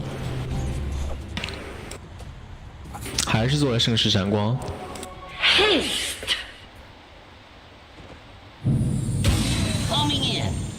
Dire are scanning.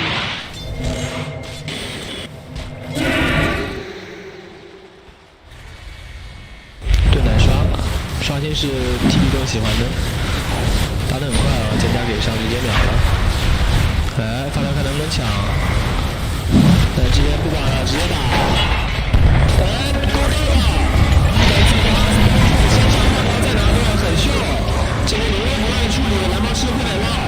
秒被打残，但是武功再高也怕羊刀，直接把对方给打掉，恐怖猎人起来，有没有刷新？他有刷新加刷新碎片，对方想推没推出去，反而是梁直接把解除效果拉满了。哎，这个恐怖猎人，他们有没有漏？但是大牛大刀在，蓝猫这边进场直接被打残，大地起来之后第二条命 ，TP 再一个刷新，3打白骨精吗？3打白骨精，但是白骨精也是无敌。回到对面树上，打晕了，打死了，打了一个暴击，扫线直接贴脸抽甲，但是没大招了，怎么办？没有物理输出，假怪光也没用，只能硬被揍。而且他在大牛这边贴身白甲是已经变0了，绿甲吸到了这边30多点甲，还是没用。蓝猫第2波回马枪，对。翻盘地神RDO， 哇，这波气节处理太好了，还好有马尔斯那波断了发条控了一手。如果让发条刷一个 A 杖再勾一下，感觉这个盾是要被发条抢的。然后RDO在很短的时间内先秒发条再控盾的，盾刷一控，丹帝是抢到奶酪，这波奶也很关键，不然蓝猫直死了。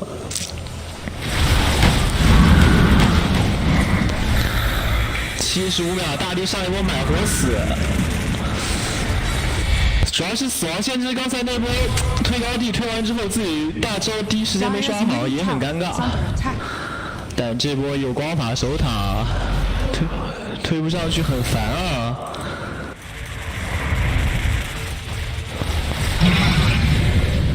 Dire's structures are fortified. Dire's middle tower is under attack. Dire's middle tower has fallen. Radiant are scattered. 先破一 Dire's 路， middle barracks 下路兵线血炸， Dire's middle 直接要 barracks 上高 and 吗 Dire's middle？ 发 barracks 条断一手，光法已经死了没，然后这边张威也没了 ，DP 20秒，坏了兄弟们， Radiant's middle tower 翻盘地神 B8。 Dire's middle tower has fallen. 看到2个买货，这是死亡限制复活20秒的时候被把买货逼出来了。这个语法怎么这么怪啊？上了溜丹地，丹地也不慌， Radiant's middle 法姆基 tower 自己有 is 点 under 慌，放 attack. 那个给自己套个兰花，套个莲花。有没有整活的说法呀？哎，有没有跑过去偷家然后再召回的说法啊？当然被打断了就有点蠢了。哎，法姆基也阳了。大帝就是该出个 BKB 呀！我出盛世闪光干嘛呢？就一定要酷，好吧？ I've been wanting this. 大帝拍了拍自己的胸口，细细想了一下，我是想赢，还是想玩？然后在 BKB 和盛世闪光之间选择了一个大跳刀。这枚 BKB 被大流贴身不是玩具吗？真就不把自然秩序放在眼里了，上来一屁股坐死，唉。